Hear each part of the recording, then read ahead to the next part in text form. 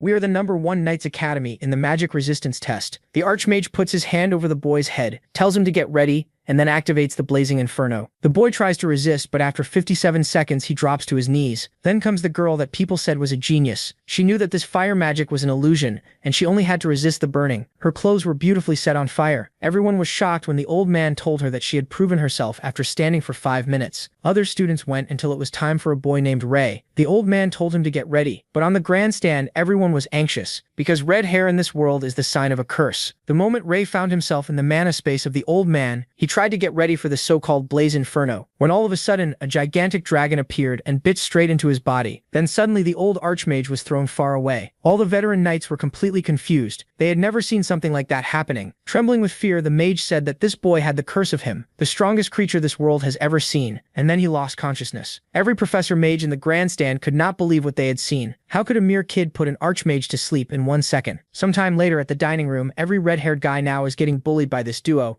saying that these disgusting freaks should not be allowed to leave their homes. He leans on the red boy and tells him to avoid eating in the same place as them, so as not to curse their food. When suddenly a chicken thigh comes flying and hits the dude straight on his chin. When he goes to ask who did that, his face is instantly slammed to the table with Ray, telling the guy to repeat what he just said. One of the knights sees the commotion and everyone begs Ray not to kill the guy. But bro ain't letting this hair racism slide, and when the knight tells him to stop, he just pretends not to listen and keeps breaking the dude's arm. The knight repeated himself, but my boy does not care at all about him. Only after some pops he releases the dude and tells his friend that this is how you teach a lesson. But the knight asks why he disobeyed the order to stop. Ray just replies, "Sorry, my hearing is not that good," and walks away. Now bro is hated by the knights and archmages of this academy that he just arrived at. But considering that his goal is to kill everyone there, this is not really a problem. But why does he want to do that? See that red dragon defeated on the floor? That is Ray in his past life, the strongest being that survived alone for thousands of years to get revenge on mankind for killing his relatives. But funny enough, the second he closed his eyes as a dragon, he found himself as a baby. Bro went stone-faced like, why the fuck is there a human holding me? But without wings or claws, all he could do was wave his tiny arms.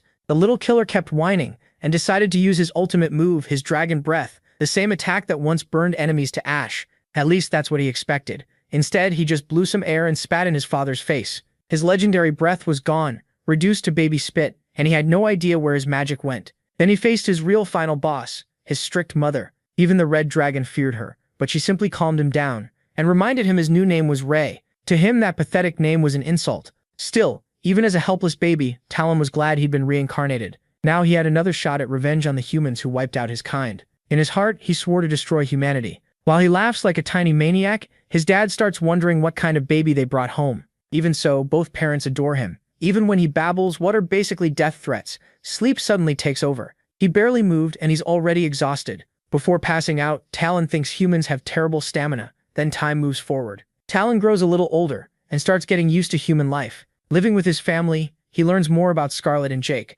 They raise him with real love and kindness. He also notices the villagers treat his family with respect, and this is when he first learns about adventurers. One day, the little dragon crawls to his mother for food and the villagers are amazed he already understands what he wants. They also start noticing his bright red hair, which looks nothing like his parents'. Jake explains it only turned red a few days ago. To Talon, that sounds like proof his powers may be returning.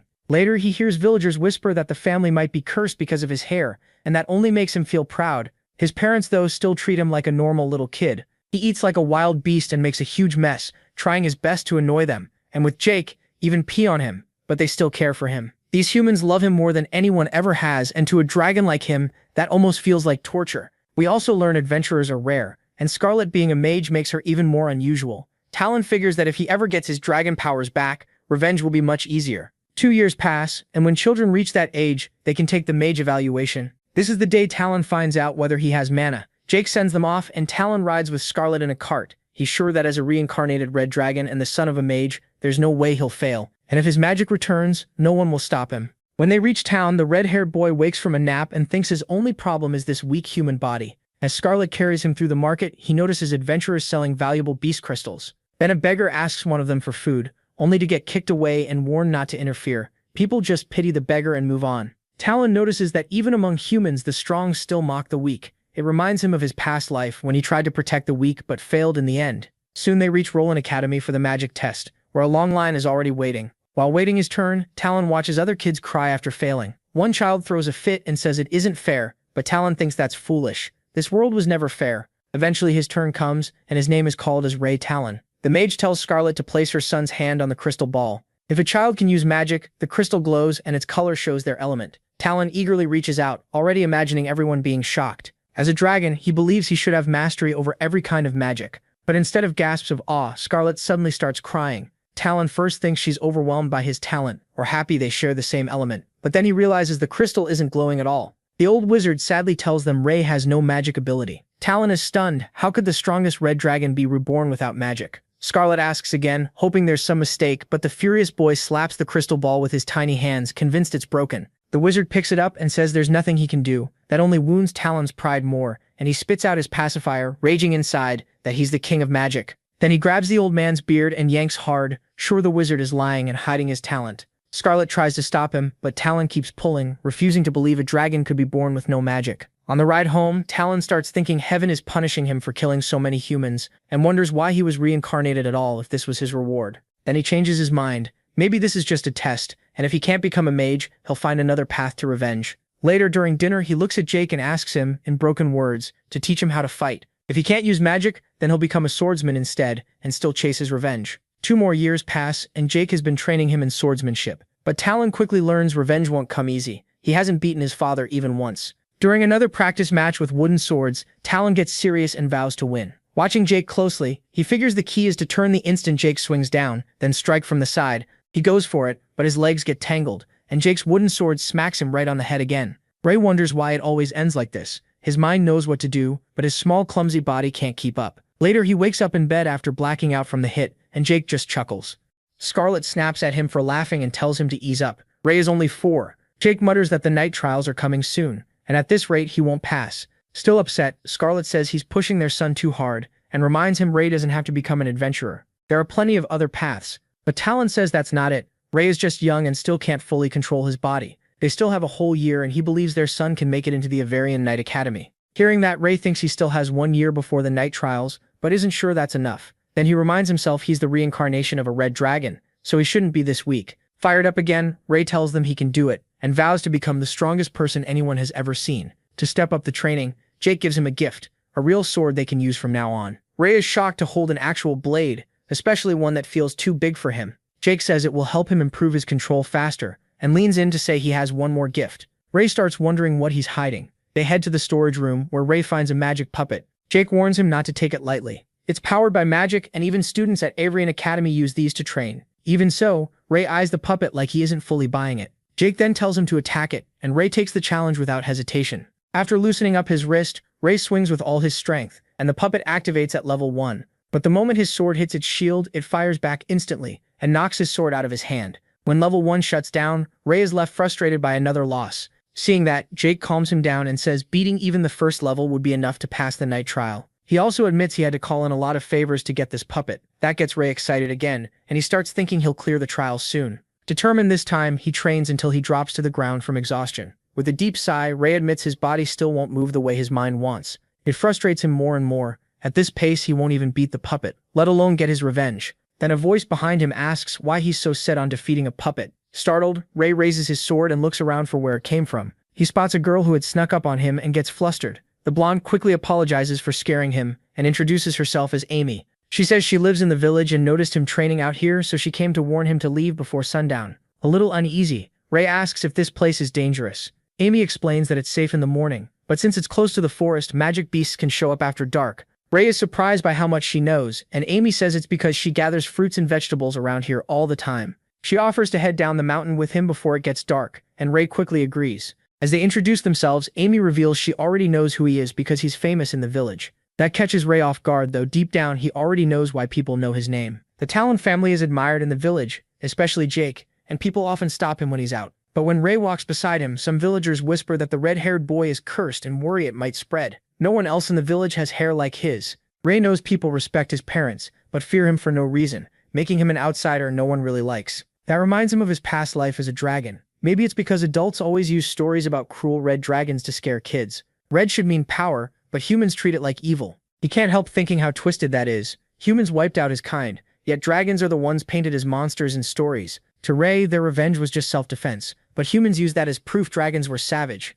Lost in those bitter thoughts, he gets pulled back when Amy asks what he's thinking about. After that, Ray snaps out of it and walks down the mountain with her. Amy says she's seen him here a lot lately and asks if he's been training. When he says he wants to be a swordsman, Amy thinks that's awesome since his father is the village's only swordsman. She asks if he's aiming for the Knight Academy, and he nods. Then she shares that her brother is taking the exam too, and claims nobody in the village can beat him. Still, he's jealous of Ray for being taught by his dad, since normal people don't get that chance. When Ray asks about her brother, Amy lights up and asks if he'd like to be friends with him so they can train together. Right then they hear footsteps, and Gary shows up. He rudely tells Ray to stay away from his sister. Amy quickly steps in front of Ray and tells her brother he didn't do anything wrong. Gary ignores that and questions why she's with the red-haired boy, calling Ray cursed and saying it could spread. He even checks her hair to see if it turned red. Amy gets annoyed while the two boys with Gary move in and mock Ray for walking with her. They keep piling on, saying his parents must have it rough raising a cursed child. Then they tell Ray and his family to leave the village because ordinary people like them don't want anything to do with his curse.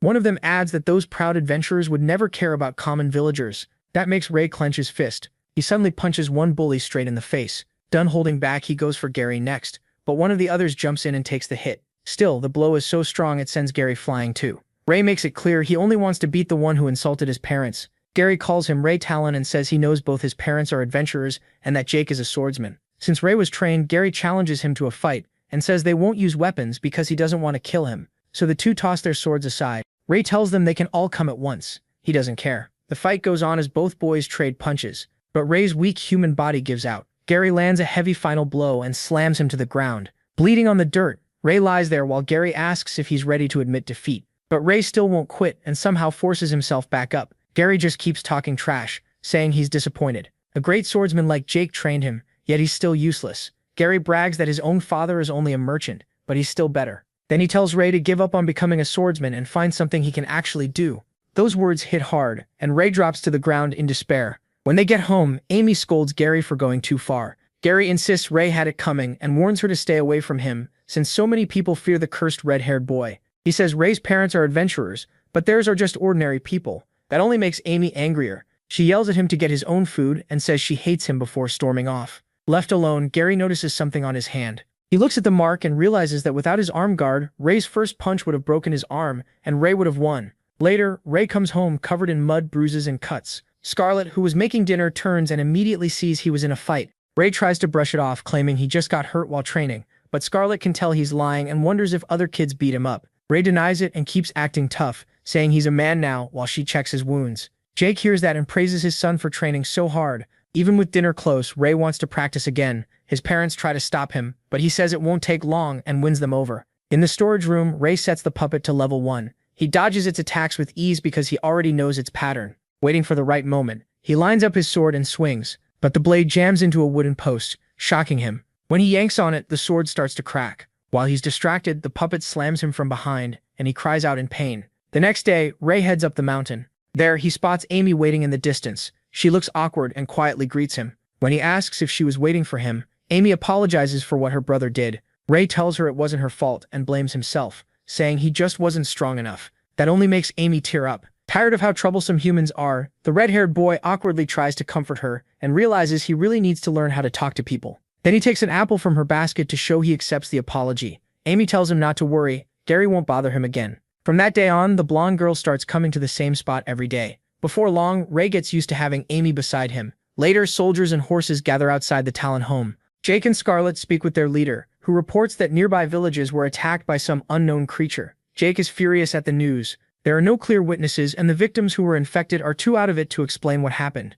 So the leader came to ask the adventurers for help. Scarlett is worried and confused, since those things normally don't come near human areas. She says she'll go too, but Jake refuses. It's only a recon job, and someone has to stay with Ray before his test. She still doesn't like it, but Jake reassures her he'll be back soon. In the end, she tells him to be careful. He keeps training until he's out of breath, but he's still unhappy with his moves. He can't fully control his human body yet. Then he glances back and sees Amy reading a book, which makes his heart start racing. The moment he notices, he smacks himself to get a grip. Then he walks over and tells her they should stop for today, since it's almost time to head back. Amy is so lost in her book that she didn't notice how late it was. As they go down the mountain, Ray asks if people in the village bully her because of him, since everyone calls him cursed for his red hair. Amy tells him what her friends say, then shrugs it off. It's their problem. To her, red hair looks cool, not scary. She calls him special, says his hair doesn't change that, and tells him to just be himself. Those words hit him hard, and he remembers Gary mocking him, saying he should do something he's actually good at.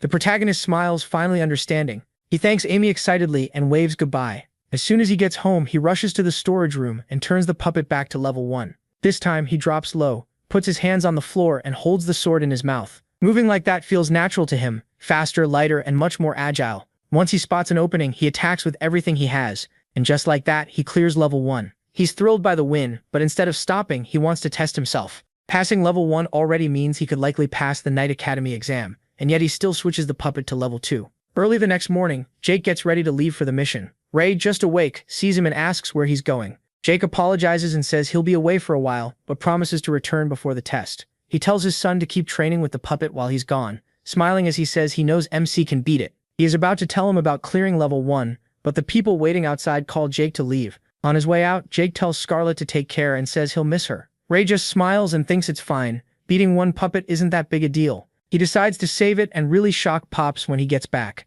As he heads for the mountain, he wonders how Jake will react, and realizes he only found this answer because of Amy's advice. He feels thankful and oddly happy, then catches himself becoming more like a human. The protagonist reminds himself humans are awful, but his parents and Amy are different, so he won't take revenge on them. As he keeps climbing the mountain, he starts wondering why Amy hasn't come today. Then he realizes he's getting way too impatient waiting for her. He acts like he doesn't care and tells himself no one can interrupt training now. He's a mighty red dragon, he can't let human feelings eat away at him. Later, Ray has apparently fallen asleep and is snoring when he suddenly jolts awake. He realizes it's late and knows he'll get scolded if he doesn't hurry home. As he runs down the mountain, he remembers he still hasn't thanked Amy, and decides he'll do it tomorrow. By the time he reaches the village, it's already dark, and he sees a crowd gathered, talking about searching to the west. It turns out Amy and Gary's father is questioning the blacksmith, who says the 4 kids came by that morning to buy weapons. He overheard the blonde boy say they were heading to the forest to hunt magic beasts. Amy and Gary's parents are terrified, scared they might lose their children.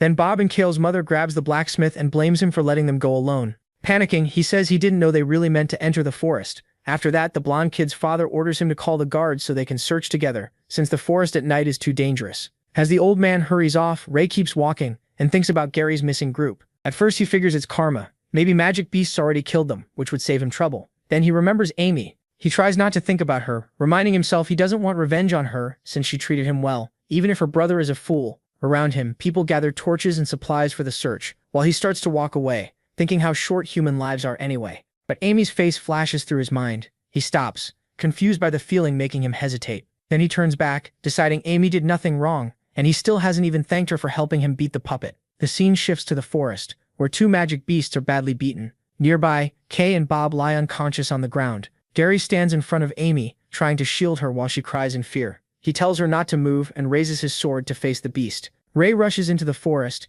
catches the scent of blood, and soon finds a dead young demonic wolf. He checks the fresh sword wound in its stomach, and realizes the kids must be close. But the tracks and marks are so mixed up that he can't tell which way to go. As he's trying to decide, he hears a scream. Amy. Back at the fight, an adult demonic wolf slams Gary into a tree and sends him crashing down. The wolf then moves in on Amy. She covers her head, shuts her eyes, and prays someone will save her. Then she hears metal strike and opens her eyes to see Ray battling the wolf, driving his sword into its mouth. He quickly checks if Amy is okay, but Gary and the others are in bad shape. Then Amy warns MC to watch out. Too late. The wolf claws his arm and she screams his name in terror, but he tells her he's fine and won't die that easily. Ray tries to draw the wolf away from Amy and leaps onto a tree branch, but the beast bites the branch and he drops right off. Worried, he realizes this body is too weak to keep up with an adult wolf. He struggles badly and sees his speed means nothing here. Back then, a demonic wolf was easy for him. Now he can't even hurt it properly. He snarls that these humans are his, and the wolf can't touch them. Knowing he can't last much longer, Ray prepares one final move and targets its weak spot. He grips the sword in his mouth and throws all his strength into a strike, injuring the wolf's eye. Even then, he's frustrated by how little damage he did. He remembers how, in the past, one blow would have ripped it apart, but now he needs a human sword just to survive. The wolf charges again, and this time he stays calm, waiting for an opening. Then he swings and cuts off one of its legs, sending it crashing down. The moment Ray looks toward Amy, the wolf attacks out of nowhere, but he barely avoids it. With the sword in his mouth again, he puts everything into one last strike and finally kills the wolf. After that, he drops to the ground. Right before he blacks out, a screen appears, saying he unlocked a new ability and got an intermediate-grade beast crystal. Covered in wounds, he wonders what this useless message even means and looks at the unconscious siblings nearby. He knows he has to move them before their blood draws more beasts, so he staggers over in pain. He lifts Gary onto his shoulder and carries Amy in his arms. Gary briefly sees the red-haired boy saving him, then passes out again. Ray figures saving 2 people is all he can manage, so he leaves Bob and Kale behind, thinking he's done all he can, then stumbles out of the forest. The villagers are already searching with torches and weapons when they see him emerge. They call the parents over, and someone recognizes him as the protagonist from Talon's family. Bleeding badly, he asks them to help Gary and Amy and says they may need healing before collapsing. Even then, the villagers start whispering, wondering why the kids entered a forest full of magic beasts at night. Then a mother rushes over and panics when she learns Bob and Kale are missing. She looks around wildly, then at Gary and Amy, and their father tells her only those 2 made it out. She tries to run into the forest, but the villagers stop her, saying she can't go in alone. Calling them cowards, she pushes forward anyway. But the moment she sees the glowing eyes of magic beasts in the dark, she turns and runs back. When the villagers point that out, the shaken woman insists she isn't scared. Furious, she grabs Ray by the collar and demands to know where Bob and Kale are. She blames him, claiming he tricked them into the forest even though they're good kids. Certain he lured them in, she slaps him and calls his red hair a bad omen, a sign of disaster. Hearing that, the others start whispering too, deciding MC must be guilty since he's the one who came back out. They all turn on him, demanding answers about where he took their children. The woman keeps hitting him, screaming about why he saved Gary and Amy, but not her kids. With barely any strength left, Ray says her children are still in the forest. Calling him heartless, she throws him down and cries that they're just children, so how could he leave them there to die? Then she begs the others to go with her, but they refuse with weak excuses about their own kids at home. Lying there in pain, he wonders if they forgot he's a child too, or if they never saw him as human because of his red hair. The woman snatches a torch from one of the villagers, walks toward Ray and says this red-haired monster should die. Watching them, the protagonist thinks these people are worse than any beast. They're the real monsters. As she raises the torch to kill him, his life flashes by. He gives a faint smile, thinking it's a pathetic way for a red dragon to die. Then she swings the torch at him, but someone jumps in front of Ray. It's Gary, blocking the attack with his gear. The villagers shout that Gary must be crazy, saying the monster even fooled him, and they scream for MC to be killed. Gary glares at them and says they're the crazy ones, trying to murder someone over guesses. He stands in front of him and warns them not to touch his savior. Later, the protagonist has a nightmare about the woman blaming him and hitting him, calling him a star of calamity. The dream shifts to his past, with mages rushing at him and demanding his life. Surrounded by humans who want him dead, he wakes in fear and sees his mother. She's holding his hand, crying in her sleep beside him. Ray thinks humans can be both beautiful and cruel. As soon as he sits up, Scarlet wakes and lights up with joy, almost like she can't believe it. She hugs him and says she thought he'd never wake again. But squeezing him makes MC cry out in pain, so Scarlet quickly lets go and scolds him for being reckless. Then he asks how long he was asleep. She says it's been a full week and tearfully admits she had no idea how to explain this to his father if he didn't wake up. Ray then asks about the people from the forest. Scarlet says the 2 he saved are only lightly hurt and doing fine, but Bob and Kale are still missing, and she thinks the beasts killed them. Then we see Scarlet's flashback. When she reached the forest, she found him beaten by villagers while Gary defended him,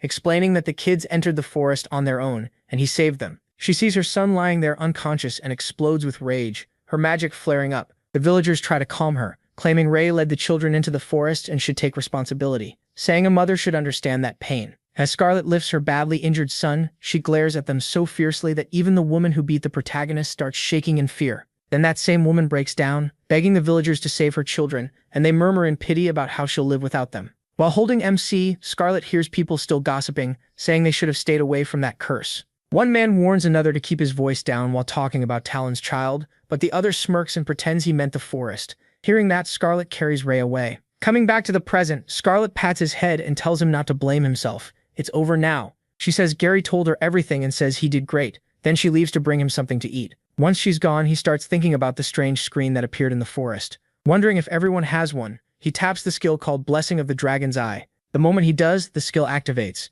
and he freaks out when he sees his mother's energy status, realizing this is an ability he used to have. He remembers his time as the Red Dragon, when he had many kinds of magic. After failing the aptitude test, he never thought he'd use any of it again. Excited to have power again, Ray guesses he'll unlock his abilities one by one. He also checks the intermediate grade beast crystal, and figures he got it for killing the intermediate demonic wolf. Suddenly, smoke starts filling the room, making him cough. He opens the window and hears villagers yelling that the house is on fire. Then Scarlet rushes in, warns him the flames are spreading, and tells him to get out now. But as the fire keeps climbing, Scarlet shields Ray with magic and stops it. Clinging to his mother's arms, the protagonist uses Dragon Eye to find who set their house on fire. He scans the villagers with it and finds the culprit, Bob and Kale's mother, with fire still burning in her hand. Their whole house is nearly swallowed by flames, and the villagers panic when they realize it's Talon's home, blaming the cursed child again. Scarlet wipes out the fire with her magic, blasting the flames away like a strong gust. When it finally ends, the villagers whisper that the curse struck again, and that if the red-haired boy stays, the whole village will fall into chaos. Hearing that crushes Ray, but his mother cuts in and asks if the fire scared him. Pushing those thoughts aside, he takes her hand and says she looked amazing when she blew the flames away. As they head back, MC keeps thinking about those humans trying to burn their home and them with it. Once he decides they wanted his family dead, his anger turns into a vow for revenge. Later, he leaves to train and Scarlet warns him not to overdo it since his wounds still haven't healed. Then he reaches the forest and pulls out his sword. Using Dragon Eye, he spots beginner magic beasts and gets excited since he can beat them easily. One of them, a monkey-like beast up in a tree, picks an apple and starts eating. Ray locks onto it with Dragon Eye and sneaks up behind it, then brings his sword down on the beast. By the end, he has killed 20 beginner magic beasts. After the hunt, the dragon system appears and tells him he got a beast crystal. Looking at the screen, Ray says it's all luck. He killed 20 beasts and only got 2 crystals. Then he wonders what happens if he absorbs one. As he thinks about it, he notices a small wolf walking around its dead family. He reaches out to pet the pup and tells it to keep fighting from now on.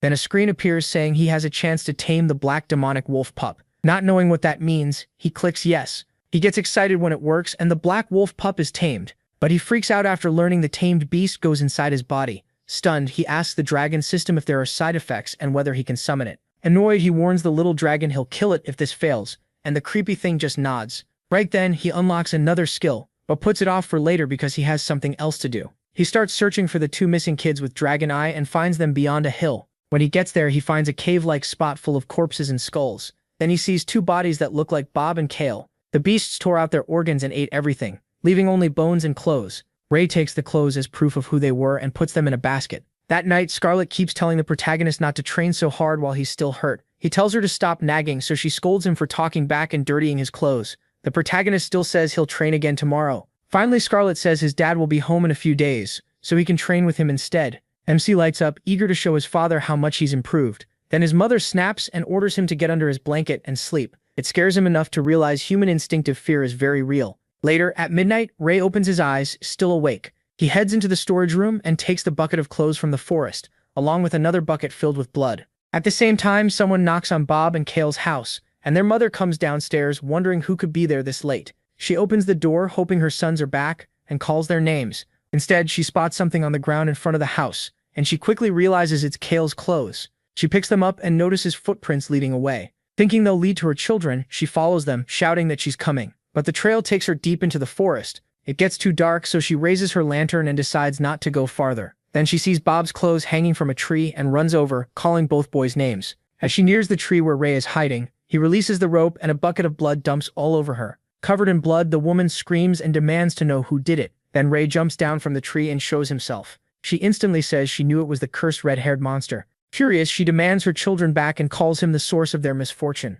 All around them, dangerous magic beasts gather in the forest. He stands calm in the dark, then slowly steps back, leaving the woman trapped among the beasts. With a cold, serious look, he keeps backing away and watches the beasts tear her apart as blood sprays everywhere. The next day, the town is full of rumors that the curse is real, and people decide not to get on the Talon family's bad side. Then Ray appears with his training sword and glares at the gossiping villagers with killing intent. Terrified, they quickly act friendly, wishing him good morning and praising how hard he trains. After he leaves, they breathe again, while the protagonist guesses there are fresh rumors about him, and this time, he likes them. When he gets home, he sees a lot of horses outside the house and gets excited, thinking his father has returned. But the moment he steps inside, he sees his mother crying. Afraid something happened to his father, he rushes over and asks what's wrong. Through tears, Scarlet tells him Jake is sick, but he should recover. Seeing his father in terrible shape, Ray activates Dragon Eye and realizes he's never seen a living being with stats this high, not even back when he was a dragon. Then Jake weakly mutters that the shadows will kill everyone. The mages explain that Jake was hit by a plague of shadows while fighting a shadow beast to protect a villager on a mission. Hearing that, Ray feels like he's heard of something like this before. He wonders when these beasts appeared and what happened to the world after his death, as the Red Dragon. As Scarlet thanks the mages for bringing Jake home, one of them apologizes for failing to protect him. MC checks the dragon system and thinks maybe a spell could help his father. He remembers a high-tier spell he once used that could remove curses and dark magic, but he has no idea how to unlock it again. If killing magic beasts gives skills as rewards, then this spell would probably need a high-rank beast. He knows he's still too weak to face something like that. Then Ray turns to his mother and asks if joining the Avrian Knight Academy will help him grow stronger. Still crying, Scarlet tells him that's where his father studied, so he can become a strong warrior just like him. That fires him up. He decides to pass the exam, enter Avrian Academy and find a way to save Jake. With a heavy heart, Scarlet hugs him and says she believes he can do it. In the next scene, we move to a church-like place filled with hooded priests. There, the Master Elder tells them a prophecy has been revealed and a huge change is coming to the world. The others ask what kind of change it will be. The prophecy is about Rei, and the Master Elder wonders whether the boy will bring salvation or disaster. No one knows yet. Right after that, the Elder orders the knights to find the boy at once, so if he brings redemption they can guide him, but if he brings calamity, they must kill him.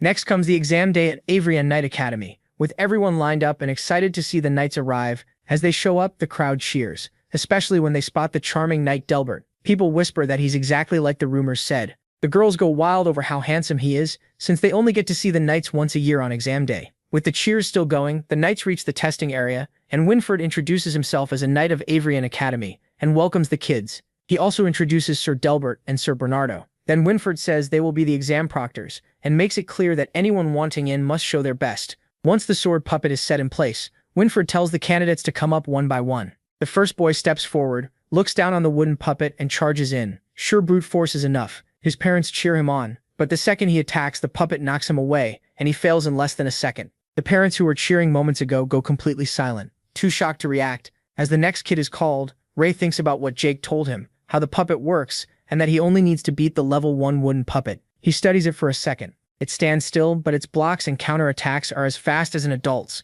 His thoughts break when he hears Delbert and Winford talking nearby, and he realizes his hearing has gotten sharper, probably from absorbing more beast crystals. The knights complain that coming here is a waste of time, but they were ordered to. Delbert says knights should come from noble blood, and can't see why they bother with filthy commoners. Even Winford thinks that's too harsh. Delbert gets even more annoyed when nobody passes after several rounds. Then Gary steps up and clears the test with a grin. When Bernardo announces it, the villagers start saying the boy has talent. Ray feels secondhand embarrassment watching Gary show off, and then it's his turn to step forward. Winford and Delbert both focus on him. They know this is the child they've been discussing. The villagers start whispering that he's the cursed child, that Jake's condition is his fault, and that his blood-red hair makes him a monster who only brings bad luck. They laugh at the idea of him becoming a knight, but he ignores them, pulls back his hood, and walks up. Bernardo tells him to get ready. The test will begin in a minute. Then Delbert walks over and says he doesn't believe in prophecies. In his eyes, if they're real, the red-haired boy should pass no matter what. To test that, he switches the puppet to level 3, and Bernardo immediately objects. The puppet suddenly lunges at Ray with blinding speed. Bernardo and Winford shout for him to move before he gets killed, but in the next instant, the protagonist cuts the puppet's head clean off. The whole place goes dead silent as the wooden head hits the ground, leaving the knights stunned. Bernardo is too shocked to speak, so Winford tells him to announce the result. Bernardo finally congratulates Ray for passing. Scarlet is proud, while Gary can barely believe what he saw. After passing, MC leaves the village with the knights and says goodbye to his unconscious father. He tells him not to worry and promises to find a way to save him. Ray starts to tear up and Scarlet comes over. She holds a pendant and puts it on him, saying it has been passed down through her family and should bring him luck. He tells his mother he's leaving and asks her to take care of herself. Scarlet worries over him and tells him to stay safe, reminding him she will always be there if he needs her. He reassures her and says he's a man now. Then he leaves as Scarlet cries. When he reaches the cart, he's told to sit with the other boy inside. He looks in and sees Gary. They both go quiet, and Ray wonders if they were the only two who passed. The ride starts in complete awkward silence. Eventually, Gary works up the nerve to apologize to the red-haired boy, admitting he was cruel and even hit him. He bows and calls himself an idiot. Ray is surprised, but accepts it, thinking Gary is just a 5-year-old kid. He also points out that Gary saved him before, so they're even now. That only confuses Gary, who says he is the same age as him. He gets nervous and quickly changes the subject, asking about Amy and why she didn't come to the exam. Gary looks confused and says he thought his sister had already told him she was going to the academy. The protagonist is surprised. He didn't even know Amy had magic talent. As they keep traveling to the Night Academy, one of the knights suddenly yells to stop the cart, and it halts. The boys peek outside and see thick fog, with no idea what's happening. Winford calls out that they are knights from Avrian Academy, and orders whoever is there to identify themselves at once.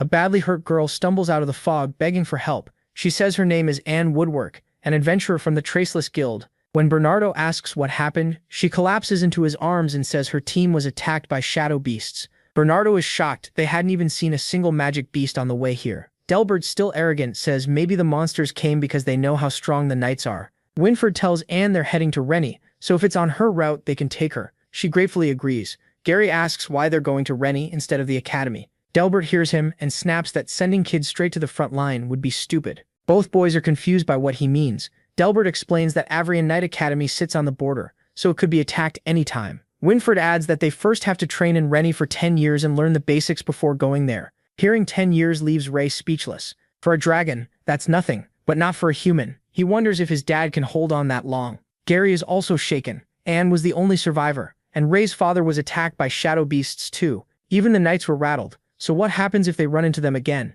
Then a cracking sound makes Ray tense up. Winford warns everyone to get ready. Something huge is coming. It's the Drop Bear King, now turned into a shadow beast too. All three knights prepare to fight as the giant monster charges in. It goes straight for Bernardo, and he can't dodge in time, but Ray jumps in and kills the beast, saving him. Bernardo immediately tells the kids to protect themselves, while Winford notices the Drop Bear King isn't moving and gets uneasy, thinking it's waiting for something. At the same time, Gary struggles against the shadow beasts and gets scratched by one of them. Ray saves him by slashing the creature across the back and warns him to be careful. These drop bears are much stronger than demonic beasts. Then the Drop Bear King roars, the force blasts one knight away, and everyone else struggles to stay on their feet. Seeing that, Gary wonders what that thing even is, but Ray already knows it's far too strong for them to fight head-on. One knight points out that the Drop Bear King is staying in one spot instead of attacking. Then the giant beast points at Winford and speaks, saying they'll never defeat the shadows, and the shadows will take over the whole continent. While the other knights fight the smaller beasts, they're stunned to hear a monster talking. The shadow beast adds that he is doomed to fail, and everyone around him is destined to die. Ray is stunned, and so are the knights, who take it as a threat. Then the giant shadow beast growls and leaps away. Once it's gone, Winford says they should be thankful it chose not to fight, because none of them would have made it out whole. As Ray gets a crystal through his dragon system, he keeps thinking about the beast, feeling like it was talking to him. Winford then praises Ray and Gary for how they handled the attack and says they'll make fine knights. Ray asks if beasts normally talk like that. Winford says shadow beasts have never shown up on the border before, and this is the first talking monster he's ever seen. Looking at the red-haired boy's calm face, Winford thinks no normal child his age would react like this. Meanwhile, Delbert keeps staring at Ray with clear disgust. Later, they reach Rennie Town on horseback and are met by a troop of guards. There are far more guards than usual, so Winford asks why security is so tight. As Anne thanks the knights for escorting her, a guard tells him the Allure Kingdom has issued an Amber Alert, and every town and city is under heavy watch. Winford realizes things must be serious if the kingdom declared an Amber Alert. The continent is close to crisis. Then he looks at Ray and wonders if he is the child of prophecy meant to save them all. Meanwhile, Ray is with Gary, thinking about his father and promising himself he'll become a knight. He tells himself this is only the start, and Pops just has to wait until he makes it. 10 years later, the story returns to Rennie Town. At the academy, a teacher asks what power knights use since most of them can't use magic. Gary raises his hand. He answers that knights use chi. With training, it boosts their bodies and senses, and some can even push past normal human limits for a short time. The teacher praises him, then asks why chi can only be trained after age 15, calling on Ray. But when Gary looks over, Ray's seat is empty. Since Ray skipped class again, Gary awkwardly says he went to the restroom. The teacher moves on and calls on Sylvia. Sylvia explains that cry puts huge stress on the body, since a person's organs finish developing after 15, starting then lowers the damage. The teacher tells everyone to remember that while Sylvia keeps staring at Ray's empty seat. Then, we cut to the black demonic wolf. Ray tamed years ago. The wolf battles a magic boar and cuts it down. Ray gets a beast crystal from the kill. He absorbs the beginner rank crystal's power. Then he pats the black wolf for doing well. Figuring he's hunted enough for one day, Ray decides to head back before someone blows up at him for ditching class. Just as he's about to return, Winford rides up from behind. Winford says it is a surprise seeing him out here and praises the beast he killed, then wonders how Ray keeps getting past the tight guard. As they walk, Winford says Ray has gotten much taller. Ray jokes that Winford hasn't changed at all in 10 years, and asks his age, but Winford says that's a secret. Then he mentions hearing Ray slips out of class to hunt beasts. He adds that Ray seems to have caught quite a lot. Ray says that's thanks to the Amber Alert being lifted, which made sneaking out easier. Ray says he'd rather move around out here than sit in class. Winford warns him not to push his luck, because the outer guards would not go easy on him. Then Winford remembers something and says he stopped by Ray's house. He tells Ray that Jake's condition hasn't gotten worse because his mother is taking good care of him. Passing along her message, he says Ray shouldn't worry too much about his father. Ray quietly thanks him. Still, he thinks about how hard he trained over the last 10 years. Even after all that, he still hasn't unlocked any new abilities, and has no idea how to help his father. Seeing his mood drop, Winford pats his shoulder and pulls him in close, leaving Ray flustered. As they head back, Winford tells him to cheer up. They leave for Avrian Academy tomorrow, and he's excited to see the other kids there. Later, at Rennie Town's entrance, Alan is yelling at a guard for letting his student leave. The guard argues that after the Amber Alert ended, he had no reason to stop him. Then Winford and Ray arrive and see Alan grabbing the guard by the collar, saying the red-haired boy is special and they need to know where he is at all times. Winford calls out to him, Alan turns and spots Ray standing beside the knight. That is the last straw. Alan explodes, reminding Ray he was told not to leave his sight, and asking how many times he skipped out this month. Winford watches from behind, thinking Ray had this coming. After getting smacked on the head, Ray mutters that the alert ended a month ago, so he should be able to do what he wants and that Alan is way too stiff. Ray ducks behind Winford while Alan keeps after him. Ray says he's leaving soon anyway, so Alan will be free. Alan snaps back that as long as Ray is his student, he doesn't get to skip class, while Winford tries to calm them down. After that, everyone is called to Rennie Town Square for an emergency meeting. When Ray shows up with a bump on his head, Gary asks if he got caught again. Ray says he just got unlucky. Sylvia sneaks a look at him and starts blushing.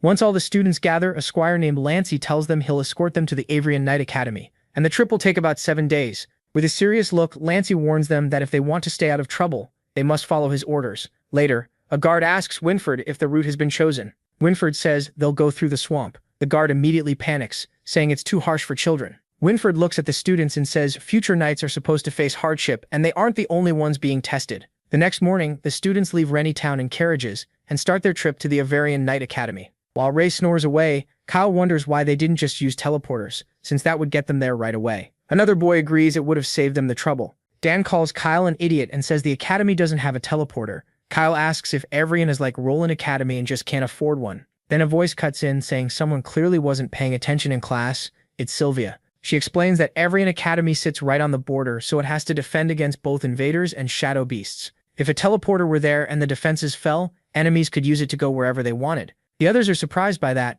Sylvia starts turning red as she looks at Ray, but when Gary notices, she quickly looks away while Ray keeps sleeping on his shoulder. Later, they reach some castle ruins by the swamp and are told to set up camp since it's already getting late. As they work, Gary tells Ray the silver-haired girl has been staring at him. Ray doesn't get why, so Gary tells him to look behind if he doesn't believe it. The two of them turn and sneak a glance. Sylvia is already peeking at her crush, but she gets caught and panics, fumbling with her camp. Since Gary was right, Ray guesses it's because of his red hair. Gary points out there are plenty of redheads here, like Kyle, Ian, and the twin Sloth and Badger. Then Gary grins and asks if Ray is really going to ignore a girl that pretty. Ray doesn't seem interested at all. Meanwhile, Dan sneaks behind the castle ruins to meet his friend Monk. The two are hit by a horrible smell and quickly figure out where it's coming from. Staring at the swamp, Dan says he can't even see the end of it. As they look around, Lancey suddenly appears behind them and dryly tells them it's a swamp. The boys jump, and Lancey warns that if they don't want sharp worms in that swamp biting their legs off, they better set up their tents and go to sleep. Night falls. Ray slips out of the ruins without the guards noticing.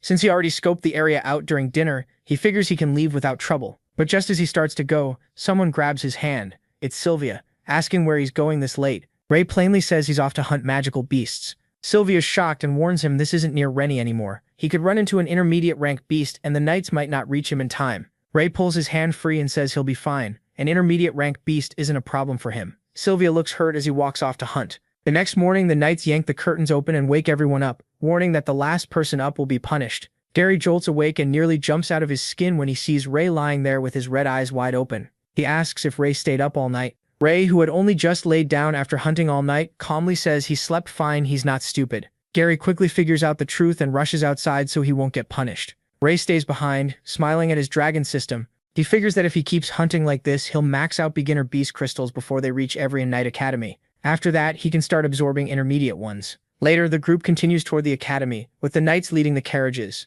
As they move through a creepy forest, Winford suddenly stops after sensing something ahead. He gives Lancey a look and the knights pull back. The students are about to face this test on their own. Then things burst from the ground, rocking the carriages. Gary notes how quiet it had been outside, while Ray is still half asleep. Then a horse screams as something attacks it. Sharp worms erupt from the earth and slam into the carriage, terrifying several students. Gary and Ray react at once, drawing their swords and cutting into the worms. One worm crawls forward to strike a girl, but Gary jumps in front of her and slices it apart. The sight of worm blood pouring everywhere leaves some students shaking. Gary warns that sharp worms travel in swarms, so more are coming. He tells everyone to stay alert and get off the carts as others move in to help. He orders them to fight in the open and form groups of 3, standing back to back so there are no gaps. Kyle, meanwhile, looks fired up to kill every worm he can. Ray thinks they're getting a little too into it and activates his dragon eye. After checking the field, he sees the sharp worms are only beginner-rank beasts, so he has nothing to worry about. Then he spots the 6 knights on top of a cliff, watching from above. As Ray starts drifting back toward the carriage to nap,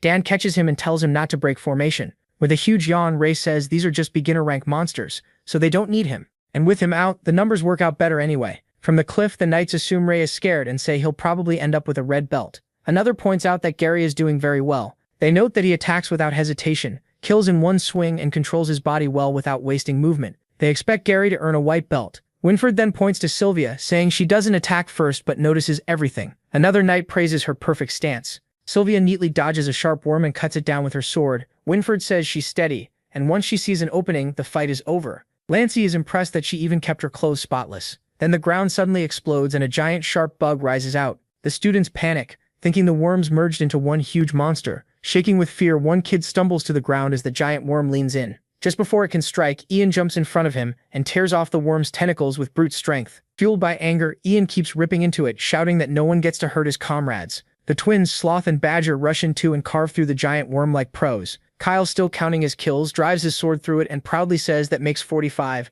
Watching from above, the knights are surprised they don't need to step in. The red-haired kids, aside from Ray, have nearly finished the monster on their own. Once it's over, Ian checks if his teammate is okay, and everyone is relieved the worms are finally dead. Winfred notes that Ian isn't just strong, he also looks after his team, making him a real gem. Then there's Ray, asleep on the carriage like none of this matters. Afterward, everyone climbs back into the carriage. Gary asks Ray why he didn't help, and warns that this place is dangerous. Stretching, Ray says he was too sleepy, and the knights were watching anyway. Gary can only call him a lone wolf. Winfred, still watching, wonders which one is the child of prophecy. As the trip continues, Kyle brags about killing the monsters, and Dan praises him. They start talking like they'll be real knights before long, and Dan says if they're lucky, they might even earn a white belt. Gary, confused, asks what a white belt even is. Dan explains that knights have different ranks, and the ones escorting them now are white tassel protectors, high-ranking knights. He says those knights once earned white belts, proving their skill through tests and trials. There are also green and black belts for other levels, while red is the lowest rank. That wakes Ray right up when Dan adds that red belts go to students who do poorly on the tests. He goes on to say white belts get personal instructors, rewards, and better resources. Red belts get basic training and are mostly ignored. Since the academy gives up on them, they can pretty much go wherever they want. Hearing that, Ray is thrilled. If he gets a red belt, he'll have all the freedom he needs to hunt magic beasts and gain stronger crystals and abilities fast. Excited, he clenches his fist and decides he has to do his best to earn that red belt. Soon after, they finally arrive at Avarian Knight Academy. The place leaves the students stunned. Gary thinks it's awesome, and Ray is speechless at how massive it is. Avarian Knight Academy is basically a giant castle with enormous gates. The students can only stare. It's exactly how they imagined it. They whisper that the academy feels like a whole city just for knights. They're even more amazed to learn it runs on mana crystals instead of torches. Gary says this place feels like a completely different world from the village he grew up in. Lancey then tells Gary and Kyle to stay close if they don't want to get lost, promising they'll have time to explore later. Lancey the squire starts giving them a tour, leading them through the armory. At the library, he tells them to keep quiet. Some of the girls are more focused on how handsome Sir Lancey is. Dan asks if the librarians are knights too, and Lancey explains that every graduate must serve the city for 2 years before choosing to stay or leave. Before the dorms, Lancey brings them to one last stop that looks almost like a cemetery. He reveals it holds the remains of knights who fought or died for the Allure Kingdom. He says he brought them here to remind them that war never truly ended, and a knight's first duty is to protect home. The students answer together that they will fight to protect their home. But Ray starts trembling with anger, thinking about how humans use dragon bodies to make armor and weapons. Then Sylvia raises her hand and asks about the statues and who they were based on. Lancey says they honor the founders of Avarian Knight Academy, the legendary Dragon Knights. The students immediately start buzzing with questions. Lancey cuts it short, saying they'll learn all about them in academy history. As they head for the dorms, Ray is still upset enough for Gary to notice. Using his dragon eye, Ray senses a tomb beneath the graveyard and something down there is alive. On the way to the dorms, Gary wonders who their roommates will be and hopes they're easygoing. Ray barely hears him, too busy thinking about that strange presence in the tomb. It didn't feel like a magical beast at all. Gary finally asks if he heard a word he said. Ray replies that he was talking about roommates, and just then they reach their dorm. They find out they're assigned to the same room and start wondering who else will join them. Then Sivol walks up, and to their surprise, she's apparently sharing the dorm with them. Gary is thrown off and Sivol turns pink the moment she sees Ray. She looks clearly uncomfortable. Gary tells her it's probably normal, since the academy treats everyone the same, no matter their gender. He adds that she should look on the bright side. They're nice guys. But Sivlia is so nervous, she slaps Gary. He drops to the floor, then stomps off, making it clear she refuses to share a room with boys. As Gary lays there in pain, 2 others watch the whole thing. Ray brushes it off as a spoiled girl throwing a tantrum. Those 2 are their other roommates, Monk and Ian, and Gary quickly introduces himself and Ray. Noticing Ian's red hair, Ray figures he must be from the same place as him. Gary checks the dorm list and sees 2 more roommates are still coming, Dan and Marcia Woodwork. Meanwhile, Sylvia slowly heads back upstairs toward the boys' room. She glares at them and warns them not to come in because she's changing. Forced out into the hall, Gary says he knew the school wouldn't let her switch rooms. Right then, Dan shows up and asks why they're all standing outside. Gary says they were waiting for him because there's a huge cockroach inside, and they need someone to handle it. Hearing that, Dan puffs up and says future knights shouldn't fear a bug. Then he throws the door open, while the others struggle not to laugh. They just played a dirty trick on their new roommate. The scene then shifts to dinner, where everyone is busy eating. Still annoyed from the prank, Dan asks if they had fun, since now Sylvia might kill him in his sleep. With a slap mark still on his face, Gary jokes that plenty of people would be jealous just to get her attention. The second Dan says more about her, Sylvia overhears and gets mad. Dan and Gary quickly deny talking about her at all. Meanwhile, Ray keeps eating like none of this matters. Sylvia mutters that she can't believe they're eating at a time like this when the test is so close. Since Ray is focused only on food, Gary guesses she means the belt test, and asks what that has to do with eating. Ray just says it's free food, and Sylvia looks completely done with them. Nearby, some older students sneer at MC and Gary, mocking them as country kids stuffing their faces like they've never had a decent meal. With their mouths still full, the two turn and stare at the seniors while the mocking continues. Then the seniors move to Ian and start picking on him too, mocking his size and saying his chair might break. They call him a country brute, and Ian looks close to tears. Then they go further, saying they hate seeing redheads from Rennie. Hearing that, Kyle stops eating, while Sloth calmly drinks his tea and grips his twin brother's hand before he can pull a knife. The seniors keep ranting about red hair, like it's some curse, and tell them to stay away. Monk finally stands up and tells them they've gone too far. Ian tries to stop him, but the seniors tell Monk to mind his own business. They mock him too, saying he'll be lucky to get a red belt, and threaten to beat him if he keeps talking. Then they turn back to Ian, praise him for knowing his place, and tell him to take the long way around whenever he sees them. The moment he says that, someone throws food at him. The senior snaps and demands that whoever did it show himself. Ray steps up. He slams the guy's face onto the table, twists his arm, and pins him there. Then he asks who he was threatening, and the idiot still spits out that it was the disgusting red-haired freak.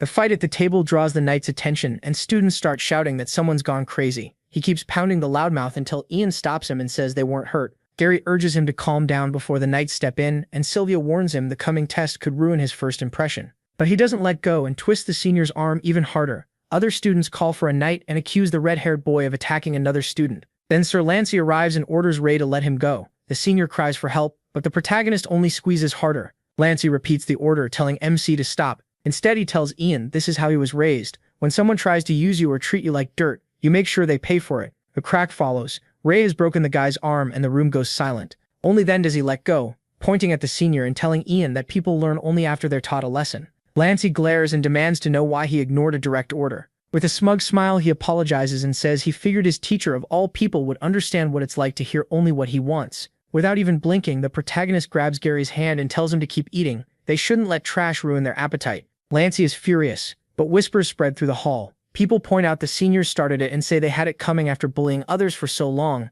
After that, the three commanders arrive and the students assume the test is about to begin. Winford orders everyone to be silent and welcomes the heads of the academy, the 6 elders. The 6 elders enter in cloaks and masks. Seeing them, the students get nervous, since it's rare for all 6 to watch a test. As Ray watches the elders approach, he wonders if they're as strong as the humans who once slaughtered him and the other dragons. He snaps out of it as Winford explains that the 6 elders will witness the test for the new knight recruits, and the results will decide what color belt each student gets. He adds that a poor result means a red belt, basically a failure. Still, Winford smiles and tells them not to lose heart. Even a red belt doesn't decide their whole future, and every one of them showed talent when they were chosen at age 5. He encourages them to keep going, because training will sharpen the gifts they already have. Ray looks at Winford and thinks he's as kind and hopeful as ever. That only makes him more uneasy, wondering how Winford will react if he gets a red belt. When Winford finishes speaking, he hands things over to Lancey. Lancey says he'll handle the rest, then shoots Ray a deadly glare. Lancey announces that the trial has 5 stages, each testing a different part of a knight's skill: Stone of Power, Blazing Inferno, Undetected Passage, Ion Precision, and Will of Truth. The first stage is the Stone of Power. Lancey explains that they simply have to push a huge stone to the goal line to clear the stage. Each student gets 2 tries. If they fail once, they can use magic gloves on the second attempt to boost their strength, but that will lower their evaluation. Gary whispers that this looks easy, and Ray agrees it should be no problem for him. But Ray mutters that someone clearly doesn't want him to pass, leaving Gary confused. Right before the test starts, Lancey announces that as proctor, he is rejecting Ray Talon's participation. Ray stays calm and folds his arms. Gary and Sylvia protest right away, asking how this could be fair. Lancey says it's a lesson for all future knights. They must obey their superiors. If anyone disagrees, they can report him, and if his superiors overrule him, he'll accept it. Then he calls the first student forward. Gary whispers that Ray really got on Lancey's bad side, and Sylvia tells him to report this, because Lancey has no right to treat him that way. But Ray shrugs it off and says this actually makes things easier. He tells them to take the test first, and he'll join them in the next stage. To him, that means he's basically guaranteed a red belt. Soon, both Gary and Sylvia pass. Then Ian grabs the rock and lifts it instead of pushing it, leaving everyone stunned. Gary comes back drenched in sweat, but happy he made it. MC congratulates him and warns that the second stage may be rough, so he should get ready. The blonde boy looks confused, but Ray points out the second stage proctor, who seems to be from Roland Academy. Seeing that, Gary panics and asks how they're supposed to handle this when they've never learned magic. He says the battlefield won't care what they haven't learned, so they'll probably just have to endure it somehow. He adds that people with strong bodies often have weaker magic resistance, so these 5 tests are likely meant to measure both strengths and weak points, then help shape their training. Gary says that makes sense, and jokes that maybe he's an all-around genius, but the protagonist clearly doesn't buy it. Then the second stage, Blazing Inferno, begins. The mage tests Gary with magic on his forehead, and he lasts 57 seconds. Ray says that's pretty good though. Gary thinks he did badly. Dan cheers him up, explaining that in the mage's illusion, an hour inside is only a minute outside, so he actually did well. Next is Sylvia, and when the mage starts her test, she stays calm, telling herself it's only an illusion, so there's nothing to fear. When the illusion of fire appears, she holds on for 5 whole minutes, and the others start talking about how amazing she is. While everyone is calling Sylvia a goddess, the proctor tells her she's proven herself. After that, Ray is called up and Sylvia wishes him luck. He figures lasting 20 seconds would be enough, or maybe he should just give up right away. Then gets ready, but as the proctor casts the illusion, a red dragon suddenly appears before him and breathes fire. Ray is thrown off, wondering what's happening, and the red dragon looks like his past self. Then the proctor is suddenly lifted into the air by some force, shocking everyone. The mage panics and cries out that the boy is cursed by the red dragon. Right away, whispers spread through the crowd that the red-haired boy is bad news, that he's cursed. Seeing this, Winford rushes over to the old mage, who looks unconscious. MC stands nearby and asks if he's okay, but Winford says he's just exhausted and tells him to rest. Winford finds it strange that the old mage's mana is completely drained. It doesn't add up. In the next scene, the elders look into the incident. Winford says it was just mana disorder from overusing mana, and the mage should recover with rest. The elders aren't convinced. They question how a mage from the famous Roland Magic Academy could be drained by a test like this, while others wonder if he simply used too much mana on the students. Winford tells them the mage is resting, and says he'll keep investigating. He also suggests replacing him for the remaining tests, and the elder agrees, but as Winford leaves, one masked elder calls over an armored guard knight and whispers something to him, and the guard says he'll handle it at once. Then the elder stares at Ray Talon from a distance, as he heads back to his friends. After the incident, he asks about mana disorder. Sylvia explains that it happens when a mage has no mana left, but forces out another spell anyway, causing it to backfire on their body. He understands, while Gary jokes that his friend is just unlucky, and says geniuses always have it rough. As the two laugh, Sylvia stays doubtful. She thinks it's weird that a mage from Roland Magic Academy would make such a simple mistake, and she keeps thinking about the curse he mentioned. Then they hear a noise and the ground starts shaking. Everyone thinks it's an earthquake, but trees suddenly start appearing everywhere, making it clear this is magic. Soon the whole testing area is filled with trees. Gary has no idea what's happening, and Sylvia says someone is casting a spell. Then a proctor appears and announces that the third stage is starting now. While everyone is still caught off guard, he tells the students to follow him and copy his movements as closely as they can.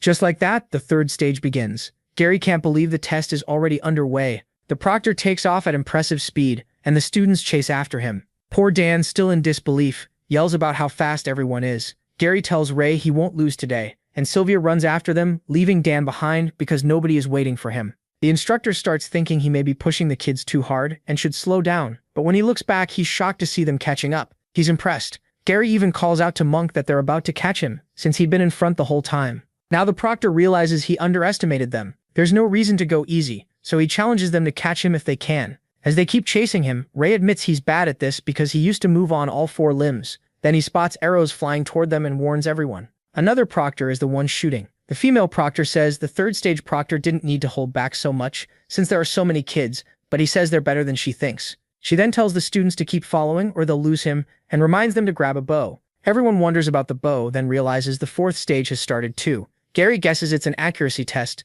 Sylvia agrees, and they keep moving. The fourth stage proctor announces that targets are set up deeper in the forest. She says they'll pass by hitting 3 targets while dealing with her interference. With that, the fourth stage, Ion Precision, begins. Ray thinks he's fine getting a red belt, but he still doesn't want to finish last, so he decides to show a little off and activates his Dragon Eye. The moment he does, a magic arrow shoots toward Gary, and the protagonist instantly shoves his friend out of the way. He realizes he can't dodge it in time, but another arrow smashes into the incoming one. Ray feels the danger right away and thinks that shot was far too strong for a normal test. It nearly hit them. Then their classmate Marsh saves them and asks if they're okay. Gary thanks her and says she's amazing. Marsh says she's just glad she was nearby, because otherwise she doesn't know if she could have stopped it. Right after that, MC senses more arrows and warns everyone to be careful. They all dodge. Ray quickly understands something is wrong. Those arrows were wrapped in cheat and completely different from the Proctor's shots. Someone is trying to kill them, or maybe just him. Another arrow suddenly flies at the students, but he tracks it and fires his own to stop it. At the same time, the fourth stage Proctor also senses the danger.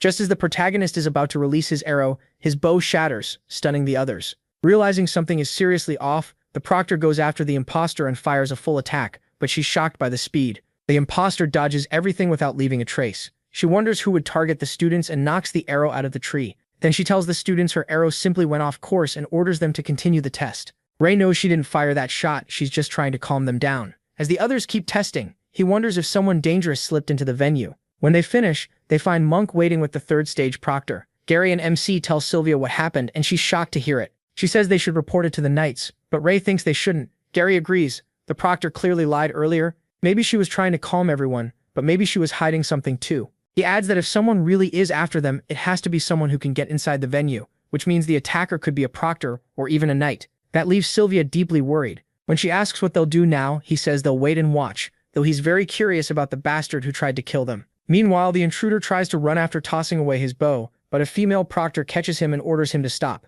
He freezes. She points an arrow at him and demands to know why he attacked the new students, warning him not to move because she can kill him at any second. The intruder reaches for his sword, but the Proctor warns him not to move or she'll shoot. He glares back at her and they clash right away. Then the story moves to the fifth and last test, Will of Truth, which checks the students' willpower and chi control. Holding up the sword, Delbert says it was made from a Firebird Ultra Beast crystal and bursts into flames when someone grabs it. Even if the students haven't learned chi yet, he says they can still try to guide it with pure focus. He starts calling students up, and the first is Ion, the red-haired boy. Ion steps up nervously and grabs the sword. A huge flame erupts and blasts soot onto his face. Lancey flinches at the sight, then calls the next student. The scene cuts to Elder Gibby talking to the intruder. He's annoyed the man failed and even got caught by a Proctor. As the man apologizes, Gibby says he never expected this problem to be solved so quickly anyway. Then he puts on a mask that can change the user's appearance and mutters that at least they've sent a message. The Pureblood Guild is still around. Back at the test, Gary steps up and controls the flames perfectly as he holds the sword.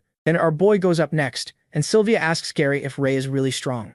Gary thinks for a moment, then says Ray is insanely strong. The others doubt it since his first 4 scores were awful. That's when the blonde boy brings up the last time he fought with Ray. He says he won easily, but 10 years ago when an intermediate demonic wolf attacked him, Ray saved him and killed it. The others laugh it off. They were only 5, so they think it was probably just a big wolf, not an intermediate beast. Sylvia starts wondering if Ray really is strong and why he hides it. Then the test begins. Our boy grabs the sword and suddenly the dragon system appears, asking if he wants to absorb the ultra-grade beast crystal. No flames come out at all. The students start whispering that weird stuff always happens with this guy, and they're shocked the sword isn't even glowing anymore. He swings it around, wondering if it broke. Delbert stares in disbelief and yanks the sword from his hands. When no flames appear, Delbert panics, shouting that the weapon was made from an Ultra Beast crystal and is one of the Allure Kingdom's treasures. He grabs the red-haired boy by the collar and accuses him of doing something to it. Ray, totally confused, asks how he could damage a sword made from Ultra Beast crystal. He adds that Delbert was watching him the whole time, so he couldn't have tried anything anyway.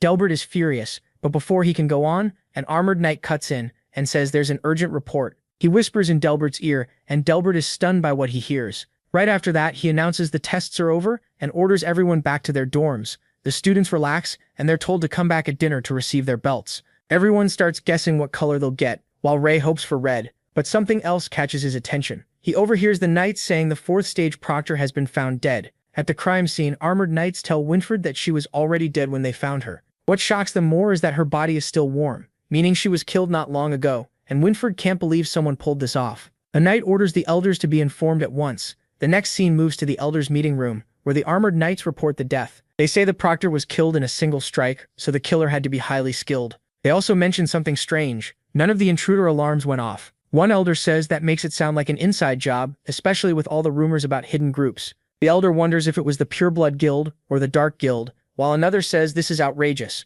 A captain of the Green-Belted Knights was killed during an exam, so they need answers. They wait to hear what the head elder thinks, and the head warns them not to let a word of this leave the room. He orders the night captains to keep investigating and find the killer. By dinner, all the students gather to receive their belts, and everyone is tense. Meanwhile, Gary and Sylvia are talking with a girl named Marcia Woodwork. Sylvia is happy to finally have a female roommate. Hearing her last name, Gary asks if she knows Anne Woodwork, and learns Marcia is her daughter. On the other side, Ray is stuck thinking about the murdered proctor. He's sure this wasn't done by an ordinary person, but by someone high up, maybe even a commander or elder. Gary snaps him out of it and asks if he remembers the adventurer they met on the way to Rennie years ago. He says that woman turned out to be Martha's mother and talks about what a crazy coincidence it is. But the protagonist barely listens, which annoys Gary. He points out that the protagonist has been spacing out a lot lately. Sylvia figures he's still worried about the one who fired the arrow. Gary pinches his cheeks hard, and MC finally says he was thinking about why the sword in the 5th test didn't react to him. He keeps quiet about the proctor's death, knowing that would only make things worse. As Gary keeps pinching him, Sylvia says Ray really has the worst luck. She's about to bring up what happened in the 2nd test when the night commanders arrive. Winfred says it's time to hand out the night belts and tells the students to come up when called. The first name is Gary Blueblood, and as he walks forward, the students whisper that he was the top performer and should get a white belt. Some argue their goddess Sylvia did just as well, and others say both of them will get white. The guesses keep going, but after the final decision, Winfred announces that Gary will receive a black belt. Gary looks disappointed as the whispers spread through the hall. After that, Ian and Sylvia receive white belts, and some students lose it when they see the red-haired guy get a white belt. When Ray Talon is called, everyone is sure he's about to get a red belt. Instead, our boy is given a black belt, leaving everyone stunned, especially him. Dan starts crying because he's the only one who got a red belt. His friend Monk got black, and even the guy who did the worst got black too. Another student tells him whining won't change the results. Meanwhile, our boy can't understand how he got a black belt with such low scores, and he starts wondering if there's some conspiracy behind it. Finally, the night commander explains that from now on, students will train under different knights based on belt color. As Gary wonders what black belts even do, a man who seems to be their instructor is smoking a cigarette while holding the list of his students' names. He looks over the 2 redheads in his group, hopes they don't cause trouble, and calls them the future Dragon Knights. The next day at the training grounds, the students have already returned from their dorms. The black belt group waits for their instructor while Ray naps and Kyle keeps complaining, hoping their teacher is at least normal. As the red-haired guy tries to stay hopeful, their instructor suddenly appears behind them and asks if they were talking about him. Kyle nearly jumps out of his skin. The instructor, a laid-back guy with a cigarette, tells them to follow him. He, Kyle, Gary, and Monk trail behind in awkward silence. Kyle asks if the instructor ever said his name. Since he didn't, Gary tells him to just ask directly. So Kyle does, bluntly asking what they should call him, and our boy is a little shocked by how bold he is. Without turning around, the instructor waves a hand and says they can call him K.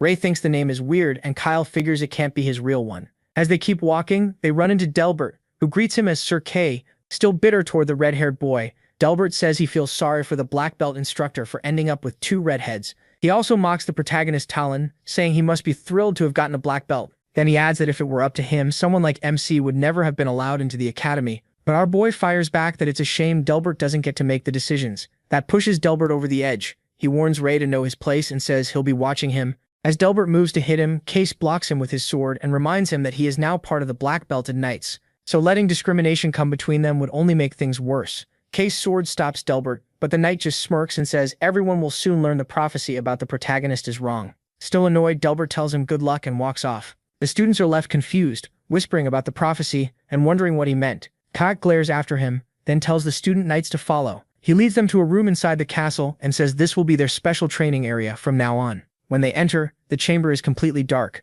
A strange wind hits them, making the students flinch and shield their eyes. The place is run down and gloomy. The silence freaks Monk and Kyle out, and they suddenly realize Sir Kay has vanished without them noticing. While the others start panicking, Ray uses his dragon eye and figures Kay is gone. He still can't find him, even with that. Gary asks if MC can see their teacher, but he says no, he's nowhere in sight. Then Kay suddenly appears behind them and grabs both boys, scaring them half to death. With a candle in hand, Kay explains they'll train in total darkness to sharpen their senses. They'll stay here until they can move with the dark and use it like a weapon. That makes Gary uneasy. He says he heard black belts get sent on assassination missions and asks if that's true. Ray can tell that's what's bothering him. Kay takes a drag and says their skills make them better suited for those jobs than the others. Like it or not, Gary has to accept that. Gary, clearly upset, asks why they can't just fight head-on like everyone else. Kay steps closer and tells him they were picked because they have abilities the others don't. He pats Gary on the shoulder and says if he wants a straight fight, he can still have one, so he doesn't need to worry. Then Kay tosses them their black belts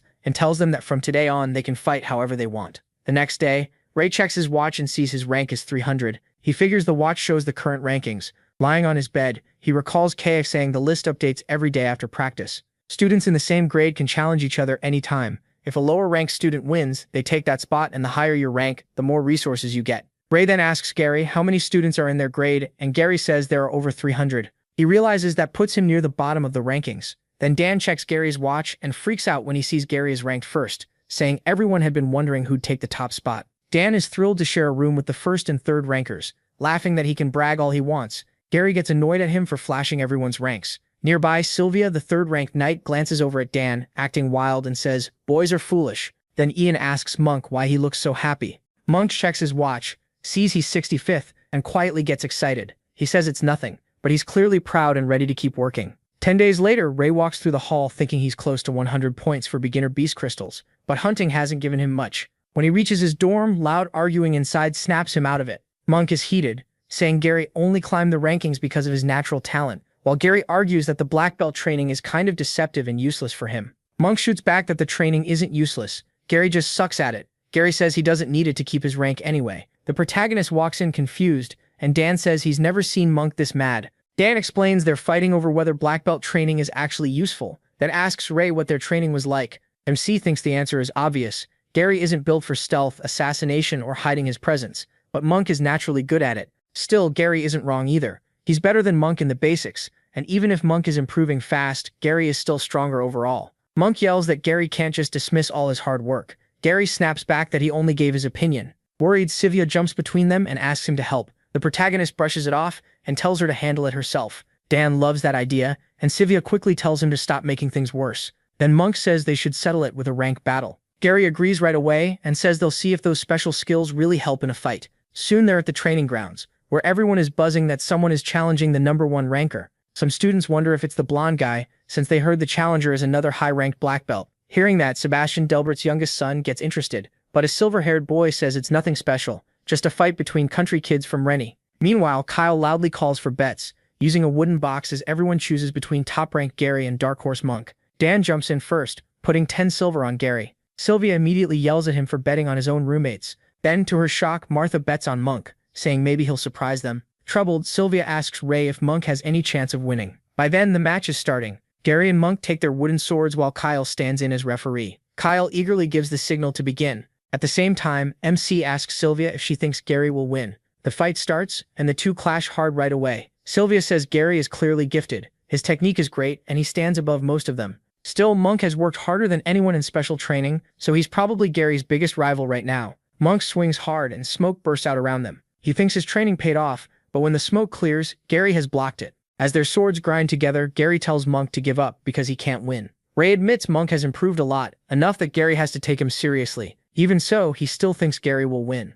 He yawns, nearly nodding off, while Sylvia says Monk can't close every gap in such a short time. Martha, who bet on Monk, watches nervously as he starts losing the fight. Around the training ground, most people are already expecting Gary to win, and that's what happens. Gary lands one final strike and shatters Monk's wooden sword. Monk stares in disbelief, asking how this happened. Then he starts to break down and Gary apologizes, saying that's just how it is. But Monk can't accept it. He grabs the broken sword, now sharp at the edge, and rushes Gary from behind. Still out of control, he charges with the jagged blade and yells that it's not over yet. Seeing Monk about to stab Gary in the back, Sylvia screams a warning, and Martha yells for Monk to stop. The broken blade is only a moment from Gary's neck when someone catches it barehanded, blood dripping down. Gary turns around and Sylvia is stunned, wondering when Ray got there. It's Ray. He stops Monk's attack and tells him that's enough. Monk finally snaps out of it, drops the sword, and starts apologizing. Sylvia's shaken. Monk moved so fast she couldn't even follow him. Yet Ray crossed the distance in an instant. She can't understand how he did that. Monk keeps apologizing as blood runs from Ray's hand, but Ray says it's only a scratch. Monk says he lost control, and if Ray hadn't stopped him, it would have been much worse. Even after that near disaster, the students who placed bets start shouting at Kyle, asking who won and saying it had to be Gary. Kyle tries to calm them and says the match won't count since someone interfered, so everyone will get their money back. The crowd hates that answer. They curse at him, accuse the redhead of doing it on purpose, and then start throwing things. Poor Kyle keeps shouting that everyone will get their money back, trying to settle them down. The mess on the grounds gets even worse. The students start hurling stones, calling them trash, and yelling for the redheads to leave the academy. They keep mocking them as red-haired monsters, and drive them back with rocks until one hits Ray in the head. Monk jumps in front of Ray to shield him, but the crowd just curses at him and tells him to get lost. Gary checks on Ray and sees blood running from his head. Sylvia and Martha try to calm everyone down, but the crowd is out of control. Elsewhere, a silver-haired student named Sebastian Spoony grabs a large brick, ready to throw it at Ray. Monk rushes over and knocks the brick from his hand with a stone. Monk tells him to stop, saying Ray has nothing to do with this. But the silver-haired boy snaps back and warns Monk he'll remember this, calling him a brat. Sebastian is clearly losing his temper. Ray gets mocked again by the humans around him. They call him a red-haired freak, say nothing good happens when he's near, and wish he had never been born. As those cruel words pound through his head, Ray wonders why this always happens to him and thinks humans never fail to disgust him. Their insults keep echoing, tearing him down again and again. Ray's anger explodes, his veins bulge, and he decides they should be the ones to die. Then Sir Winford arrives and finally brings the chaos under control. Gary quickly tells the knight Ray is bleeding badly and needs treatment. Winford calls for the injured to be helped, but Ray insists it's only a scratch and asks if the knight needs something. Winford hesitates, then tells Ray that his mother is here to see him.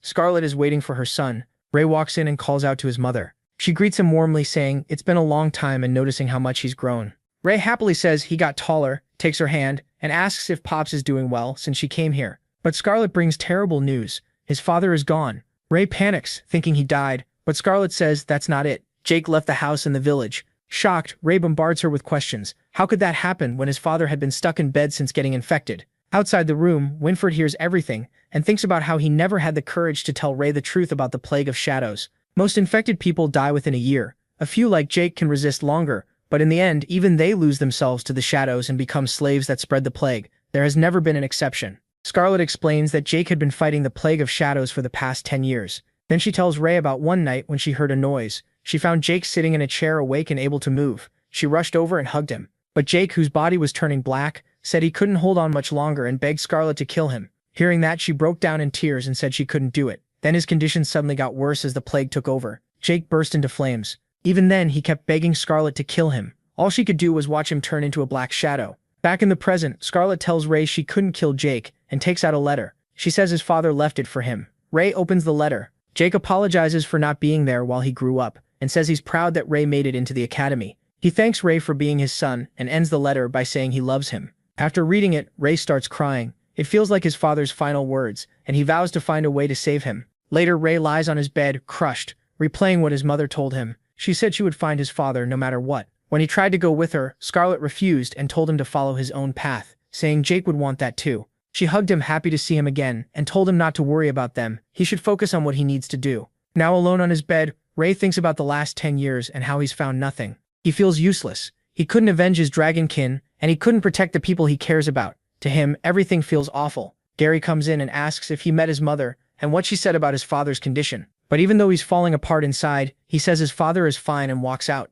Gary can tell something is wrong. As the protagonist leaves, he drops a paper behind, and Gary notices it. He picks it up, wondering what it is, when Dan suddenly sneaks up behind him. Dan snatches the paper, joking that it must be a love letter from a fangirl, since Gary was staring so hard. Gary panics and tries to grab it back. With a weird grin, Dan tells him not to be shy and asks to see the heartfelt confession. While they mess around, the other roommates walk in, confused. Gary finally blurts out that it's a letter for Ray, and that's how they all learn his father was infected by the plague of shadows. Dan says the poor guy had a rough life, so they should treat him better.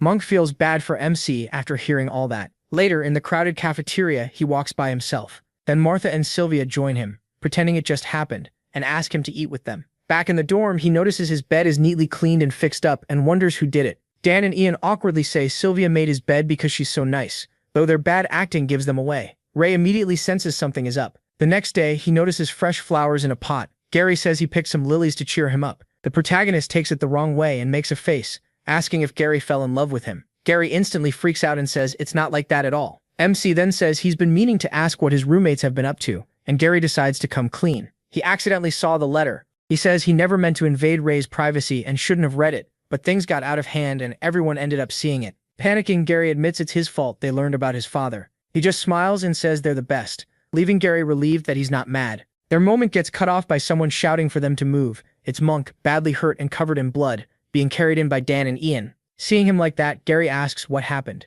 Dan says Sebastian beat him badly and even provoked him into a rank battle. Since rank battles are supposed to stop when someone gives up, the protagonist asks how Monk got hurt this badly. Dan explains Monk passed out during the fight, so he never got the chance to surrender. Sebastian kept beating him anyway on purpose. Monk weakly calls out to Ray and apologizes, saying he won't be able to help make his bed for the next few days. Sylvia says his limbs might be broken and they need a doctor right away, so Ian runs to get one. As Gary asks where MC is going, he says, barely holding himself together, that he's going to make Sebastian pay for what he did to Monk. Gary grabs his arm and tells him to calm down and not do anything stupid, but he, set on revenge, asks if Gary is coming. Gary hesitates, admitting he also wants payback for Monk, but he says this isn't just anger, it's retaliation. Then Sylvia steps in and says Sebastian is from House Delbert, while Gary adds that he's Sir Delbert's youngest son, so crossing him is dangerous. The protagonist doesn't care. He says Sebastian started this, so he should answer for it. Gary snaps, saying the protagonist doesn't get the situation. This isn't the first time Sebastian has done something like this.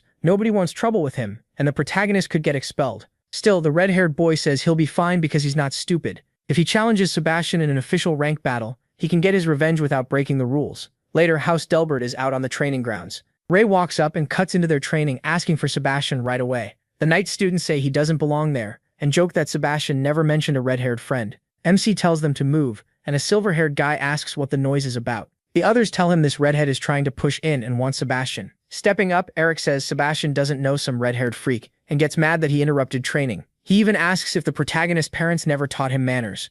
MC shoots back that if Eric isn't Sebastian, then he has no business with him. Eric clenches his teeth, and then Sebastian steps out and asks if Ray is looking for him. Sebastian guesses he's here because of his friend, probably another black belt. He skips the talk and challenges him on the spot. He sends the rank battle request through his watch, and Sebastian notes how blunt he is. But Sebastian turns it down after seeing the protagonist is only ranked 280. He mocks him, saying a fight that uneven would be boring. Laughing, he says he thought the other black belt was the strong one, but MC looks way too weak. Then he claims he didn't mean to hurt Monk, that the gap between nobles and peasants, like the black belts, is just natural. Saying he doesn't want a repeat of that, Sebastian shuts Ray down. When he steps forward, Eric blocks him and says Sebastian won't lower himself to fight someone like him. Eric boasts that he's rank 9, so if the protagonist can face him, maybe others will start taking him seriously too. Sebastian agrees and lets Eric take the fight. Ray then asks Sebastian if he'll accept after Eric loses. Though Eric is clearly offended, Sebastian says they'll talk once the match is over. The Delbert students get excited for another real match, happy they're on a strong team.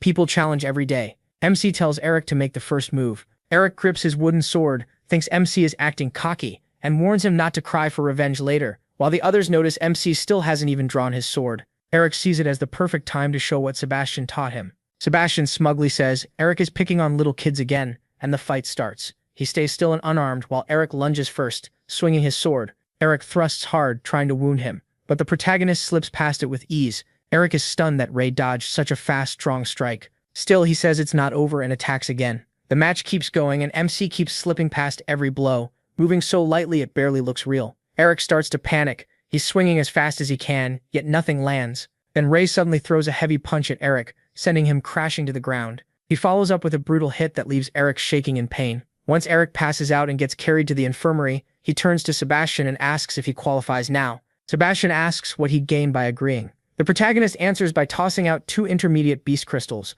offering both if Sebastian wins. Shocked, Sebastian asks where he got them and makes sure they aren't stolen. Ray says his adventurer parents left them to him. MC adds that Sebastian can still win them before he uses them for gear. Tempted, Sebastian accepts, but with one condition. He wants the rank battle held in public, so no one says he forced the crystals out of him. He agrees right away, saying that's what he wanted too. Soon they're at the training ground where students are already cheering for Sebastian to crush the redhead. As they walk, Kyle asks if Ray is really about to fight Sebastian since he's ranked 2nd, and that's a terrible idea. Kyle warns that even if the protagonist wants easy betting money, Sebastian won't hold back. The protagonist tells him not to worry and to go place the bets. Since he can't stop him, Kyle just asks MC to make that bastard bleed. MC agrees with a fist bump. While Kyle starts taking bets on black belt Mim versus white belt Sebastian, Dan asks how long he can last, and Ian hopes he doesn't get hurt. Sylvia says this won't be a simple fight. Dan teases that love is making her blind, but Sylvia snaps back that she doesn't like the protagonist like that, and insists she's right. Annoyed, she tells Dan he's the blind one, if he can't see how strong MC is. Gary, though, isn't worried about who wins. He's worried what Sir Delbert will do after this. On the stage, Sebastian starts grandstanding, saying knights' children become knights, farmers' children stay farmers, and class lines can't be crossed. Sword in hand, he says Ray may have gotten bold after beating Eric, but this fight will show the real gap between them. When a knight student tells them to take position, he says Sebastian should save the nagging for his lackeys. Right before the match starts, the protagonist wraps a black cloth over his face, leaving only his eyes exposed. The fight begins, and Sebastian strikes first with a hard swing.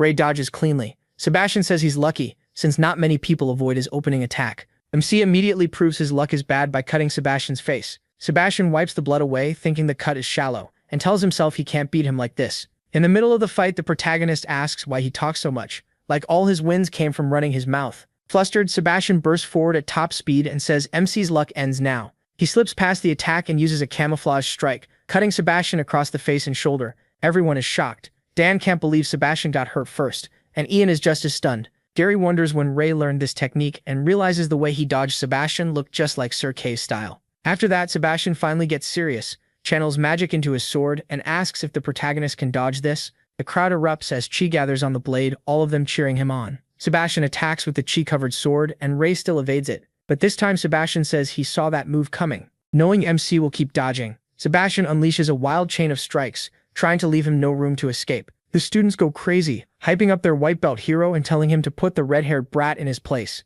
Watching closely, Dan figures he can't keep dodging forever, and says Sebastian is going too far. Sylvia tells him to calm down and look closer. Ray is fine. She points out that Sebastian is actually the one losing, and they finally notice he's the one getting cut again and again, soaked in blood. Dan is speechless, thinking the protagonist had only been dodging. Gary, just as shocked, says the protagonist has been attacking the whole time. Sylvia explains that every dodge came with at least one counter, and MC has been draining Sebastian's stamina little by little. Covered in cuts, Sebastian screams that not even his father ever beat him like this. Threatening to kill Ray, he charges again. He slices him once more with his sword. Dan can hardly believe it's really the protagonist. Sylvia says he could have ended this much earlier and wonders why he keeps dragging it out. Gary realizes MC is doing it on purpose, breaking Sebastian down slowly like a predator playing with prey. By now, Sebastian's face is a mess of cuts and bruises, and he cries out, calling him a dirty peasant.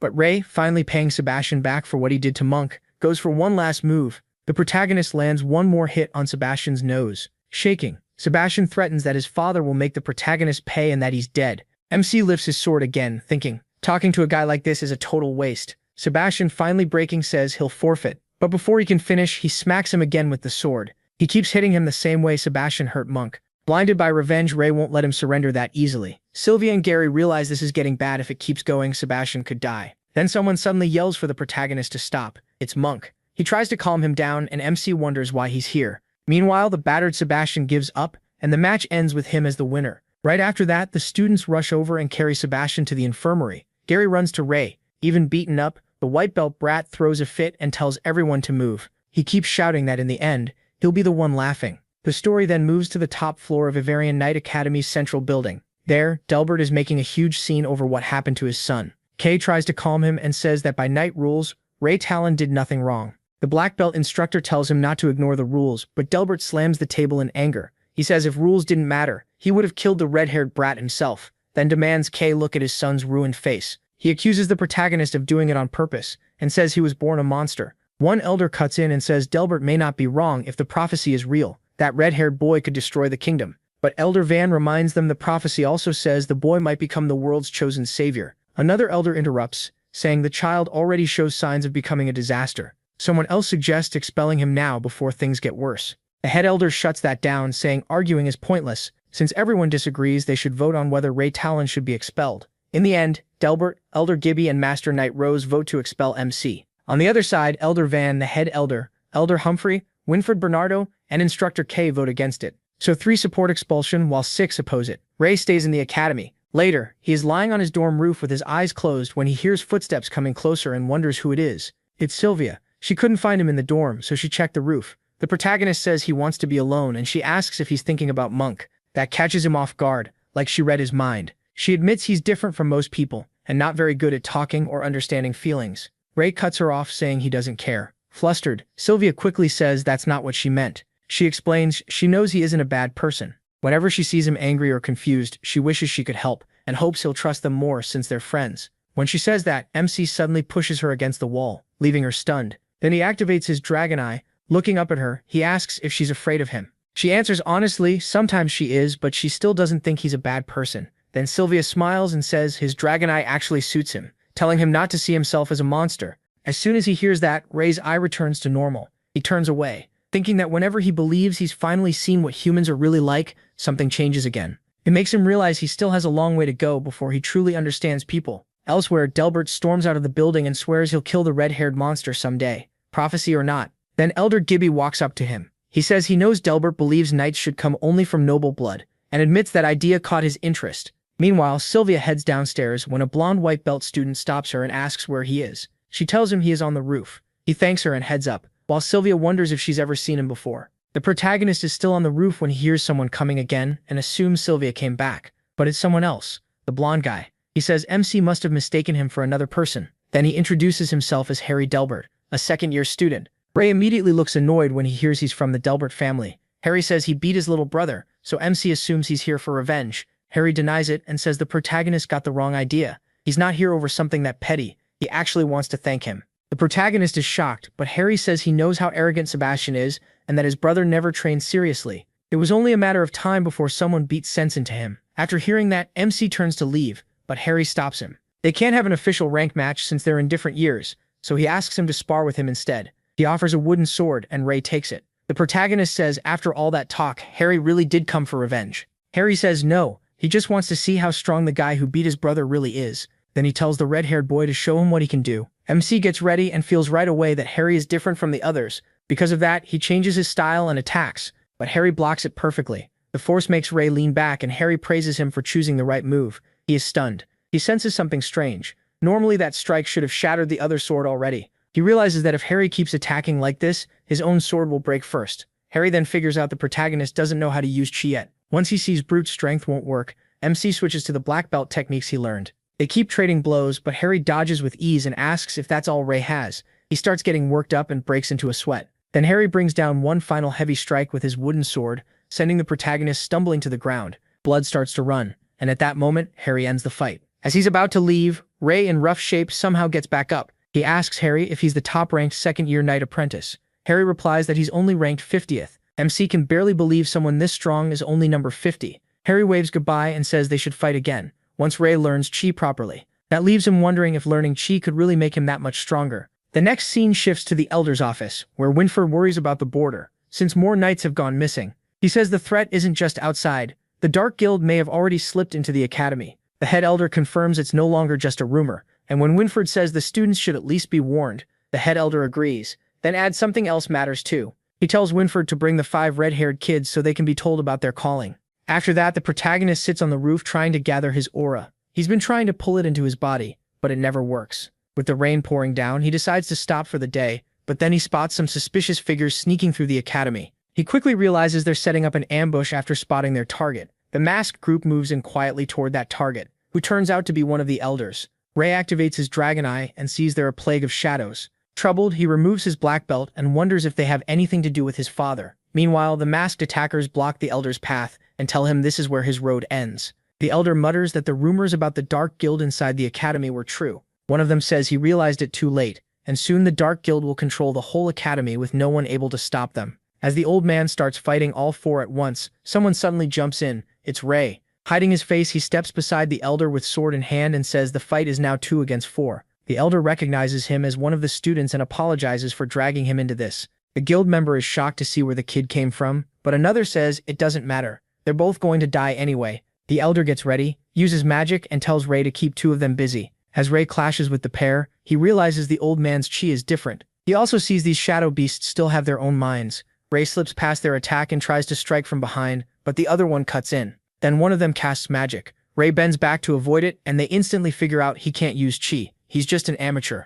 Realizing they exposed him, he grips his sword with his mouth and throws them off. Confused, they rush in to kill him, but he keeps dodging until one shadow starts thinking this brat moves strangely. When they lose sight of Ray and still can't catch him, they look around for the red-haired boy and suddenly see 2 allies already killed by the elder. The old man tells the last 2 to keep going. He wants to see what the kid can do. Feeling cornered, they consider using their secret power, but first decide to get rid of Ray. Watching from above, Ray realizes the old man never really needed help. Still, now that he has a chance to fight, he jumps at the shadows from behind. Ray keeps annoying them since they still can't catch him, but eventually they box him in. Just when MC seems stuck, the elder shouts for him to grab the man's hand and pull. Then he tells Ray to turn and use that force to throw him over. Ray follows exactly and hurls the man toward the elder. The elder answers with a heavy chi punch and blasts the shadow fighter away in an explosion. Seeing that, Ray can only wonder how strong the old man really is. Right then, the knights arrive. The last guild member tries to flee and Ray starts after him, but the elder stops him, saying not to chase someone who's already desperate.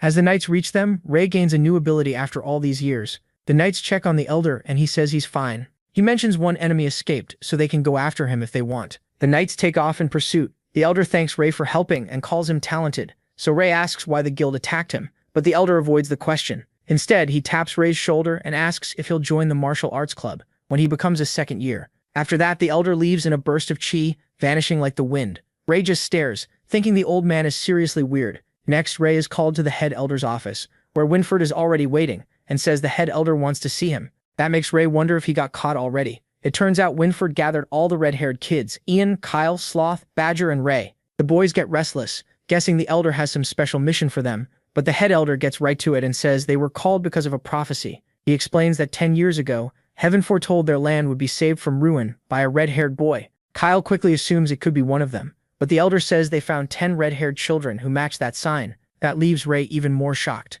When they ask about the other 5, the elder says those children have talent for magic and study at Roland Academy. Hearing that, Rei remembers Amy and thinks she probably already knows about them. While Kyle and the others get excited about saving the world, the elder keeps explaining the prophecy. Long ago, 5 dragon knights saved the land, defeated the shadows, and founded Avrian Knight Academy. Now the head elder puts that legacy on their shoulders and says they'll get training beyond the normal and special courses. These 5 red-haired kids are expected to become Avrian Academy's next dragon knights. After they leave, Kyle and one twin are thrilled to be called saviors, while Rei asks Ian if his hair was always red. Ian says yes, and that it caused him plenty of trouble growing up. Rei realizes everyone else's hair was always red, but has changed from black to red. That makes him wonder if he should even count as a dragon knight, and he starts thinking the head elder is hiding something. Back in the head elder's office, Winford questions why he didn't tell the children the whole prophecy. The head elder says they already carry enough, so the rest can wait until they're ready. Winford reluctantly agrees. Then the story shifts to Rei researching the dragon knights. He notes that some people still see dragons as evil, while others think they never existed. A small number still believe dragons once protected this land, back before shadows spread everywhere. As he keeps reading, one book stands out, because it mentions guidance from God. Books about God are forbidden to humans, so Rei finds nothing useful, and goes to a priest for answers. At the same time, besides special training with Sir Kay, they also train under Winford to prepare as dragon knights. During all this, Rei thinks that without knight training, he would have gone straight to ask God why he was turned into a human. He says a full year passes with training, plus time he still makes for hunting, and tomorrow starts their second year. Back in the present, while Rei is asleep, he hears something and sees Gary shaking from a nightmare. Gary opens his eyes and jumps when he sees Rei right in front of him. He tells Rei to get some sleep since they have a ceremony in the morning. Rei says he's fine, but stays curious and wonders what nightmare scared Gary that badly. The next morning, Gary still looks like he barely slept, and Rei worries about him. Then Sylvia greets them and asks if they've picked a club. Since Rei has no clue what she means, Sylvia gets annoyed and explains every second year has to join a club for training. She picks the medic club, and Gary has already chosen swordsmanship. Rei feels a little left out, then remembers someone once told him to join a club. He recalls the old man telling him to try the martial arts club. Since nothing else interests him, Rei decides to check it out, and if it's boring, he'll just use the time to hunt beasts. After Rei got that new ability, he learned he had no mana, which is why he failed the assessment years ago. Now he hopes that changes once he starts absorbing intermediate beast crystals. But after beating Sebastian, too many people are watching him. Since he's ranked 10th now, he figures he'll have to skip some fights. MC heads to the martial arts club and is surprised by how far out it is. Seeing no one outside, he walks in and wonders if this rundown place is really the club. Rei calls out and spots someone sitting inside. He walks over, but the man doesn't react at all, and he can't even sense his presence. Thinking the guy might be dead, he taps the old man's shoulder, only for the elder to grab his hand and slam him hard to the floor. The old man snaps, asking how dare he come in here. The protagonist quickly explains he came to join the martial arts club because the elder told him to. That calms the old man down, and he recognizes him as the red-haired student who helped that day. It is the same elder, and he starts patting Rei. Our guy complains that attacking strangers first nearly got him killed. The elder apologizes and says too many suspicious people have been coming around lately. He's pleased MC took his advice and joined, then happily announces he'll be MC's teacher.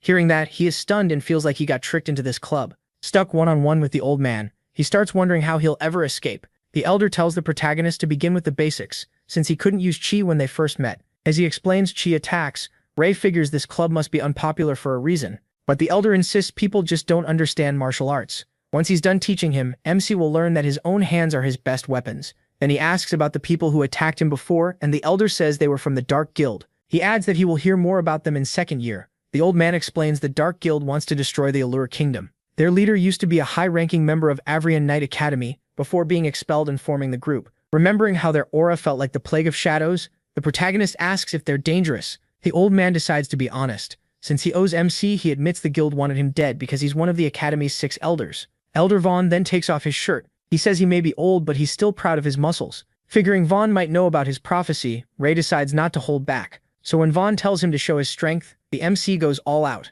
He throws a full power punch at the elder. The hit feels like slamming into solid metal. His hand is nearly crushed, and Vaughn asks if he used chi. Ray blows on his hand and says no. The old man gets excited, saying he's strong as a bull and will soar once he learns chi. Hearing that, the protagonist starts doubting how reliable this guy is. Vaughn proudly pats his shoulder and says it's time to start. MC protests that he never agreed to join, but he already feels trapped. Training begins, and Vaughn explains that chi can be made through breathing. Then he transfers some into his body. He tells the protagonist to feel that energy moving through him. It feels warm, and MC is amazed to sense chi flowing like that. Then Vaughn suddenly passes out. Ray panics when he realizes his mana activated. Thinking the old man might be dead, he tries to wake him up. But after checking his heartbeat, he lets out a breath and figures Vaughn only fainted. He quickly pieces it together. His skill activated because the system absorbed mana from Vaughn while he was transferring chi. And now his mana bar is almost full. Since Vaughn still won't wake up, Ray smacks him and decides the old man isn't that tough after all. After waiting 10 minutes, the dragon gives up on him dying and decides to use the time to train instead.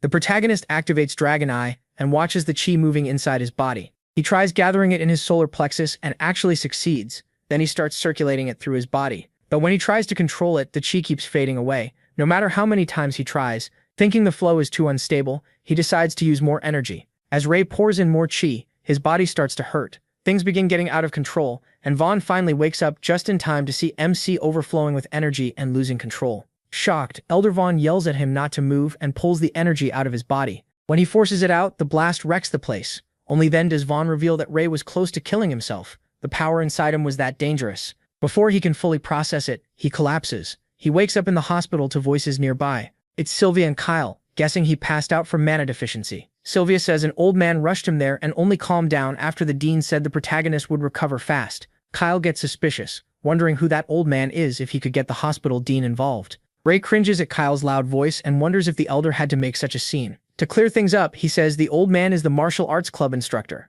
MC then asks why Kyle is at the hospital, and Kyle says he joined the medic club because he's always liked medicine. Right then, Gary peeks through the curtain like a ghost. He's glad he woke up since all the noise was driving him crazy. Seeing Gary by the bed, he jokes to himself that their dorm practically moved into the hospital. Gary looks awful and says he hasn't been sleeping well, so he collapsed during training and came here to rest. While he argues with Kyle, who keeps telling him to take better care of himself, Ray starts wondering what kind of nightmare Gary has been having. After being discharged, he heads back to the martial arts club. Elder Vaughn immediately yells at him for returning and calls him an idiot. The protagonist jumps, and Vaughn snaps that if he hadn't stepped in, the protagonist could have died or lost the ability to use chi for good. Then he reluctantly praises him, saying gathering that much shine on day one is impressive. MC starts thinking maybe he really is talented, but the elder shuts that down fast and says not to get cocky. First, he needs to control only a fist-sized amount of chi. As Ray learns control, he explains that he spent the next 5 days practicing the basics through different parts of his body. For several days, he trained to send chi exactly where he needed it, as fast as possible.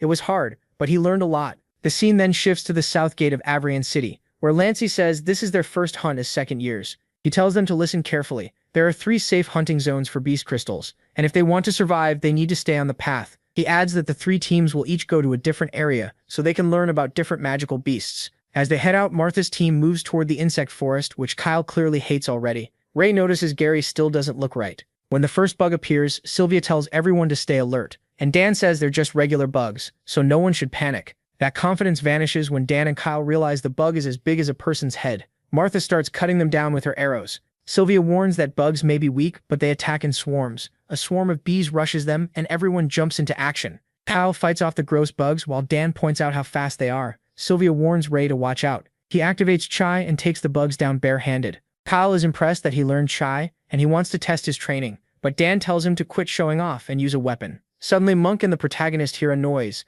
and they see a bug has bitten Gary's arm, leaving him bleeding. Ian kills the bug and asks if Gary is okay. Sylvia checks the wound and says it isn't deep. She asks Ian to help remove the armor so she can treat it. Watching this, Ray grows more worried. Gary has been acting strange for a while, and now he got hurt by a beginner beast. He decides to ask him about it later. Sylvia then uses chi on Gary's arm. Dan is impressed when the wound closes up a lot and asks if she learned that in the medic club. Kyle says yes, and explains that chi can speed up cell recovery, making it useful for simple first aid. MC realizes he's not the only one learning new skills, and decides to train even harder. Later, Dan picks up a beginner beast crystal, and says they probably won't reach the tax limit today. When he asks what tax he means, Dan explains that by Academy rules, if they collect more than 10 crystals, they have to hand over 1/10 when leaving the hunting grounds. He says that's just how the Academy works. Ray immediately thinks he needs a way around Lancey, and it seems he already collected more than 10 crystals. Then he checks his dragon system. At the hunting ground entrance, Lancey starts collecting beast crystals.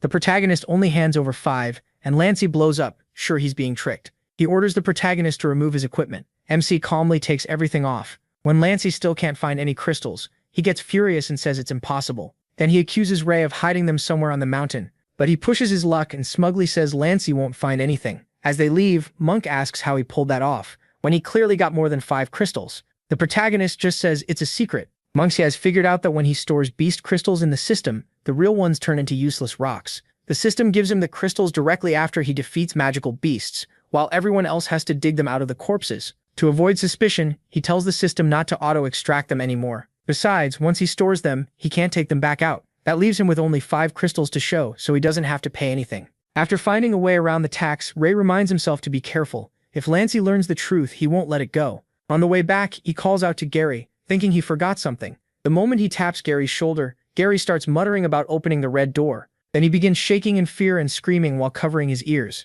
Ray tries to calm him down, and Monk notices they're no longer behind him. He tells Sylvie and Dan he's going back to look for them. Monk finds the two of them and asks what's going on, saying everyone else is already far ahead. The protagonist says Gary isn't doing well, and keeps talking about a red door. Gary is terrified, mumbling that he has to open it because a voice keeps calling him. Monk makes a guess, maybe Gary is talking about Avrian Prison. Ray speaks to the voice and it says it has been waiting for him. Then it starts revealing hidden history and the world's secrets. The voice seems to be coming from the red door. Then it suddenly vanishes when the door is shut. Ray yells for it to wait, then jolts awake shaken because the dream felt way too real. Seeing Gary mumble about the red door in his sleep, MC realizes it may be the same one from his own dream. We then flash back to the hunting grounds, where he asks Gary what kind of nightmares he's been having. Panicking, Gary says he only passed Avrian Prison once, and happened to look at its red gates. Ever since then he's had nightmares every night, but when he wakes up he can't remember them. Still, Gary says he feels endless fear, and something behind those red doors keeps calling him. He wants to go there, but Monk panics and says the place is totally forbidden, they could even be expelled.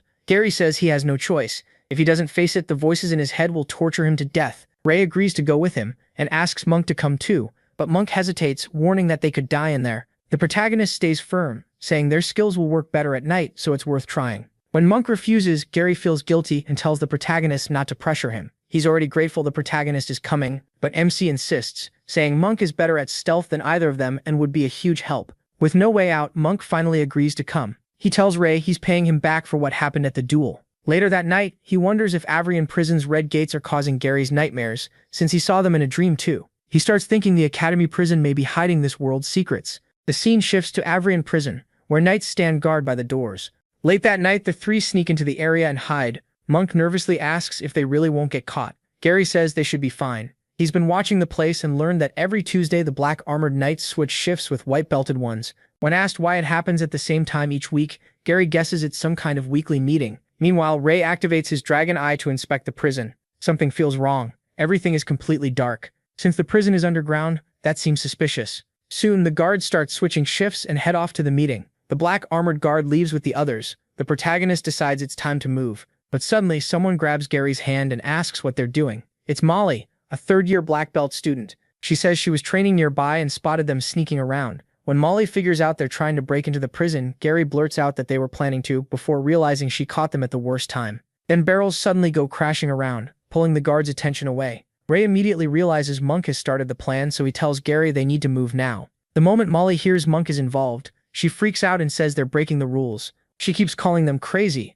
and Gary asks MC what to do with her. Thinking they might kill her, Molly quickly reminds them they're supposed to be kind fellow students. Then Gary chops her in the neck and knocks her out, saying she just wouldn't stop talking. Ray decides they have to bring Molly along, since they'll be finished if she wakes up and exposes them. Right then they rush for the red door, while Monk works on opening the gate and the guards stay distracted. They slip into the prison successfully while the guards keep arguing over the barrels. But inside, someone appears to be watching them. It's the same man who killed the Stage 4 proctor. Smirking, he reveals he lured them here on purpose and says Elder Gibby will be pleased. Meanwhile, the group heads farther in and is shocked to find there aren't any windows at all. Gary lights the area with a glowstone, and Monk freaks out when he sees Molly. Gary explains they brought her because she caught them. Molly eventually wakes up and Monk asks if she's okay. She's furious, yelling at them for treating a senior like that and threatening to report them. Gary tries to explain why they did it. Ray coldly tells her to go ahead and report them and shout as loud as she wants, so they all get expelled together. That only makes her madder, and Monk quickly tells her not to mind him. He walks off and Gary gently suggests that since they're already inside, they might as well look around.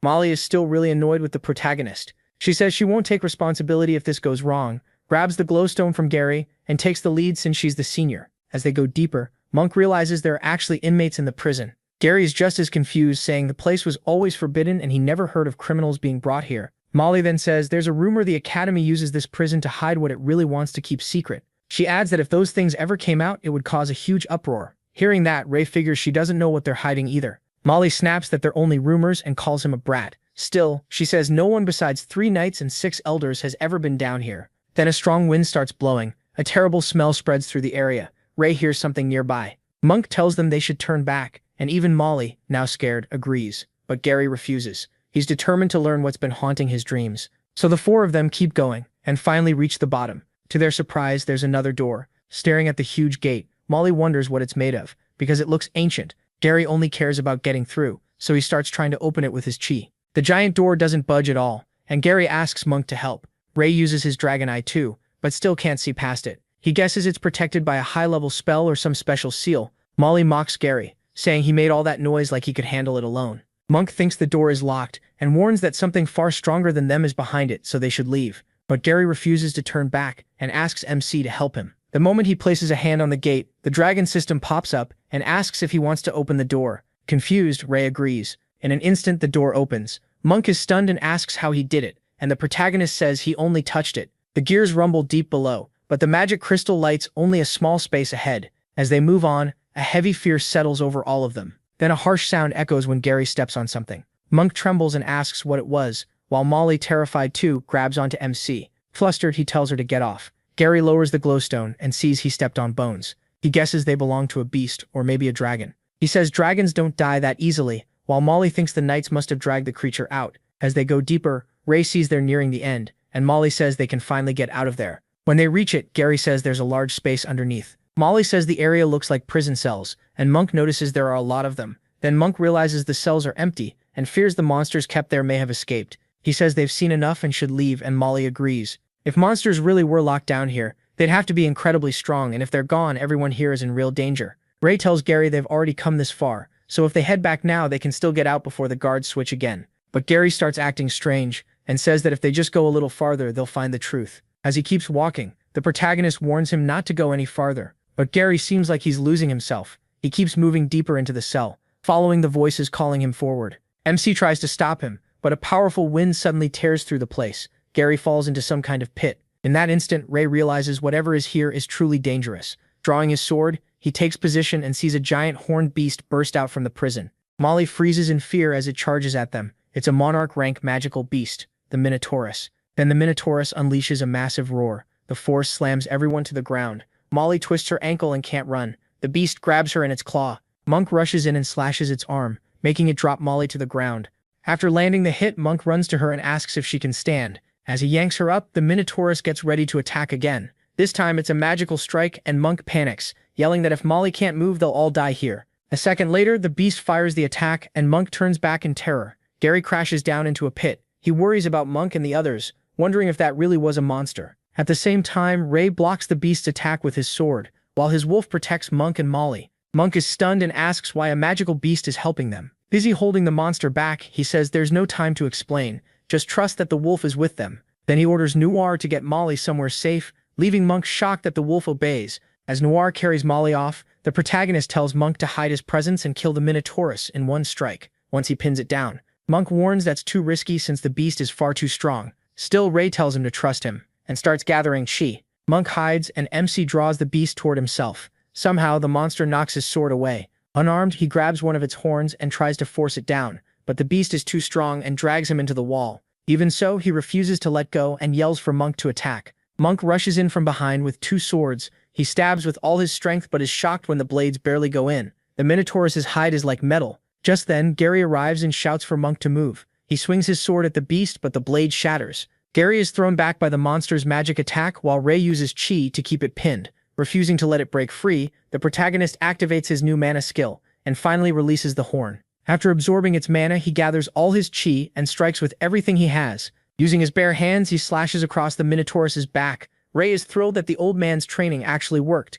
Then Gary warns him to watch out, but it's too late, and the beast knocks MC away, sending him crashing to the ground. Coughing, he realizes he absorbed too much mana. His body can't handle it yet, and he's still too weak. As the beast closes in, Rei scrambles for a way to stop it, but then he sees someone. It's their instructor, Sir Kay, calmly smoking as usual. He says they really angered something huge, and tells the brats to move aside. Monk lights up with relief. Sure, they're saved. Sir Kay says they can praise him later and charges the beast, aiming for its horn. In one blow, he snaps off one of the Minotaurus's horns. When he goes in again, the beast grabs his leg, but he counters right away and slices through its fingers. The Minotaurus roars in rage and charges him. Then it suddenly stops and looks around. Sir Kay has vanished. Like a shadow, he appears on its back and cuts through its head, killing it instantly. As Monk supports Gary, he can only think about how easily Sir Kay took down such a monster. Rei tells Noir to head back. When Noir obeys, he gains a new ability and wonders if it came from absorbing that lightning attack. Sir Kay picks up the unconscious Molly and says the monarch beast was nearly out of mana,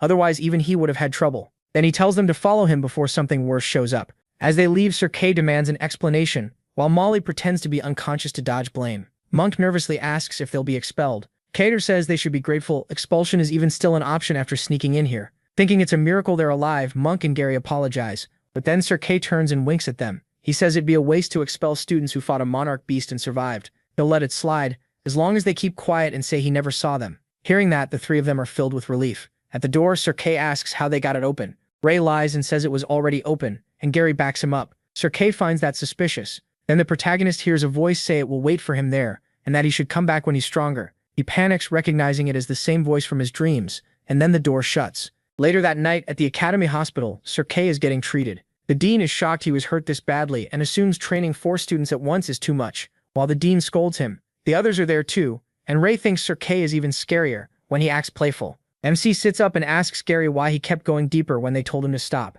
Gary says he felt a strong urge to go on and couldn't control his body or thoughts. Hearing that, Monk says that after reading the book, he learned the Minotaurus doesn't just control lightning, it also has a power called the Labyrinth of the Heart. According to legend, the monster was born from a queen in a white bull meant for sacrifice. When the king found out, he was furious and ordered a giant maze built at the edge of the world, placing it under heavy guard. The monster was locked inside, but it had godlike strength. As it grew, its desire to escape became the power to twist people's hearts.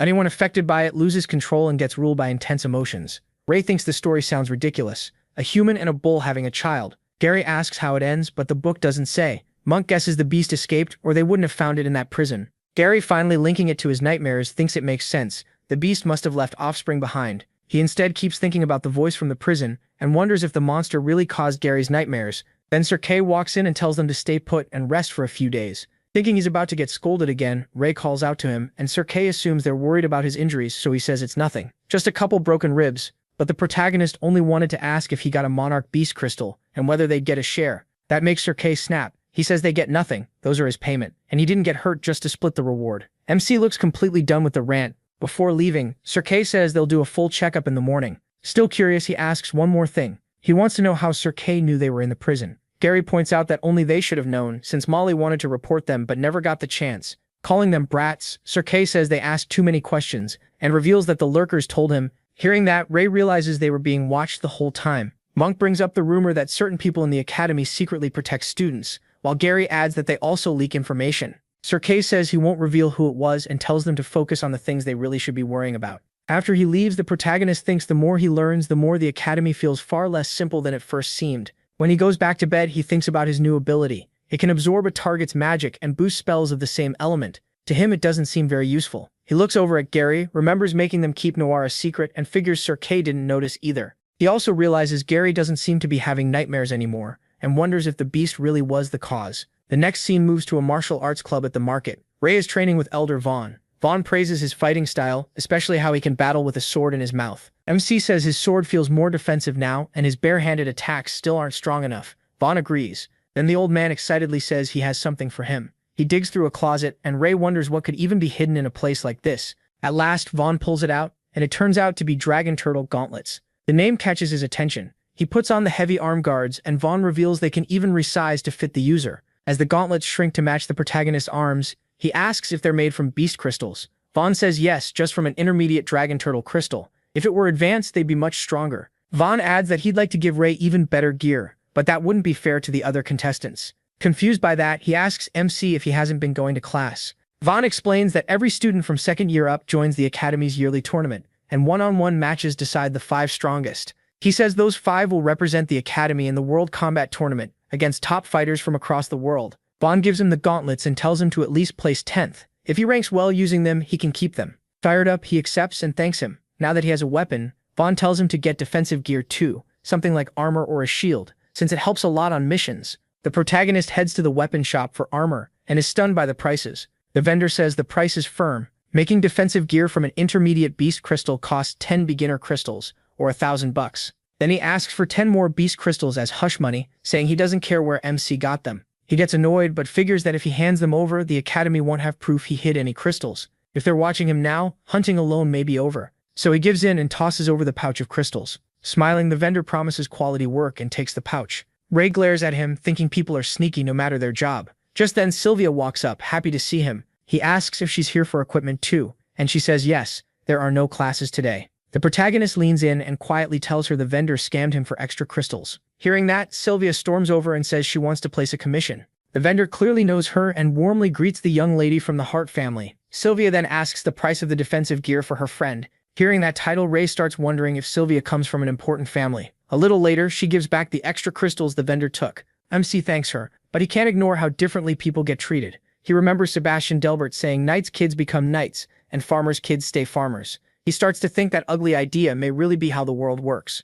Shaking that off, he decides to repay her. He pulls out a Wallabear intermediate crystal, but Sylvia refuses, saying it's worth way more than 10 beginner crystals. Ray insists, telling her he doesn't need it much now that he has a weapon and armor. As he leaves and waves goodbye, Sylvia blushes and holds the crystal close. Later, when the protagonist keeps buying gear from the same shop, the vendor apologizes, saying he didn't know the protagonist was close to the young lady of the Hart family. MC is in a good mood too. His chi training is improving, and with armor plus Vaughn's gauntlets, he's excited to hunt stronger monsters. The scene shifts to Elder Gibby, who's irritated that the kids escaped the prison alive. The man from before reports that the lurkers told Sir Kay and Kay saved the students. Gibby didn't expect Kay to be useful. The man adds that with the 3 knights and Kay involved, attacking the students now would be hard. He suggests testing Knight Delbert, but Gibby says not to rush. Delbert is a promising candidate. He still wants to test his loyalty first, since he's one of the knights, and tells the man to leave him alone for now. Instead, he names someone else and says to offer him a new position in the Pure Guild if he succeeds. At the Mountain Forest hunting grounds, everyone is pumped, and Gary says they need to earn more money for equipment. Monk thanks him, and Ian does too, saying he'll repay him with something even better. He just looks confused, asking what they mean. When Dan grabs him and says he knows the protagonist is shy, but they're all really grateful. MC asks Sylvia if this has to do with her, and Martha quickly leaves them alone. Sylvia explains that she traded the Woolly Bear intermediate crystal he gave her for gold, then shared it with the team in his name. Since she already had a good shield, she says it wasn't useful to her anyway, then apologizes for not asking first. Thinking he's upset, Ray just pats her shoulder and says she'd make a great leader. The sudden praise makes her blush hard, and she shoves him away. Nearby, Monk, Dan, and Martha secretly watch the whole thing. Later, Gary asks the protagonist if something happened between him and Sylvia, but the clueless MC has no idea what he means. Gary sighs and tells MC not to treat Amy like that. Later at the hunting grounds, a swarm of bugs glides toward them and the group gets ready to fight. Ray activates his dragon eye and sees they're all beginner rank monsters, so they should be okay. Dan cuts through the bugs easily and starts wishing for a tougher fight. Gary says he's just gotten a lot better. Monk also slices through the bugs with ease. Then Ray suddenly warns him to watch out and reveals a Hercules beetle is coming. Monk jumps aside and is shocked when the intermediate rank monster attacks him. Thinking it's still just a bug, Dan confidently attacks the huge beetle, but quickly learns its defense is insanely tough. He warns them more beetles are coming, and soon they're surrounded. Gary slashes at one with his sword, but he's shocked too by how hard its shell is. Everyone starts struggling. Martha's arrows can't pierce them, and even Sylvia's shield barely stops one before she's knocked back. Monk, Ian, and Dan get boxed in by the beetles and can't break free. Then a giant beetle crashes down nearby. Ray jumps in, using his new gauntlets and chi to fight them off. He punches straight through the Hercules beetles with ease, leaving the others stunned by how strong he's gotten. Dan notices the new weapon and freaks out over how powerful the gauntlets are. Monk explains that his martial arts club advisor loaned them to the protagonist, and Dan immediately regrets joining the wrong club. Ray keeps smashing beetles, but he knows he can't make it look too easy, or the team might get suspicious. so he calls for help, and everyone joins in. Martha fires at the beetles with her arrows, while Sylvia finishes them with her sword and shield. At the same time, Monk, Dan, and Ian hammer the rest with their weapons. Once they kill them all, Dan excitedly says they're rich now, thanks to the intermediate crystals, and Monk even finds one. Just as Ray is about to absorb the beast crystals, birds suddenly burst out of the forest. He uses his dragon eye and sees fire spreading through the woods. MC warns the team about the fire, and Martha jumps onto a branch and confirms she can see the flames. Gary puts his ear to the ground and says beasts are stampeding out of the forest. Dan asks why they're still standing there. They need to run too. Ray realizes they won't get away in time, and fear starts spreading through the group. Panicking, Martha tells Sylvia to use the rescue crystal, but Sylvia says it isn't working. She already tried earlier. Dan can't believe it. When he notices someone coming toward them, he yells out, asking who they are, and sees 3 masked figures that look like assassins. Monk thinks they might be rescuers, but Ray says no way, and Gary shouts asking if they started the fire. One of the masked men signals, and the other 2 attack the kids. 2 of them go after Monk and Gary, while the man in red armor targets the protagonist. MC blocks and dodges with his gauntlets, confused about who these people are. He demands to know why they're attacking. Using his eye, Ray checks the masked man's sword and realizes it isn't an ordinary weapon. Elsewhere, Dan catches Monk after the assassin's strike, and Ian moves to help him and Gary. But the surrounding fire cuts him off and Ian calls out to them. Looking around, the protagonist quickly figures out the masked men set this up to split them apart, and starts wondering if they're after him and Gary. With Gary already busy, Ray assumes he may have to face 2 enemies at once. He tells Ian to leave and bring the knights. Ian protests, but Dan carries Monk away while Sylvia and Martha go with him to get help. MC asks Gary if he can handle this, and Gary says he can take one of them. He notes how fast the masked men are, but figures he'll survive as long as he keeps defending well. Gary keeps one attacker busy and buys the protagonist some time. Then both masked men lunge at the protagonist with a chain weapon. Reading the move, MC grabs the chain and avoids one strike. But when he looks around, another attack comes from a blazing sword. He jumps back, realizing this fight just got worse. He realizes every time he focuses on one, the other cuts in and ruins his opening. Then one assassin swings hard and catches Ray off guard. He slams into the ground, but his armor takes most of the hit. Seeing how well the 2 work together, Ray changes tactics. He notices Gary's arm is hurt and tells him he doesn't need to keep fighting. But Gary refuses and says he'll handle one of the masked men himself. Right then, one assassin goes for Gary, promising to kill him slowly. Since they clearly mean to murder them, Ray sees no reason to hold back and absorbs 5 beginner beast crystals. As the power builds, he transforms into a dragon knight, horns rising from his head, and summons his wolf. Noir appears, also evolved with horns, muttering that it's time to hunt. Seeing Ray use magic, one assassin panics, saying nobody told them the kid could cast spells. The other orders him to stay on mission, and both rush in. Ray recognizes the same setup as before and refuses to get tricked again, grabbing the sickle weapon. He tells Noir to move, then uses the chain to trap both assassins. They break free almost at once, and Ray isn't even surprised. He tells Noir to handle the one with the sickle, while he jumps the other. As Ray trades blows with one, the second charges him. But Noir cuts in just in time and attacks. The assassin mocks him, saying beasts like Noir are easy work, then dodges with his weapon. Ray keeps evading and realizes the man is using the same pattern again. That sword is a problem, so he decides to pin it down. He also notices the masked man avoids close combat whenever the chain isn't in hand and wonders why. To test it, Ray suddenly attacks the assassin and catches him off guard. Just as he thought, the man doesn't trade blows and leans away instead. Now that Ray has found his weakness, he glances at Gary, who's pressuring his opponent hard. Gary says they're students of Avrian, then stabs the assassin and demands to know why he attacked them. As Gary pins him with the sword, Ray shouts a warning. The other assassin sends a fire strike their way, but it hits his own ally instead. The stabbed assassin catches fire and screams for help. Shaken, Gary realizes these men will even kill their own teammates, and he moves to help Ray. But pain hits him, and he collapses. Ray tells him to rest and promises he'll rip these bastards apart. With his sword in his mouth, Ray says trash like this doesn't deserve to live, especially after throwing away their own comrades' lives. He lands a heavy blow on the masked man, but the guy survives. Ray sees he avoided the worst of it and realizes they came fully prepared, with special gear and weapons. His gauntlets are already cracking, so if this keeps up, his equipment won't last much longer. To buy time, Ray calls Noir again and sends him at the assassin. The man says the wolf is only intermediate rank and will die before its master. Noir circles fast trying to throw him off, but the assassin grabs the chain and snarls that he won't be looked down on. Then he catches the wolf with it. Seeing Noir trapped, Gary tries to help. The assassin aims to finish the wolf, but Gary jumps in and blocks the strike.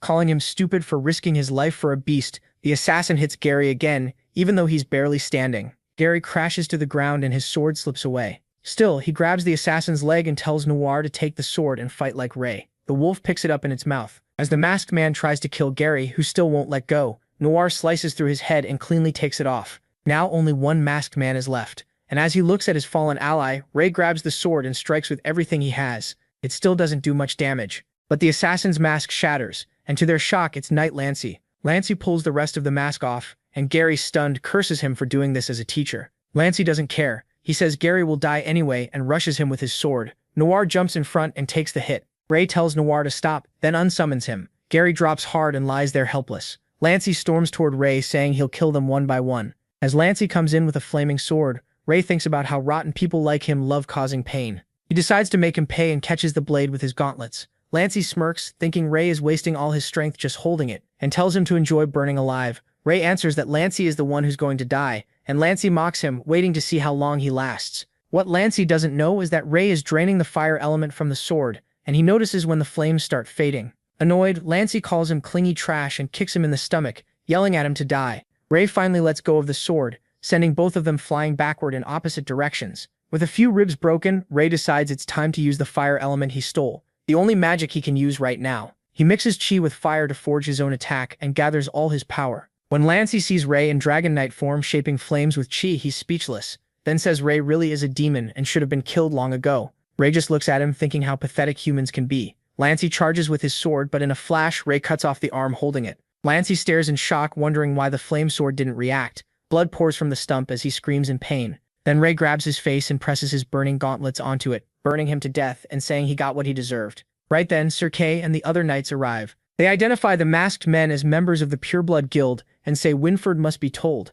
Kay tells Ray to hold on, but his body is badly torn up, and after saying everyone is safe, he passes out. The story then moves to the hospital. Ray wakes up covered in bandages and realizes he's in the infirmary. Sylvia is relieved to see him, and he asks how long he was out. She says he was unconscious for 3 days. Helping him sit up, she explains he got treatment in time and is healing well. Ray remembers his mouth burning, but now it feels fine. Sylvia then calls the others in. They've all been waiting for him. The team enters with Serket, and the instructor casts a spell so nobody can overhear them. Confused, Ray asks what he's doing, and then notices all his classmates are there.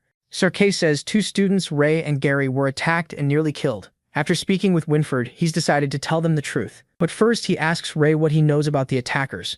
Ray says they were masked assailants. He couldn't identify 2 of them, but one was Master Knight Lancy. The whole room is stunned. Kyle says he always knew Lancy was shady, and Sylvia asks if this was the Dark Guild. Sir Kay says no, and that it would be simpler if it were. He reveals the attackers belong to the Pure Guild. Unlike the Dark Guild, they have support inside the academy, and rumors say one of the elders backs them. Hearing an elder may be involved, the students panic. They can't believe an elder would allow something this close to straight-up murder. But Kay calms them and says the situation isn't that simple. Ray asks what the guild wants. Since Ray probably already suspects it, Sir Kay says he gathered the red-haired students and the victims for a reason. Ray sums it up. They want to eliminate them. The twins stay oddly calm, but Ian freaks out. Kyle panics too, saying it makes no sense, since one of them is supposed to become the world's savior. Kay then explains there's another part to the prophecy. He says that 11 years ago, the prophecy claimed the red-haired child could become the world's savior, or the one who destroys it. Because of that, many knights put bloodline and birth above everything else. They couldn't accept that what they protected for generations might go to ordinary kids, and plenty still think that way. He adds that war is raging on Allura's borders, and they have to fight the shadows,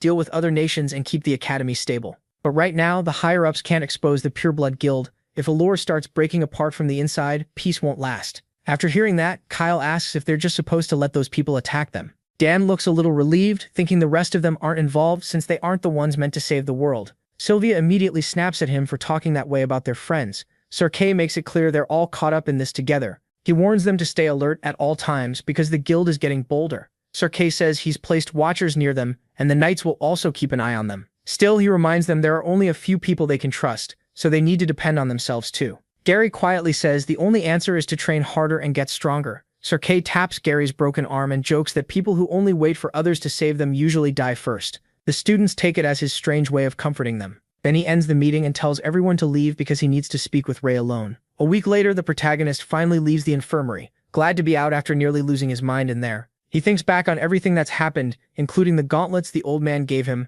They were damaged badly, so he needs to fix them. He also remembers Noir was hurt, and after using some intermediate beast crystals to heal him, MC knows he needs to go hunting again. But then he remembers what Sir Kay told him, and he can't relax at all. We flash back to the hospital, where he panics after learning he may be the one from the prophecy. Sir Kay explains that he stands out from the others. He points out that the protagonist's body recovered fast even when he was close to death. Since MC is clearly hiding something, the teacher guesses he's also managed to use magic. He gets flustered and wonders how he could ever explain it. He even thinks about telling him the truth, that he had a past life as a dragon and once had black hair because some dragon traits were still left in him. At the same time, he's stuck thinking about that strange dragon system. Sir Kay explains that the Pureblood Guild believes Ray can use magic and warns him to be careful since he's likely their main target. Coming out of the memory, the protagonist thinks about how tough Lancey was and figures the next enemy will be even stronger. The scene then shifts to Elder Gibby. Furious that the mission failed, he mocks Lancey for being useless, saying he still couldn't kill a kid even with top-grade gear. Still, Gibby is pleased Lancey died before he could talk. His assistant reports that Kay and Winford already know their goal, and they won't be able to move against MC for now. Elder Gibby says they can wait, but for now, he tells the assistant to summon Delbert. They've ignored him for too long. Gibby plans to pull a few nails to test Delbert's loyalty, and then leaves. After that, Ray returns to the academy, where Monk and Gary welcome him. When they ask why he's hurt again, he says he fought the old man from the martial arts club. Dan can only wonder what kind of insane club that is. Just then, Martha and Sylvia come into the dorm and say there's a letter for Gary. Sylvia is happy to see the protagonist back, and Martha says he should fix his hair. Dan suggests shaving half of it off like his, which only annoys Ray since he has no interest in looking like Dan. Kyle cuts in and says MC should just go bald like him. Seeing him there, the MC asks why he's in their dorm, and Monk explains Kyle always wanted to move in. Since there was space, Sir Kyle allowed it so they could look out for each other. He complains that Kyle is way too loud, then looks at Gary and realizes something is wrong. A moment later, Gary rushes out of the room, and Sylvia guesses it's because of the letter. Dan jokes that maybe he got dumped,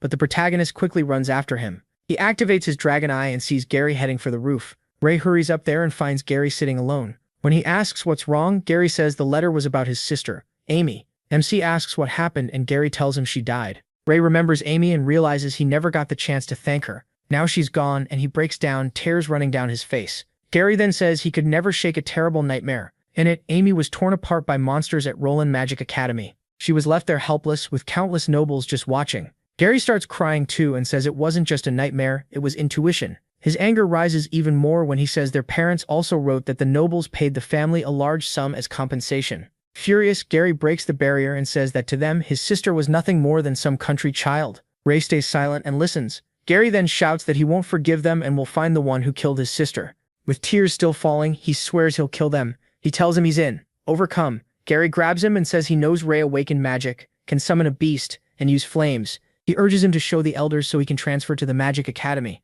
But the protagonist refuses, saying his powers aren't that special, and if he tells the elders, they'll just watch him more closely. He pats Gary's shoulder and says he doesn't want to leave him behind. Instead, he wants them to find a way to leave Avrian together. Gary says that's almost impossible. They can't just leave the academy, and after graduating, they still have to serve for 2 years. Then MC brings up the upcoming academy tournament. If they place near the top, they can represent the school in the World Combat Tournament. That would let them meet people from Roland. Gary stubbornly agrees with him. The scene then moves to the third-year dorms, where Harry asks about the other roommates. The student inside says they're all getting ready for the academy tournament. Guessing it's that time of year, Harry asks if there are any strong contenders. The other guy says no, but hopes the second years have some interesting newcomers. Next, we move to tournament training. Kyle notices Gary has been pushing himself hard lately. Monk asks him if something happened, and he tells him to give Gary some space for now. Meanwhile, Gary keeps thinking he's too weak and slams his sword into the ground. Then Sir Kay appears behind them and tells them to follow him because he has something good for them. He brings them to the repaired equipment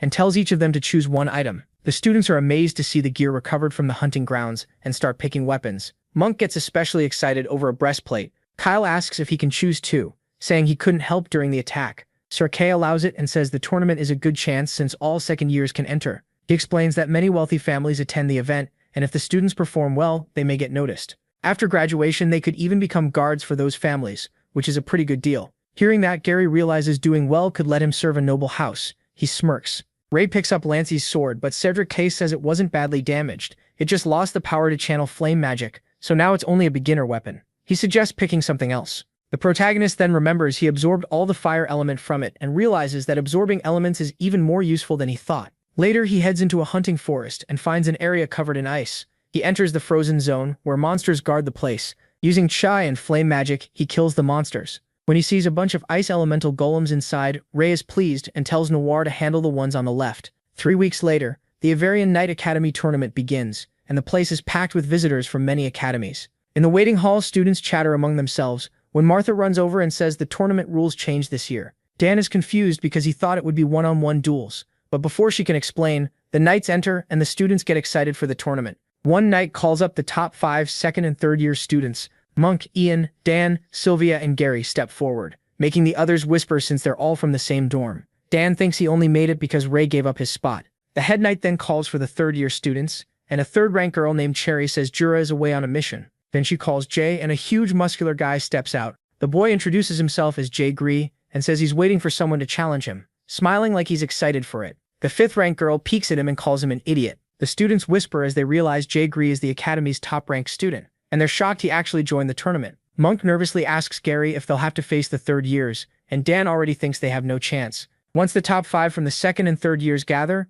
the head knight announces that these 10 students will skip the first preliminary round. The students are stunned by that news. Kyle, who had been worried his friends might face third years right away, learns they'll actually be fighting alongside their roommates. The head knight goes on to explain that the first round will be a battle royale between second and third years, and 5 students from each match will advance. Then the knight calls Ian forward, points a wooden arrow at him, and explains that everyone will use the wooden weapons provided in the arena and start with 100 health points. She fires the wooden arrow at Ian to show that getting hit lowers those points. She adds that using Chai to defend will reduce the damage. Once a student's health reaches 0, they're disqualified and teleported out. After that, she orders the second years to get ready and choose weapons from the storage room. Later, Sebastian quietly tells Eric not to give Ray any opening once the match starts. Meanwhile, MC chooses a wooden sword since it fits him best, while Kyle picks a metal chain. Then the first event of the Avrian Academy tournament begins, and the participants are called out. The stadium is packed with people, and Kyle and Martha are completely overwhelmed as the knights and elders take their seats. Elder Vaughn looks at Ray with pride,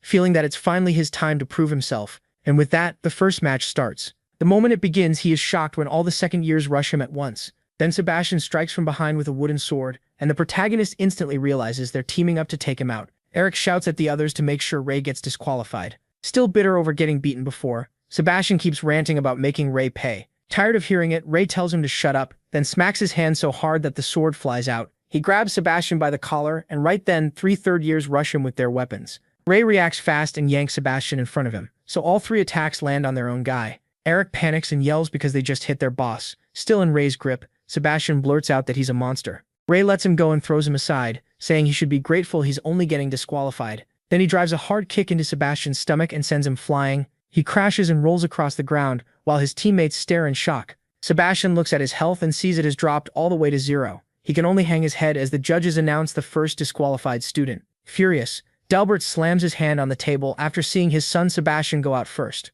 At the same time, Ray's raw strength starts scaring the other contestants. He tells them to come at him all at once since he's ready now. Angry Eric yells at everyone to stop hesitating and attack Ray. But even Eric is clearly too scared to make the first move, so Ray jumps at him instead. Terrified, Eric screams for him to stay back, nearly crying. Ray twists his arm until the sword drops, then stomps and cracks his feet. Watching Ray tear through the fighters, Jay Gree is impressed by the red-haired kid's power, but Knight calls him brutal. Knight says this event was meant to show the students' skills, but it turned into a chance for Ray to go wild. She doesn't know the second year's plan to gang up on him first, and now he's just beating them fairly. She also notices that each of Ray's hits only takes about 20 health points, thinking someone could have died if he used more force. Sylvia and Ian worry because the students are getting badly hurt, but Gary folds his arms and says they deserve it. He makes it clear there was no way that cheap plan would ever beat Ray. Meanwhile, Ray keeps battering the other players, breaking arms and knocking 20 health points off with each hit. Dan is stunned and wonders if any of them even know how to use chi. Sylvia says they do. Ray is just too strong for it to matter. In the crowd, people start whispering that Ray is too savage, too uncivilized, and nothing like a knight. One even says someone like him should never have been allowed to enter. The second they start trashing him, Ray turns and fixes them with a deadly glare. The people freeze under that stare, feeling killing intent so strong they can hardly believe he heard them at all. One elder says they should stop the red-haired boy, but Elder Vaughn cuts in. No one stopped the others when they all jumped him first. The elder still worries Ray might kill someone. Vaughn stays calm and says Ray is being smart by making sure they can't gang up on him again. He also reveals Ray is his student and says he'll take responsibility if anything happens. That leaves the other elders speechless. Even so, Vaughn is secretly worried Ray might lose control. In the third-year section, the third-ranked knight Cherry says the top 5 are probably already decided. She mocks Harry Delbury, saying it's a shame his brother was the first one out. Harry laughs it off and says it's fine. His father spoils the younger one too much anyway. Meanwhile, the second-year roommate group, Martha, Kyle, the twins, and Ray, starts taking over the match. They keep knocking weapons out of the other students' hands. As players cry out in pain, Eric curses Ray as a dirty mongrel and swears he'll kill him and his parents if he gets the chance. The moment he brings up Ray's parents, he realizes he just made a huge mistake. Ray instantly snaps and walks toward him in fury. Broken and helpless, Eric begs him to stop, unable to run with his limbs already wrecked. Ray grabs him by the head, and one of the elders becomes sure he's about to kill the silver-haired boy. Staring him down, Ray says he shouldn't even dream of becoming a knight, then activates his mana and starts draining Eric's. Eric freaks out as all his mana gets sucked dry, and Ray finishes him with a heavy punch that drops his health to 0. Eric falls limp onto the ground after the beating. The elders realize Vaughn was right. Ray doesn't keep attacking once someone's out. Vaughn quietly relaxes, glad the boy at least stopped breaking more limbs. A sudden arrow flies at Ray, but he dodges it without even flinching, and a girl knight tells him to let the boy go. Ray smacks the boy down and throws him aside, while the girl keeps firing arrows at him. Ray avoids everyone with ease. That starts to rattle her, because she can't believe he's dodging everything. Soon she runs out of arrows and Ray moves in, grabbing her by the neck. Then he starts draining her mana too. Someone in the crowd suddenly screams for him to stop, calling him a monster. The man yells for him to get his hands off his daughter, while others try to calm him down by saying she'll just be disqualified if he steps in. Realizing the man is her father, Ray starts thinking about his own dad. His father gave everything to the country and saved countless people, but met a terrible end. Painful memories flood back. His father's final wish was for Ray's mother to kill him after the Plague of Shadows took over. Ray grits his teeth and tightens his grip even more when someone suddenly stops him with a chain. It turns out Kyle wrapped his metal chain around Ray's arm to hold him back. With a dark look, Ray asks Kyle and Martha why they're stopping him. As their own health ticks down, Kyle tells him the girl is innocent, so he doesn't need to go that far, and Martha adds that she hasn't hurt anyone. Meanwhile, the twins Sloth and Badger step in to save the girl and tell Ray he's gone too far. The people who jumped him were already punished. The other twin tells him to act like a gentleman, and Ray finally steps back. He remembers all the times his roommates stood by him at his lowest. Grabbing his head, he wonders why it always ends up like this. All that pain buried inside him boils over and he screams, asking what they even know about him. His roar kicks up a violent whirl and Ray starts losing control. Rage takes over and he dares them to stop him by force. Going mad, Ray yanks Kyle's metal chain and pulls him right in. Without hesitation, he drives a punch straight into Kyle's stomach, then slams him to the ground and drops his health points. Barely thinking straight, he tells Kyle to train his Chiang better if he wants a chance. Then Martha fires 3 Chiang-covered arrows at him, but he dodges them like it's nothing and snatches the arrows out of the air, leaving Martha stunned. Then Ray throws the blazing arrows back at Martha at incredible speed. She barely dodges, but he still lands a hit and warns her not to hesitate if she wants to beat him. Looks like the MC still has time to lecture his roommates while crushing them. Martha also hits the ground and he tells her to read his moves instead of watching where he's standing. Soon Sloth and Badger have had enough of him beating his friends and rush him from behind. Then fire bursts out from within him, shattering the ground, and the twins are blasted back by the force. They seem mostly fine, and Ray tells them to think before they move. When they charge again, he tells them not to waste time trying to ambush him. He smacks both of them, and they end up on the ground in pain. Seeing all this, Sarah turns pale and realizes Ray is terrifyingly strong. The crowd is just as shocked, calling the red-haired kid a monster no one can match. Nearby, the third-year Knight Nye thinks that if Ray still wasn't top 5, then the real top 5 must be on another level. Meanwhile, Ian and Dan Loki already feel beaten. After that, only Sarah is left, and Ray walks straight toward her. She trembles and gives up right away, knowing she can't beat him. His hand is wrapped in chi, and Sarah's father screams at the judges to stop him, sure that Ray is about to kill his daughter. But to everyone's surprise, he finally comes back to his senses, lightly taps Sarah on the head, lowers her health points, and even apologizes. Sarah leaves, confused, and her father and the crowd can't believe it ended like that the boy didn't really hurt her. Then the results are announced. The 5 students who qualify are Martha, Ray, Sloth, Badger, and Kyle. A little later, he leaves the arena, and the judges tell everyone to rest before the third-year Battle Royale starts that afternoon. The elders are impressed by MC's performance. One says that if he ever went on a rampage, few could stop him, but Elder Vaughn defends him and says MC could save many lives. At the same time, Knight Gilbert quietly tells the Master Elder they checked the students. It was mana deficiency. For now, they can't use Tri, and there's no guarantee they'll recover. Hearing that, the Master Elder decides not to discuss it any further. He already has enough to worry about.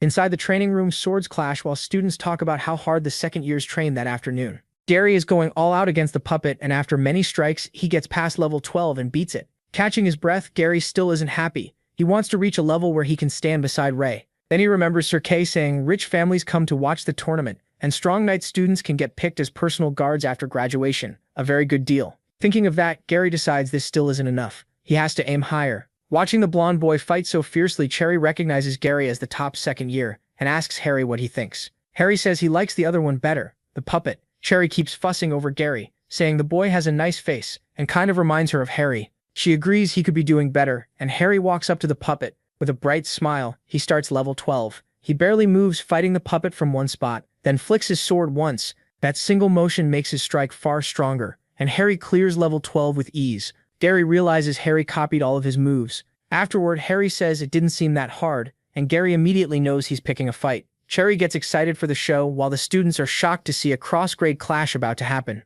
Just then, Sylvia rushes in to find Gary and grabs his hand, telling him to get a good spot because the competition is starting. As she drags him off, Gary tells her to stop, and Harry just laughs. Once outside, Gary asks why she stopped him, and Sylvia calls him stupid and knocks some sense into him, saying he could have lost his right to compete if he fought outside the ring. Gary realizes she's right. Sylvia says she knows he can win, but he needs to stay calm for now. As the afternoon round is about to start, Sylvia asks if he's seen Ray. Gary says no, he vanished right after the first round. Then they hear someone talking and go check it out. To their surprise, it's Ray speaking with Sir Winford. Gary wonders what those two are doing together. Then Ray admits he doesn't want to compete anymore, leaving his friends stunned. Winford asks if he's serious about quitting, and Ray says yes. When asked why, he can't explain it. With a sigh, Winford says they'll talk later, since he has to oversee the tournament, and tells Ray he'll respect his choice no matter what, which catches him off guard. As Ray walks down the stairs, he runs into Sylvia and Gary, and they quickly say they didn't mean to listen in. He asks if they heard everything. Sylvia says only a little, but Gary blurts out that they heard all of it. They admit it, and Ray says it's nothing important. As he starts to leave, Gary stops him, asking if he's going to break their promise and let his sister's death get buried like it meant nothing. That makes Sylvia realize why Gary has been so stressed lately. Ray says he could never forget her. She was human, and she was his first friend. He adds that he truly does want revenge for her. Sylvia says she knows he's scared and hurting. His heart is full of rage toward the people who attacked him, and he probably feels awful for hurting his friends and innocent people too. Trying to comfort him, she says none of this is his fault. She wants him to know no one is mad at him. Then she remembers how Kyle, Martha, and the others all look up to him, and were already talking about beating him next time. Gary agrees and tells him that even if he was treated badly before, now he isn't alone. He has them, and they'll always be his family. Gary promises he won't leave his friend to deal with this alone. After that, they head to the grounds, where Martha says the competitors are almost here and they took long enough. Seeing Ray and Sylvia arrive together, Dan jokes that they'd rather be with each other than watch the competition. Then he notices Gary trailing behind like a third wheel, and Gary doesn't look happy either. Sylvia asks Martha if there's anyone important to watch, and Martha says all the third years are strong in different ways. First is Harry, an elegant fighter and the only one who hasn't been hurt at all. Then there's Gio, a big powerhouse with explosive strength who can even challenge the first-place guy. Samir and Mizuhiro are fan experts with great teamwork for offense and defense, even better coordination than Sloth and Badger. While they were looking for the last player, Ray spotted Molly training and seemed impressed that she made the top 5. Then the judges congratulate the 5 winners of the third-year bracket. Now the main event begins. Winford announces that after 2 rounds, the field has been narrowed down to the final 20, while praising the second years for doing far better than expected. He glances at Ray, wondering if he'll join in. Ray nods, making Winford smile, and then he explains the new rules for the tournament. The screen shows the new matchups. The second years are paired against third years, which makes them think it's unfair since the older students have had an extra year of training. Gary is matched against Harry, and he's happy with that draw. Sylvia, though, has to face Jay Gree, the Academy's strongest, so she starts doubting herself. Jay says it's a shame he didn't get Ray, and Harry admits he's wanted that fight too, now that Ray has gotten stronger. Jay says he'll get his chance against the red-haired boy eventually. Sylvia's brothers watch from above and regret missing their youngest sister's match today. One says they rarely come to Avrion, so they should let her show them around, but Marsh wants to go later because he has to meet an elder first. Then Winford announces the finals will be the next day, and everyone should be ready since weapon and gear limits are being removed. The second years realize they'll have to match the third years in equipment too. Dan grumbles that the older students have the advantage, while Ian says they should treat it like special training. Monk is especially stressed. He has to face Molly, a black belt senior, just to improve. Ray is set to fight Jura, who still hasn't shown up. He doesn't mind, figuring it'll be easier to relax against someone who isn't a second year. As sunset nears, the protagonist asks Gary and the others if they aren't heading back. Gary says they're staying to train more, and MC watches him go at it hard. He knows this is one fight Gary can't afford to lose. Harry is that strong, so he quietly hopes his friend wins. Then we cut to a flashback. Winford is glad he changed his mind and says it's a relief. He brushes it off, saying his friends kept pushing him. When the protagonist asks if there's anything else he should know, Winford says he can't say much, but the top 10 will earn the right to represent Avrion in the World Combat Tournament. That shocks the red-haired boy, because he remembers there are only supposed to be 5 winners. Winford admits it involves the Pureblood Guild, and the elders will explain after the tournament. He just doesn't want MC to miss this chance, and MC understands. Back in the present, MC never expected this competition to cause so much trouble. He wonders what the Pureblood Guild plans to do next. then suddenly notices a slip of paper. It says, "Meet me at the arena at 9. The message makes him uneasy. It feels like a trap. Kay and Winford warned him not to act alone, but this may be his only chance to use his powers freely. He looks around and realizes he still knows almost nothing about the Pureblood Guild or the Dark Guild. If he wants clues about his father, he needs information. So he decides to use the Dragon Eye and catch whoever sent it, trap or not. Right then, Jae Gree walks up behind him. Jae says it's funny running into Ray now, and he's finally glad to talk to him after dealing with those ugly people earlier. It's Jae Gree, the strongest third year. He immediately asks if he's with the Pureblood Guild. Confused, Jae says no, he just wants to fight, since they won't get that chance in the tournament. Jae keeps pushing for a match right now, but MC politely refuses. He's not in the mood. That only irritates Jae. Ray had hoped for a real lead, not some musclehead with too much free time. Then Jae suddenly swings his huge sword at him. To Jae's surprise, the protagonist catches the blow with his dragon turtle gauntlets. Shaken by the ambush, he asks if Jae is crazy, and repeats that he doesn't want to fight. That confirms Jae's suspicion. MC's strength is no joke. Jae gets excited, saying nobody has ever stopped that attack so easily, but he couldn't care less. Jae swings again, and this time the force sends Ray flying back. The protagonist digs into the ground with his gauntlets and is stunned by the power, thinking Jae is as strong as Taurus. It becomes clear he may have to fight. Jae won't let him leave unless he's beaten. Then Ray spots someone behind Jae, even as Jae charges again. He instantly knows the masked figure is from the Pureblood Guild. The moment he realizes it, rage flashes through him. He uses Chud and shoves Jae aside before throwing a punch at the masked man. Then MC rushes him and unleashes a blazing attack. But the flames vanish the instant they hit the man's lance. Seeing his attack erased like that, Ray guesses there's something special about the lance. A second later, they get interrupted by the big guy again. Jae, annoyed, demands to know where the masked man came from and snaps that nobody should butt into his spar. Proving he's a pain, Jae immediately challenges the masked man too. The leader simply waves his hand, and more masked fighters appear, surrounding Ray. Jae clashes with the leader and complains it's cheap to bring backup, but he also seems to enjoy it. Meanwhile, he is already fed up with Jae, and thinks he's more annoying than flies. He draws his sword. One masked attacker rushes in with a slash, but Ray jumps clear. In the next instant, he vanishes. The henchmen look around in shock until one warns them not to drop their guard. The protagonist is a black belt knight. A few tense seconds pass, then MC appears and strikes at one of them. His sword slams into the man's head with a clang, but another enemy uses chi to knock Ray's weapon away and disarm him. The others rush in together, all attacking at once. He avoids the blows with help from his turtle gauntlets and gets shoved back by the force. He quickly realizes these assassins are strong and their weapons are too. If he hadn't used the ice golem's protection, his gauntlets would have been damaged again.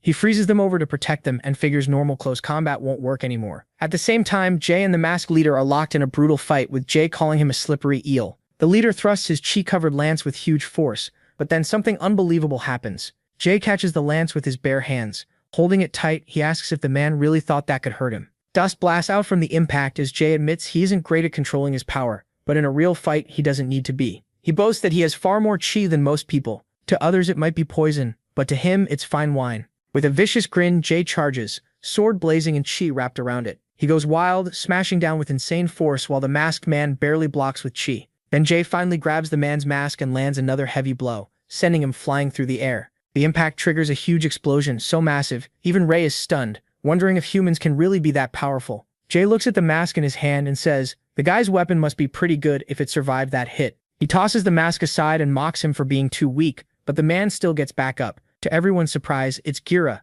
Jae just laughs, barely shocked to see his classmate Gira, another third year. He taunts Gira for hiding so much all this time, and now that he's exposed, Gira looks furious. Enraged, Gira lunges at Jae. Jae blocks it with his sword. Elsewhere, Ray is still struggling against 5 henchmen. They're a pain to handle, but he's at least glad Jae is keeping the leader busy, and figures he owes him for that. The protagonist freezes one enemy's arm, but another comes at him right away. Then Ray vanishes again. Hidden above, he tries to buy time for his mana to recover so he can finish them off. The henchmen warn each other not to get ambushed and shout that they know he's running out of steam, so he should come out and make it quick. At the same time, Jae throws another massive strike, but Jiro leans back and avoids it. Jae asks how much longer he's going to keep hiding. Then Jiro pulls something from his armor, a small bottle. He opens it, leaving Jae confused. Watching from above, Ray realizes what it is, and his eyes go wide. It's a plague of shadows. Jiro drinks the purple potion, and a strange violet aura surrounds him. Jae feels at once that something is wrong with his chi. The purple energy surges out, and Jiro loses control, transforming into a terrifying monster. Ray yells for Jae to watch out. Jiro, now a plague of shadows, suddenly lunges at Jae, Gree with his spear. Jae is shocked by how much stronger he got and knows he has to dodge, but before he can, Jiro drives the lance into his chest.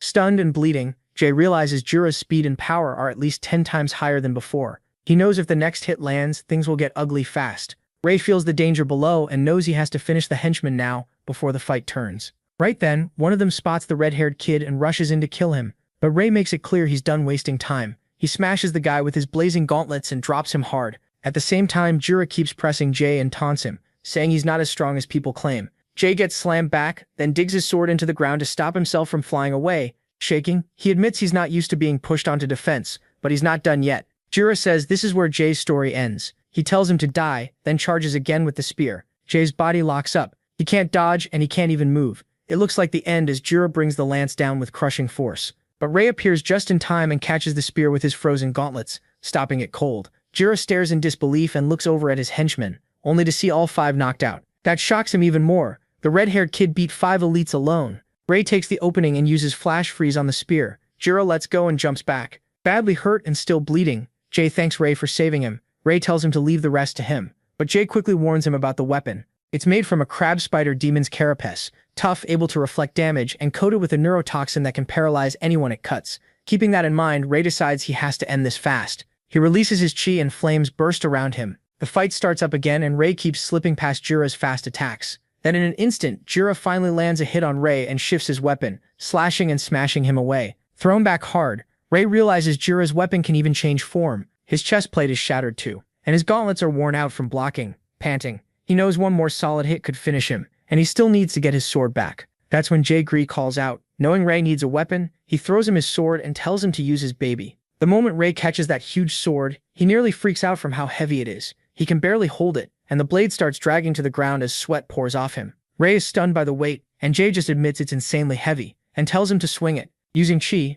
Ray knows he has no choice. If he doesn't swing now, they both die. Flames flare up, and he finally lifts the sword and brings it down at Jira. The blade crashes into the spear, and Jira says it's useless. His spear, he reveals, is built to counter heavy weapons like this. For a second, the clash between them crackles with tension. Then Ray uses ice and the sword starts freezing over. Jira panics as the spear's tip begins to freeze too. With the spear locked against the sword, the ice spreads fast and shatters it apart. Jira watches his weapon break into pieces, but that's not even the worst part. Ray swings one last time and drives the sword into him, ending Jira for good. Jay praises Ray for that brutal attack. Afterward, the ice-covered sword slams to the ground. Ray pants hard, thinking that one strike used almost everything he had. If it failed, he would have lost the fight. Then he tries to use mana siphoning on Jira, but the system says he can't absorb mana from an infected target. That confirms it. Jira was infected with the Plague of Shadows. More than that, he did it to himself after drinking the vial and turning his chi purple-black. Ray starts connecting the dots. It looks just like the Dark Guild, but the Pureblood Guild is supposed to be separate.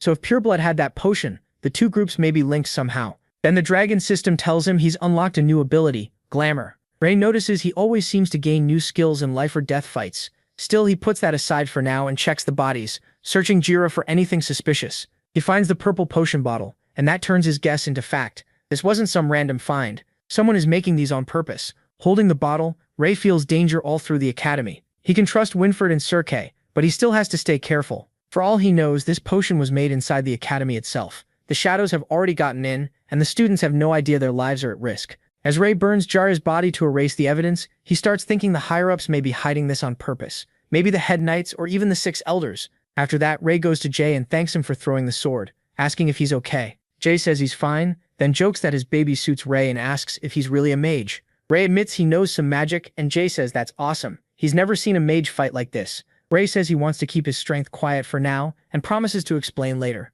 Jay agrees. Ray did save his life. Dead serious, the big guy says he owes Ray everything and tells the red-haired kid to call anytime he needs help, even if he has to jump into hell. Ray tells him that won't be needed and says he should focus on his injuries before the competition. Then he summons his wolf and says Noir will carry Jay to the infirmary. Seeing that, Gree is left stunned. Ray can even summon beasts, and now Jay feels dumb for ever thinking he could beat him. While riding Noir, Jay asks if Ray needs healing too, but Ray casually says his body is a little special, so he'll be fine by tomorrow. Before they leave, he tells Noir to take a hidden route so no one sees them, leaving Jay speechless that the beast follows every order. The next day, Ray goes to the weapon shop to get his armor repaired, and they tell him it'll be done by sundown. As he walks through town, people start whispering when they recognize him, the same red-haired kid from the competition. Still, they keep their distance, remembering how ruthless he was. Ray ignores them and thinks these humans are clueless. After that, he enters a room and stands before a mirror. There, Ray decides to test his new glamour skill. To his surprise, he turns into someone else entirely.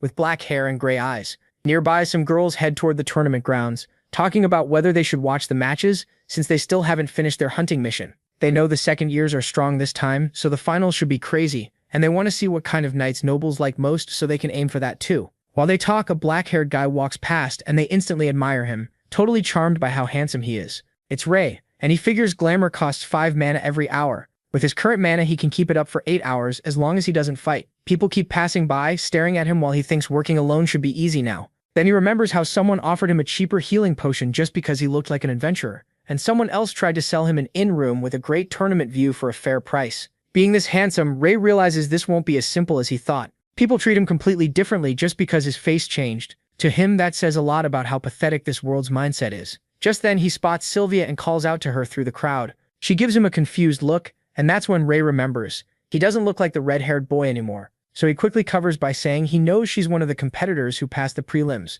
that she's from the Hart family, and that he's happy to meet her here. He adds that he's looking forward to her match tomorrow. Trying not to be rude, Sylvia asks his name since he seems to know her family. That makes Ray drift back to his old life as a red dragon, when people used to fear him and hide whenever he appeared. Back then he was called Sen. He only snaps out of it when Sylvia waves a hand in front of him, and he apologizes before introducing himself as Ness. He asks where she's going, and Sylvia says she needs a blacksmith to adjust her one-handed sword's weight. Since he was heading there too, Ray figures walking with her won't draw attention. He asks to come along, saying he wants a new breastplate. He asks if her sword was made with a high-grade beast crystal. Sylvia says it came from a fin tiger crystal her family sent last night for the tournament. Ray realizes nobles can get gear like that easily, while normal kids would need years to earn it. Since he's an adventurer, Sylvia asks if he often takes dangerous jobs. Ness says he does missions near the border, which makes her wonder if her family would ever allow that. They'd think it's far too risky. Sylvia admits that once she leaves the academy, she'll have to return to her family, so she's jealous of how free adventurers seem. That hits Ray hard, bringing back the memory of his father, an adventurer, who died after risking his life. He quietly tells her, "No one here is truly free." Then they hear an explosion. Alarmed, they look around as people rush by yelling that there's a fire. The two run toward it. At the blast site, the owner of the burning building is left in shock. Ness and Sylvia push through the crowd and hear that a merchant's carriage had stopped near the inn with what looked like beast crystals. Not long after, the place exploded. Ray asks if the merchant survived, and a bystander says he was taken to the infirmary. Nearby, a woman is sobbing. Her 2 children are still trapped inside. Sylvia rushes forward to save them, but Ray grabs her hand and stops her from going in. With a sigh, he decides to go himself. Sylvia warns he'll be burned alive. He says he can use ice magic, then cast Frostvine to cool the flames. Sylvia is stunned to learn he's a mage, but the fire suddenly flares up even worse. Ray heads inside anyway, covering himself in ice for protection. He knows he has to move fast. If he keeps burning through mana like this, his disguise will fail and his real identity will show. He activates Dragon Eye, finds the children on the top floor, and hopes they stay put. Outside, the fire spreads fast, and falling rocks start threatening the people nearby. Just as one is about to crush a man, someone uses a water snake spell to beat back the flames. Sylvia turns and realizes it's her oldest brother in a soldier's uniform, and she's thrilled to see him. Using water magic, he says it's been a while. With the fire under control, Ray reaches the children and brings them safely outside. Their mother runs straight to them. Sylvia asks if he's okay, calling him Nez. Ray had already made sure no one else was still inside. Then Sylvia's older brother calls out to the others, asking if they plan to just stand there. 3 more brothers show up. One tells him to stop complaining. They aren't as fast as he is. Then they greet their little sister. To Sylvia's surprise, all 3 also use water magic and cast different skills to put out the rest of the blaze. When a knight arrives, he thanks Sylvia's brother for helping stop the fire before more people got hurt. The brother says the real credit goes to the mage who risked his life to save the children. But Ray has suddenly vanished. He asks Sylvia where he went, since he was just there a second ago. Ray had to flee right away because his mana was almost gone, and his disguise had already dropped back to his real face. Panting, he thinks that was close, but he escaped just in time. Still, he confirms something important when the system gives him 2 new skills. He gains abilities by risking his life. The first, Endless Void, lets him create storage space to keep and pull out items. He plans to use it in his real form to hide all the gear tied to Nez. The second skill is Mana Sharing. That reminds him of his days as a dragon, when he could save many dying allies with ease because his mana was endless. He admits the spell won't help much right now, but later it could be priceless. As he walks, Ray thinks that whatever the prophecy brings, he'll need an army to change this world. Mana Sharing could help his followers grow stronger, as long as he has enough mana to support them. After saving those 2 children, he realizes the system doesn't reward him for beating strong enemies. It rewards him for saving lives. What confuses him is getting 2 skills this time. Was it because he saved 2 people? Back in the Minotaurus fight, several lives were at risk, yet he only got 1. He starts wondering what really decides the number of spells he unlocks. By the time he reaches the academy hall, he's still thinking it over. Maybe it only counts when someone is truly on the edge of death. He decides to test that idea later.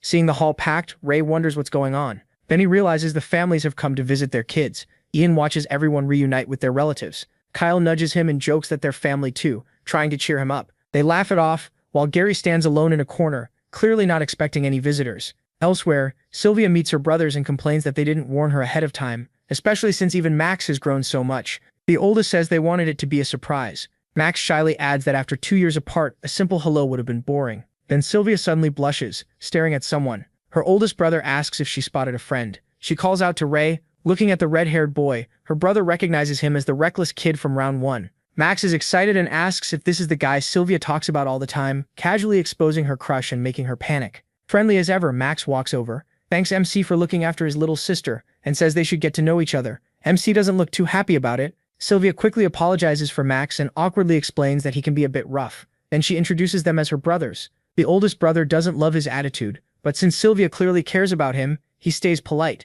He introduces himself as Marsh and tells him to look after her. Blushing hard, Sylvia cuts in and says she can take care of herself. When the protagonist shakes Marsh's hand, he can tell right away how powerful the man is. His mana feels nearly endless. MC says Sylvia is a natural leader, and usually the one taking care of all of them, which makes 2 of her brothers chuckle. She then introduces the other 2 as Johan and Jekyll, both serving in the military like Marsh. Next she explains that Max studies at Roland Magic Academy. Max happily says they might meet again at the World Combat Tournaments if he wins, but he reacts sharply, shocked that he goes to Roland. Max asks what's wrong and wonders if the protagonist knows someone there. The protagonist quickly asks if he knows a girl named Amy. Hearing the name, Max tries to remember, but says he's not sure. Roland is a huge city, just like Avrian. Desperate, Ray explains that her full name is Amy Blueblood and that she recently died in an accident. He asks if Max knows anything. Max can't recall anyone by that name but promises to ask around when he returns and tell Sylvia if he learns something. MC can't hide his disappointment, though he still thanks Max for trying. Then the mood shifts. Marsh tells his brothers time is short and the head knight still needs them. He tells him and Sylvia to rest, and Sylvia waves goodbye, saying she'll show them around the academy after the tournament. As Ray and Sylvia leave, Marsh keeps watching them, then asks Max if he just lied. Nervous, Max admits he did. He says he lied to the protagonist about Amy and doesn't know what to do about that girl, so he asks Marsh what he thinks. Marsh tells him he made the right call. MC is strong, dangerous, and not even a little intimidated by them. Worse, Marsh can't read what he's thinking at all. Max asks if they should stay out of his business, and Marsh agrees they should keep their distance and watch what happens. The story moves to the finals. The contestants wait in the ready room. Kyle and Monk are nervous, and Sylvia is especially shaken because her first match is against Jay. Sylvia is clearly nervous and asks Ray if it shows. He calms her down, telling her to fight like she always does, and not stress too much about the result. She admits she really wants to make it to the World Combat Tournament. In her family of mages, she's the only one without magic. She still can't forget how ashamed her parents looked because of that. Seeing how serious she is, Ray asks if she truly wants to win. She says yes right away. She has to prove herself. Sylvia wants to show she can be just as great as her brothers, even as a knight. The protagonist suddenly takes her hand and leads her away. At the same time, Kyle says the match is about to start, and Dan jokes that they're getting all romantic before the fight. In private, MC says he'll lend her his strength for a while. Fire rises from his hand, and Sylvia stares at it. He says he's helping her now and hopes she'll help him too when he needs it. Sylvia blushes. Then she says she wants to become his strength too. Ray uses his new spell, Mana Sharing, and transfers his power to her. He tells her to use his chi only when needed, and warns her not to go over the limit or her body will be damaged. As his chi flows into her, flames flare around Sylvia. Shocked, she realizes he can give his strength to others, something she's never seen or even heard of before. She can't help wondering how many secrets the protagonist is still hiding. Soon the final match is ready to start. The crowd gets excited when Jay Grease steps out, wondering if he'll go easy on a second-year girl. The fight between Sylvia and Jay begins. Any equipment is allowed, and 2 Master Knights will judge it. The commentator adds that if a fatal blow is about to land, they'll stop the match and announce the result. Both fighters enter the arena, with Sir Winford on Jay's side and Sir Kay on Sylvia's. Once the match starts, Monk doubts Sylvia can win. Martha believes in her, but Dan points out the obvious. Jay Grease is a huge powerhouse and strong as a bull. Ray quietly agrees and remembers Jay had been badly injured before, but now he looks fully recovered. Even with MC's power, Sylvia can only win if she's skilled enough. Then MC locks eyes with Jay.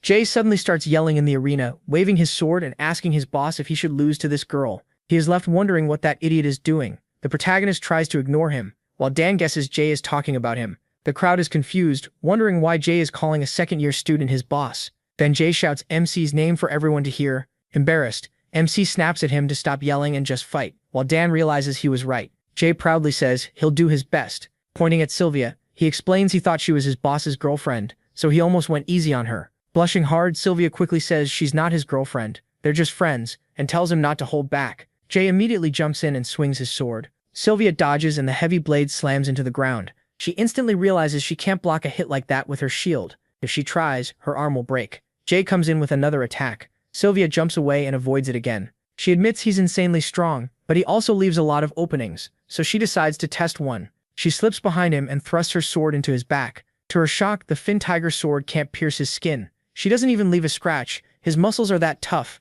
Jay swings again and she barely blocks with her shield. Realizing normal strength won't be enough, Sylvia decides to use Ray's power. The next blow shatters her shield, and she gets thrown back. Stumbling, she forces herself to stay upright. Then she activates the protagonist's power, deciding to end this fast within 10 minutes. Fire bursts from her body. Jay is surprised by the totally different aura and gets excited now that the fight is getting interesting. She throws away the broken shield. Sylvia's power surges at once, and she rushes Jay with crazy speed so fast that even he can't track her properly. Still, Jay assumes her speed alone won't be enough to hit him. But he loses focus for a split second when she moves even faster than he expected. She appears behind him and drives her sword into his stomach, drawing blood. Jay's eyes widen in shock. He mutters that lately he keeps getting surprised one after another. His classmate Cherry is stunned that Sylvia actually hurt him, and Harry Delbert admits he thought only Ray could do that among the second years. The crowd goes wild for Sylvia, with some even calling her a goddess. Her brothers watch proudly from the stands. Max yells for her to beat Jay up, but Johann and Jekyll tell him not to get carried away. The fight has only started, and Jay still hasn't gone all out. Marsh, though, is impressed. Sylvia is doing better than expected, and her clean, efficient style proves she's made to be a knight. Of course, none of them know she's using Ray's power, not just her own. Meanwhile, Dan says the hit looked amazing, but it only scratched Jay, and Kyle nervously says his body must be made of metal, using Ray's chi. Sylvia realizes she still can barely injure him, but she also notices Jay relies too much on his natural toughness and doesn't focus his chi well enough to guard his weak points, leaving plenty of openings, so she decides to keep attacking the same spot and force a chance to win. Moving fast again, Sylvia slashes Jay's wound and makes it hurt even more. At the same time, Jay smashes the ground with his sword and Sylvia hops away to avoid it. She dashes in again, aiming for the wound on his lower abdomen, but suddenly her energy starts fading. At the worst moment, Ray realizes she's run out of time. Shaking, Sylvia tries to hold herself together just a little longer. But in one instant, Jay strikes, her sword flies from her hand and she's disarmed. He takes the opening and swings hard at her, while her classmates panic, sure she's about to get badly hurt. Then Winford calmly stops the sword and says that's enough, while Sir Kay catches Sylvia in his arms. Jay apologizes, saying he got carried away because it had been a while since he'd fought a girl this good. The judges then declare Jay Gry's the winner, and the crowd cheers. Afterward, Monk is shocked by how strong Sylvia had become and thinks it's too bad she still lost. Martha says that by the end of third year, Sylvia might surpass Jay. Next up is MC versus Jira. His friends wish him luck, and as he walks out, he already knows Jira won't come because MC burned him to death. Still, he has to show up to keep appearances. On the way, Jay praises Sylvia and calls him boss again, and he silently agrees that she fought well. Once the protagonist takes his place, the commentators call for Jira to enter at once. The crowd starts buzzing, wondering if he overslept, ran away, or just chickened out. Cherry asks Harry if he's seen Jiro lately, since she hasn't seen him since the tournament began, but Harry says he hasn't seen him either. To everyone else, Jiro seems to have vanished. In truth, he already died at the MC's hands. Meanwhile, the head knights discuss his absence, and the crowd grows restless, waiting on someone they barely care about. The announcement finally comes. Since Jiro never showed up, he's disqualified, making Ray the winner by default. The crowd is disappointed, and starts saying the whole thing feels rigged. Marsh is disappointed too since he wanted to see MC fight, and Max sighs bored because he had really hoped to watch him before possibly facing him in the future. Next up are Badger and Sumar. Badger is shaken without his twin, Sloth. They've always done everything together, even sharing a toothbrush, which grosses Dan out while he tries to cheer him up. He says he's going to check on Sylvia, and Martha teasingly tells him to send her regards. Kyle sulks, saying he's got it easy, and he wants to fall in love too. On the way to the infirmary, the protagonist thinks Sylvia wasn't badly hurt, and he also needs to take his chi back. He asks if she's okay, but Sylvia just hides under the blanket. Then she apologizes for losing even with his power. Ray tells her she still did her best, but Sylvia calls herself useless and starts crying. MC tries to cheer her up, saying Jay is basically a monster built out of muscle. She knows he's trying to help, but says that doesn't excuse losing. If a strong beast attacks out in the wild, failing to protect everyone means everything. Those words hit him hard. He remembers his old life as a dragon, and how he failed to protect his own kind. Pulling himself out of that painful memory, he thinks no matter how strong they get, they still can't save everyone. Through tears, Sylvia says she wants to protect the team and Ray too. That makes him realize something. She doesn't even have half his strength, yet she still wants to protect everyone. He'd been keeping some distance, thinking they didn't need him, but maybe it was the opposite. Then he takes his power back, drawing his genie out of Sylvia. One thought stays with him. He already failed once as a dragon, and he refuses to fail again. He tells Sylvia to rest and says Martha and the others are worried about her. As he turns to go, Ray firmly tells her she doesn't need to protect everyone. That's his job. Then he leaves and Sylvia blushes, flustered. Back at the arena, people are buzzing. After hearing a second year just beat an upperclassman, the first real upset so far. The protagonist wonders who it was. Then he sees Kyle won against Nye, the third-year knight. As Winford names Kyle the winner, he grins and reminds Nye about their date. Wrapped up in his metal chain, she shyly agrees and asks him to let her go. Ray is in shock that Kyle won, but he is stunned that the red-haired baldy actually scored a date. After that, the next match is Gary versus Harry. As Gary enters the arena, people expect an easy win for the first-ranked fighter. Then someone points out Harry is Knightmaster Delbert's son, shocking the crowd since they thought Delbert's only son was the snobby Sebastian. MC meets back up with the group and tells Martha that Sylvia is okay, just upset. When he asks about the matches, Monk says Sloth and Badger lost like everyone expected. They can barely function apart. Still, Kyle pulled off a win and even got a date out of it. Dan loses it, wondering how even that baldy managed to charm a girl. Is that the power of love? Monk says Ray came back at the perfect time because Gary's match is starting and everyone wants to see it. He asks if Gary will win, but he can't say. Deep down, the protagonist remembers he hasn't fought Harry since losing to him in first year. Back then, Harry claimed he was only ranked 50th, but the protagonist knows he was holding back, so now he quietly hopes Gary beats him. Meanwhile, Gary steps in fully determined to win. The fight starts, and both rush in at insane speed. Their swords crash together, and Harry starts laughing. He mocks Gary, saying he can't even feel any strength behind his attacks. Angry but controlled, Gary says he hasn't been holding back. Then he goes all in, launching a non-stop assault that actually gives Harry some trouble. Dan is impressed, thinking Gary has the third year cornered, but Monk isn't buying it. Ray watches and says, Harry still hasn't really started. He's right. Harry suddenly smacks Gary's sword away with one sharp blow. Gary freezes in shock and Harry yawns that this fight is boring. Is that really all Gary has? Gary starts to panic, confused because his strikes were landing on the sword, yet something feels off. He rushes in again with a fast attack, but Harry easily parries the thrust. As he dodges, Harry taunts him, if this is the strongest in his year, then that silver-haired girl is stronger. Gary doesn't even get time to snap back because Harry instantly follows with a brutal thrust. The hit sends Gary flying, though he barely keeps hold of his sword. Harry tells him that if he can't even sense sword chi, he's wasting his time. Gary is left wondering what the hell sword chi even is. That triggers a memory of Sir Kay teaching them about sword chi. He said it's not really something you see, it's more like a feeling. To explain it, Kay tests how they read attacks. He swings at several candles and asks them which one he was aiming for.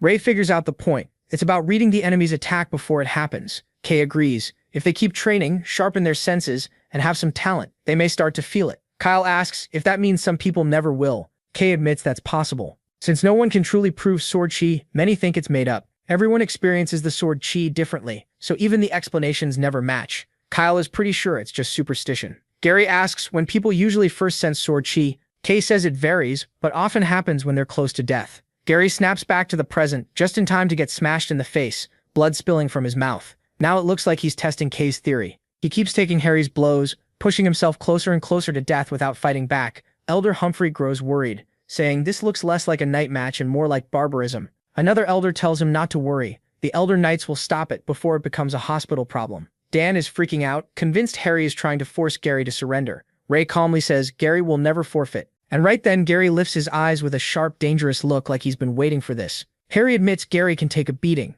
Then he asks if Gary still won't give up. Gary refuses. So Harry charges in to finish it. As he closes the gap, Gary stays perfectly still and shuts his eyes, focusing everything on sensing sword chi. The crowd panics, thinking he's about to get himself killed and lose by default. Everyone is locked in, waiting to see what happens, as Harry's blade comes within inches. At the last second, Gary moves and blocks the strike cleanly. Sir Kay lets out a breath. It was close, but now there's no need to stop the match. Gary can finally feel the flow of Harry's moves and even shape his own attacks around it, realizing this is sword chi. From there, he starts dodging with ease, and a moment later, he points his sword right at Harry's neck. Harry, a little rattled now, says he's starting to like him. Gary answers that he still hates him. Then the judges announce Gary Blueblood as the winner. His friends cheer, and Ray looks seriously proud. After the match, Gary asks Harry if he fought that way on purpose so Gary could awaken sword chi. Harry plays dumb, but admits he likes fighting strong people. The more of them, the better. Gary can only think what a weird guy he is before blacking out and collapsing. Monk panics and runs to him, but Ray says not to worry.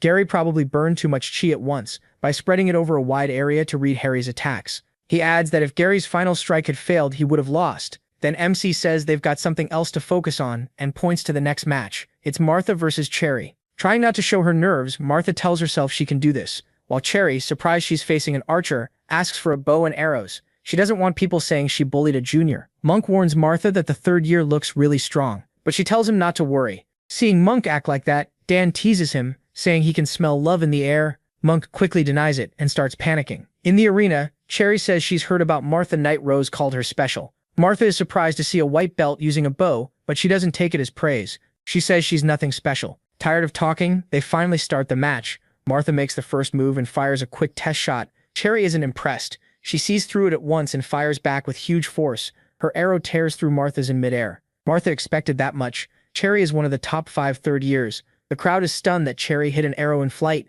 Some say fighters at her level can do that, but others doubt it since she isn't an archer or even a green belt, so they assume she got lucky. Martha answers by firing 2 arrows at once. Cherry catches both with her bare hands and says Martha really isn't special. Night Rose got her hopes up for nothing. Annoyed, Martha fires a heavier arrow to test her again. Cherry takes it as a challenge, lights her arrow with thrust ablaze, and destroys Martha's shot again. Martha freezes in shock. Her arrow was shot straight through. Still stunned, she doesn't notice Cherry's arrow racing at her until the knight yells for her to dodge. That snaps Martha out of it, and she jumps away just in time. The arrow slams into the wall and cracks it. Martha realizes she was inches from getting hit. Dan freaks out, saying that thing looked more like a cannon shot than an arrow. It was so fast he could barely follow it, and he knows a direct hit would kill them. Worried, Monk asks him if even a master knight could block something like that. He can't say for sure, and thinks Martha should give up before she gets badly hurt. Monk knows that's not going to happen. Martha won't quit until the very end. In the arena, Martha forces herself to calm down. She clears her head, focuses,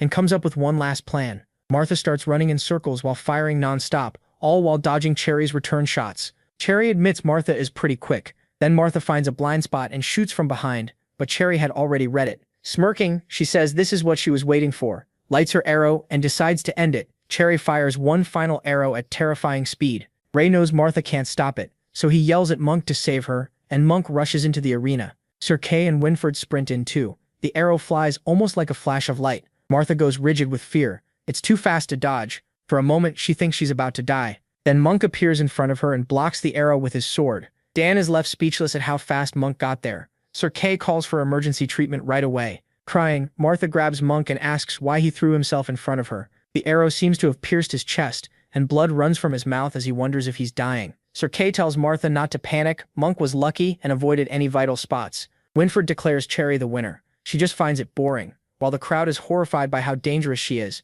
Monk is taken to the infirmary with Martha by his side. Winford then announces that because of Monk's injuries, he can't fight next match, so Molly wins by default. Next up is Ian versus Gio. Dan tells Ian to be careful because his safety matters most, and Kyle wishes him luck. As Ian heads out, Kyle notices Gio also fights with double axes. He figures the matchups were made on purpose, swordsmen against swordsmen, archers against archers.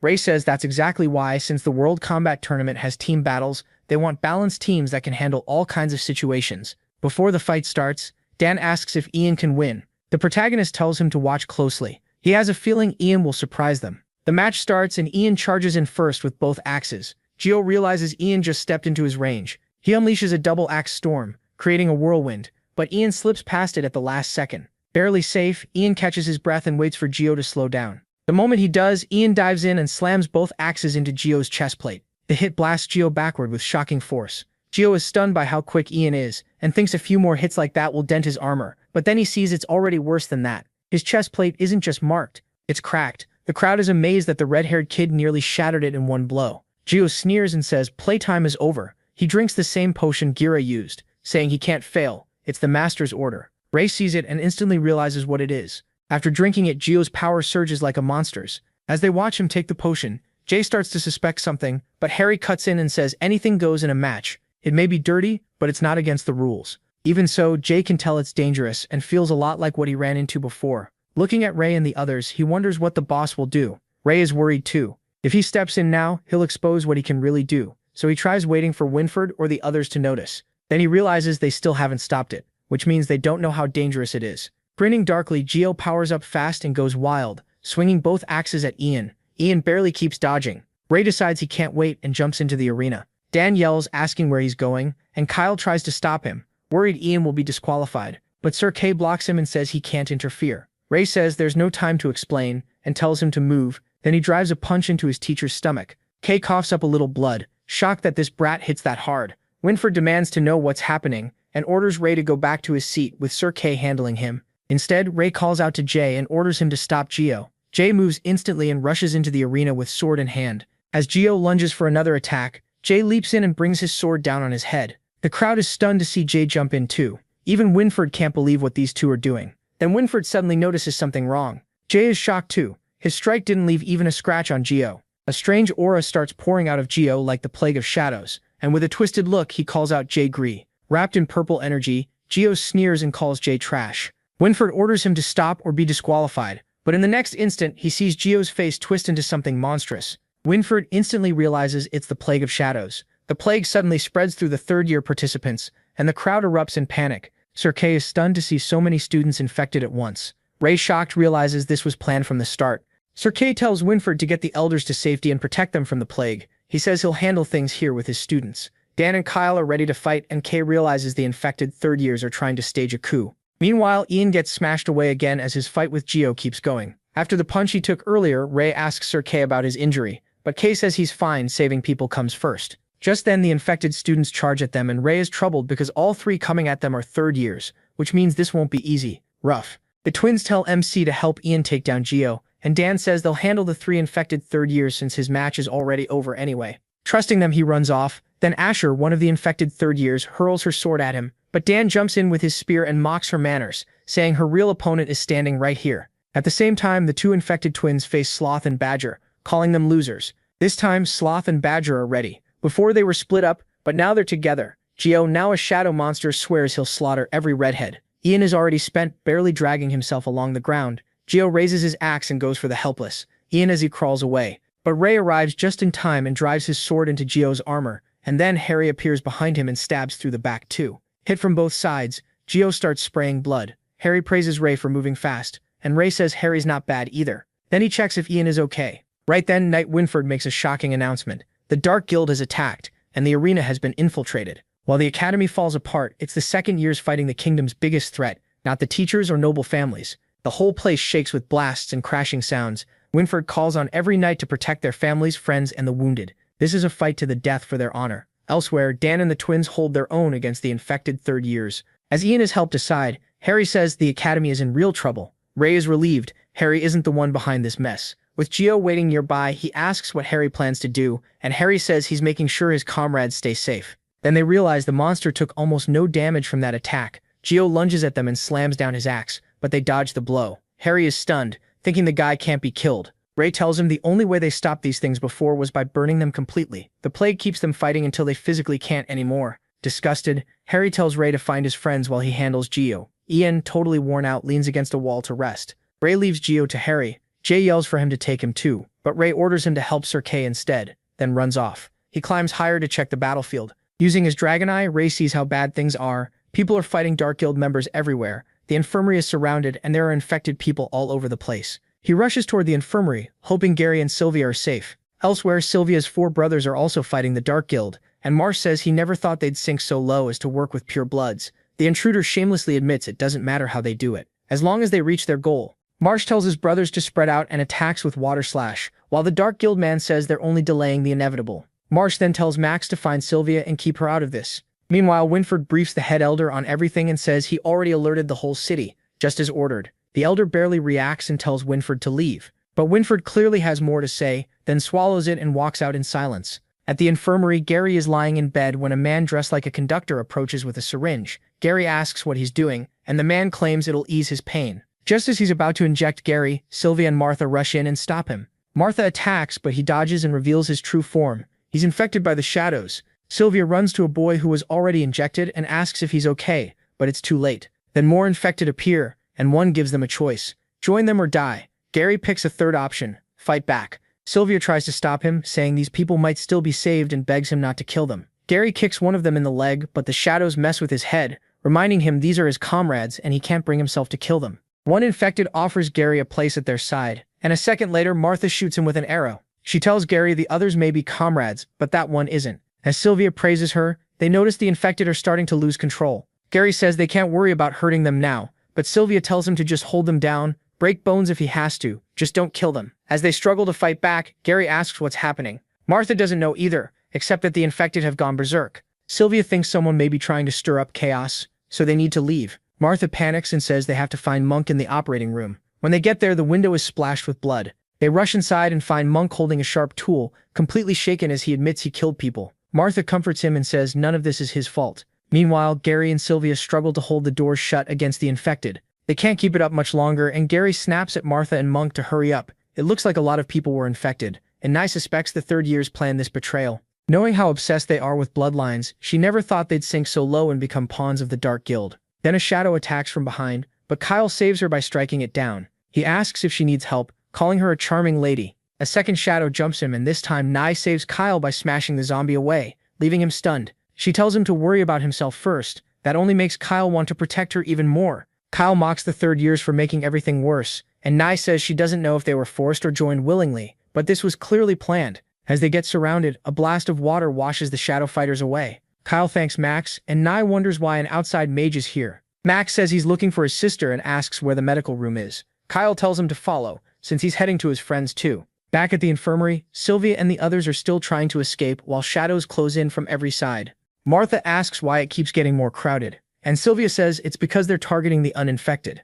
Near the exit, they hear Kyle, and Sylvia also recognizes her brother Max's voice. They call out and tell them where they are. Kyle finds them and freezes at how many infected are inside, but Knight tells him to quit staring and move. Following a quick plan, Kyle and Knight throw a chain and dart rope to Gary and Monk, telling them to grab on. Once they do, they use the ropes to kick the zombies away, while Max clears a path with the Sylpha's wall of water. Since he can't hold it long, everyone rushes through. As they run, Sylvia asks Max about the others. He says they're at the arena, the Dark Guild attacked, their forces are there, and he has to go help. She insists on going with him. Martha asks Kyle about the rest, and he says everyone was fine when he left, except Ian, who was badly hurt. Gary asks about the protagonist, and Kyle says he was heading here too. He even thought the protagonist would arrive before him. That makes Gary worry something happened to him. At the castle, Winford begs the head elder to send help for the students at once, but the elder tells him to calm down. The arena attack could be a trap, and moving their forces might put the castle at risk. Winford asks to go alone, since Sir Delbert and Bernardo are here, but the elder cuts him off and reminds him his duty is to guard the palace. Winford grimly admits that many people will be sacrificed, and the elder says a knight should understand, sometimes the few must die to save the many. Outside the room, Ray has heard everything. He's shaken that they're willing to abandon the students. The head elder gives his final order, and Winford accepts it. Hearing that, MC gets furious. In his rage, he realizes that to them, the students' lives mean less than the Academy's secret. To him, it's a foolish choice made by foolish humans. Then Ray makes his move using his glamour power to change his appearance, because from here on, he'll fight his own way. Elsewhere, Harry keeps fighting and asks Jay Gree if backup has arrived. Jay just grins and says they don't need it. He rarely gets to fight this freely, and he feels like taking on 10 at once. At the same time, Sir Kay fights beside Marsh. Seeing his uniform, Kay guesses he's a general from the Allure Kingdom. Marsh confirms it and says they need to finish fast, because things will get worse in the second stage. Kay cuts down an enemy, thinking the exact same thing. Then it cuts to Asher, already infected, attacking Dan and mocking him for being weak. Dan says this is her limit. She can only go this far by borrowing power that isn't really hers. Right then, an arrow flies in and pierces Asher's neck, making her cry out in pain. The shot came from Cherry, who apologizes for killing a classmate. Dan tells her it was a great shot, and Cherry says she only landed it because he kept Asher busy. Next, the infected twin third years are beaten by Sloth and Badger, and they can't believe it after seeming so weak during the competition. The twins argue that they were split up back then, so they couldn't do much, but when they fight together, they never lose. Then Sylvia and the others rush outside and find her brother Marsh. Marsh is relieved to see his sister safe, while Dan is happy that Monk and Gary made it out too. But another wave hits right away as a crowd of infected students charges at them. Dan panics, they barely finished off the last group, and now even more are coming. Marsh orders the injured to fall back, and Kay tells his students to line up and stop the enemy from breaking through. Sylvia, terrified, begs them not to kill anyone. They're infected students, and they might still be saved. That makes Kay suspect this was the Dark Guild's plan all along. With this many infected, someone was bound to get hurt by mistake. Even so, Marsh steps forward and tells his twin brothers to use water pulsing and hand control over to him. Using their water pulse, Marsh gathers the power together. The attack then spreads and strikes every infected student. As it hits, the potion inside them starts to fade. Marsh is actually pulling the injected potion out of their bodies with his magic. Most of the infected stop moving at once. Marsh keeps going a little longer to cleanse the rest. Then he suddenly collapses. drained, and his siblings rush over to him. Kay is stunned. Having a lot of mana isn't enough to control magic this precisely on so many people. Marsh is monstrously strong. Sylvia holds Marsh as he says he's fine. He just burned too much mana at once, and a few days of rest should fix it. After that, Kay tells Kyle and Monk to gather the wounded and asks Gary to check the infected students and see how they're recovering. Inside, Kay feels thankful these mages kept the losses low. Once this is over, the academy will owe them. Just as things start calming down, dark clouds suddenly gather and lightning crashes down. Everyone freezes in shock. Something slams into the ground with a violent boom. They all stare, trying to see through the dust. Then, to their shock, a figure in full armor steps out after making a brutal entrance. Gary, wide-eyed, asks Kay if he knows who that is. The armored man answers first, calling Kay by his real name, Caden, and saying it's nice to see him again. Kay snaps that he has no right to use that name. Marsh then recognizes him and is shocked he came in person. It's Mothram, the former elder of Avrian Knight Academy and the leader of the Dark Guild. Marsh gives his brothers a look, signaling them to move. They attack together with a water slice that seems to cut straight through Mothram. But Mothram only sneers. The silver-haired mage's attack does nothing. Marsh is stunned that his power had no effect at all. Mothram says if that's how they want to play, then this is the end, and lightning starts forming in his hand. He hurls the lightning at the silver-haired twins, Johann and Jekyll, and both scream in pain. Marsh watches in horror as the twins drop unconscious after the blast. Caden is shaken. He's never seen a human use lightning magic like this. Back then, Mothram never had a power like it. Mothram says he's sorry he didn't come sooner, but he knew none of the elders would show up, not even if everyone here died. Then Cherry steps in and fires an arrow at him with full force. Mothram calls it too slow and swats the arrow aside like it's nothing. Jay Gree attacks from behind, swinging his sword at Mothram's head, but Mothram mocks him as a foolish child and blasts him with lightning. The hit sends Jay flying into a wall. Mothram then turns back to Caden and asks if the students call him Kay now. Kay ignores it and demands to know what he wants. Mothram says he'll let Kay make a choice. Caden is confused, wondering what kind of choice this is. Mothram explains, Kay can leave and get help from the elders, but for every minute he's gone, Mothram will kill one person. How many survive is up to him. Forced into a cruel choice, Kay asks what the other option is, while signaling Gary, Kyle, and Monk to get ready. Mothram says the other option is simple, stay and watch him kill them all, one by one. Kyle and Monk quietly move into place. In the next second, Kay, Monk, and Kyle rush him together. As they close in, Mothram realizes this is Caden's answer. They strike at once, but Mothram vanishes like a flash of lightning. Everyone is left searching for where he went. A moment later, as the dust clears, Kay finds him. Mothram is gripping Cherry by the throat, choking her as she struggles, and reminds Kay he plans to kill them one by one. Knight charges in and yells at him to let Cherry go.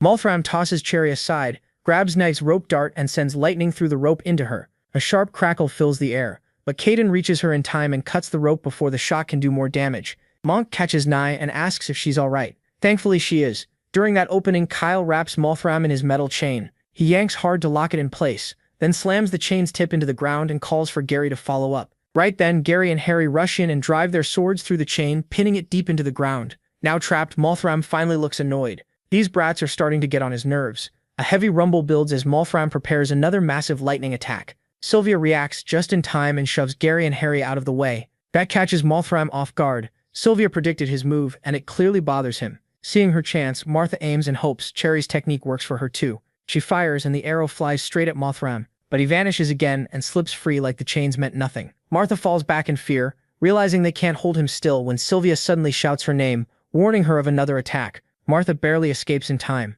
Mothram now knows Sylvia really can predict his attacks, so he decides to deal with her first. He rushes in, but Marsh and Max stop him with water slash. Their attacks crash loudly around him. Then Dan charges with his spear and leaps at Mothram, driving the weapon straight at him. Dan is left stunned when it does nothing. He put almost all his power into that strike. Mothram sneers that he's tired of this fight and now they can die. A huge orb of lightning forms in his hand, cracking the ground beneath it. The air fills with terrifying lightning, so powerful it looks like it could wipe out the whole academy. Then, in an instant, Gary leaps in and brings his sword down hard on Mothram's shoulder. Mothram isn't hurt, but he admits Avrian still managed to raise a few exceptional students. Too bad. He says they're all going to die here anyway. He blasts Gary away with lightning, then surrounds himself in so much power that anyone nearby would be thrown back. Barely able to stand, Kay forces himself toward Mothram and wonders how he became this monstrously strong. At this point, he figures only the 6 elders can stop him. Even clutching his chest, Kay pushes closer through the pressure. Mothram tells him it seems his plan failed.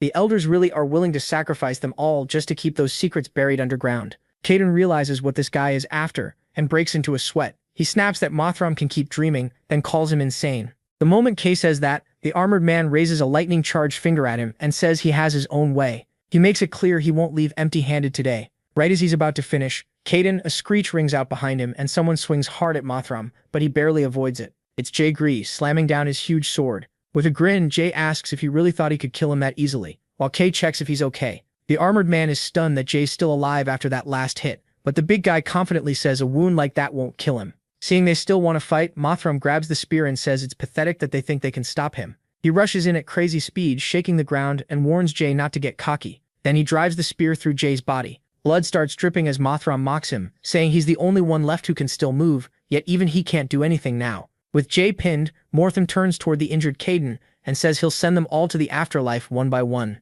Then he suddenly pauses and looks back, because Jay, shaking from the pain, says it's not over and he'll never beat them. He adds that his boss is going to beat him down. Mothram asks where that boss is, and in the next second, someone appears and lands a brutal kick that sends him crashing into a wall. Their guy is finally back. Sylvia recognizes him as Ness because of the glamour spell. Walking over to Jay, Ray tells him this is going to hurt when he pulls the spear out. Jay says he can handle it and tells him to do it, so he yanks the spear free at once, and blood splashes out. Jay thanks him, and Ray says not to mention it. Jay saved his life before, so now he owes him again. Jay's eyes go wide. He realizes his boss is Ray, and Ray quickly asks him to keep that secret. Suddenly, huge rocks fly at them, but Ray stops them before they can hit Jay. Mothram is back, furious that they keep wasting his time. He tells him he'll pay for all of this, but the protagonist is already fired up. He says he's had a bad day too, so Mothram showed up at the perfect time to get beaten. He steals himself, activates his dragon eye, and dares him to come on. As Ness faces the enemy, Sylvia warns him to watch out for the lightning attacks. She's shocked because even Jay, the strongest among them, couldn't last and got dropped fast, but Ness is handling it. As he avoids another lightning strike, he's glad he got ready for this fight in advance. At the same time, a knight rushes to Winford with news that one of the squads at an elder's mansion was attacked. Winford immediately asks about casualties. The knight says no one died, but over 50 people passed out. The ones who woke up remembered nothing and never even saw the attacker. All they know is that it was one person. They're safe and don't have outside injuries. The strange part is that those who woke up can't use chi anymore, almost like they have mana deficiency. That makes Winford freeze. Could Ray be behind this? Back at the battle, Ness keeps fighting Mothram. He's relieved he absorbed mana from those soldiers because without it, this fight would be a disaster. He figures he needs to turn 100 mana into chi to keep up, and save 20 for glamour since this guy is so strong. While he's thinking that, his enemy prepares another thunder attack that no one else could endure. But the lightning is dodged by Ness, and Kay's eyes widen. The move he just used looks like a stealth skill only black belt knights are taught. Mothram, still smug, wonders how long he plans to keep surviving with tricks. Ray knows he can't take those attacks head on. They're too strong, and a few clean hits could end this badly. Then lightning clips him, and he uses ice magic to block the rest. At that, Mothram realizes he's a mage too, and says he'll show him the gap between them. Ray already has a plan though, and uses Endless Void. The armored man is sure he can't dodge this, and launches his attack. Sylvia calls out to Ness, but the strike gets turned back somehow, and MC slips away. He jumps in and thrusts his spear at Mothram, but the armored man avoids that too. As lightning flares, Mothram praises the spear and says a weapon that good belongs in his collection. Ray grits his teeth, realizing he can't land a hit if the guy keeps dodging like this. He shoots back that the armor with the giant eye looks pretty nice too, and asks if he wants to trade. Then the armored man moves again like a lightning bolt, so fast even the protagonist can't track him. That makes him realize there's definitely a trick behind it, and it can't be used without some weakness. Sylvia suddenly warns Ray to watch his back, and he escapes the lightning by a hair. MC figures his own technique, works like black belt stealth,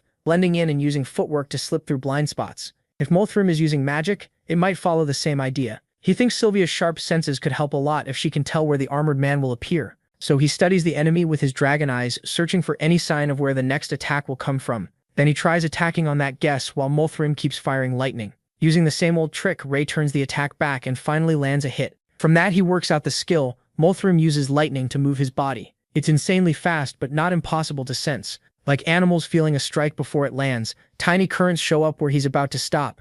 Enraged, the armored man demands to know how dare he use his own skill against him. He realizes Ray and Sylvia need to be taken out before they become real problems. He knows this magic is still a nightmare to deal with. Even if he catches the signs, sensing the current and reacting in time is incredibly hard. Then Mothram unleashes a huge stream of lightning and says understanding the skill won't be enough to stop him. At the same time, he notices the protagonist's weakness. MC realizes he's been figured out. He's almost out of mana and his body is giving out. Sylvia warns him that danger is coming, but he can't move. His legs go weak and Mothram takes the chance, blasting him with a massive lightning strike and calling it checkmate. The attack tears up the whole area. Ray is thrown away hard enough to make him cough up blood. Holding his own wound, Jay rushes over and catches him. The protagonist can barely move now and realizes even turning 100 mana into chi isn't enough to block those attacks. Seeing the boy still standing after that, Mothram secretly thinks he's a monster and wonders who this kid is. He's never heard of anyone like him in Avrian. Jay tells MC they've fought the armored man this whole time and still haven't even scratched his armor. The gap between them is too big, and if this keeps up, they'll all die.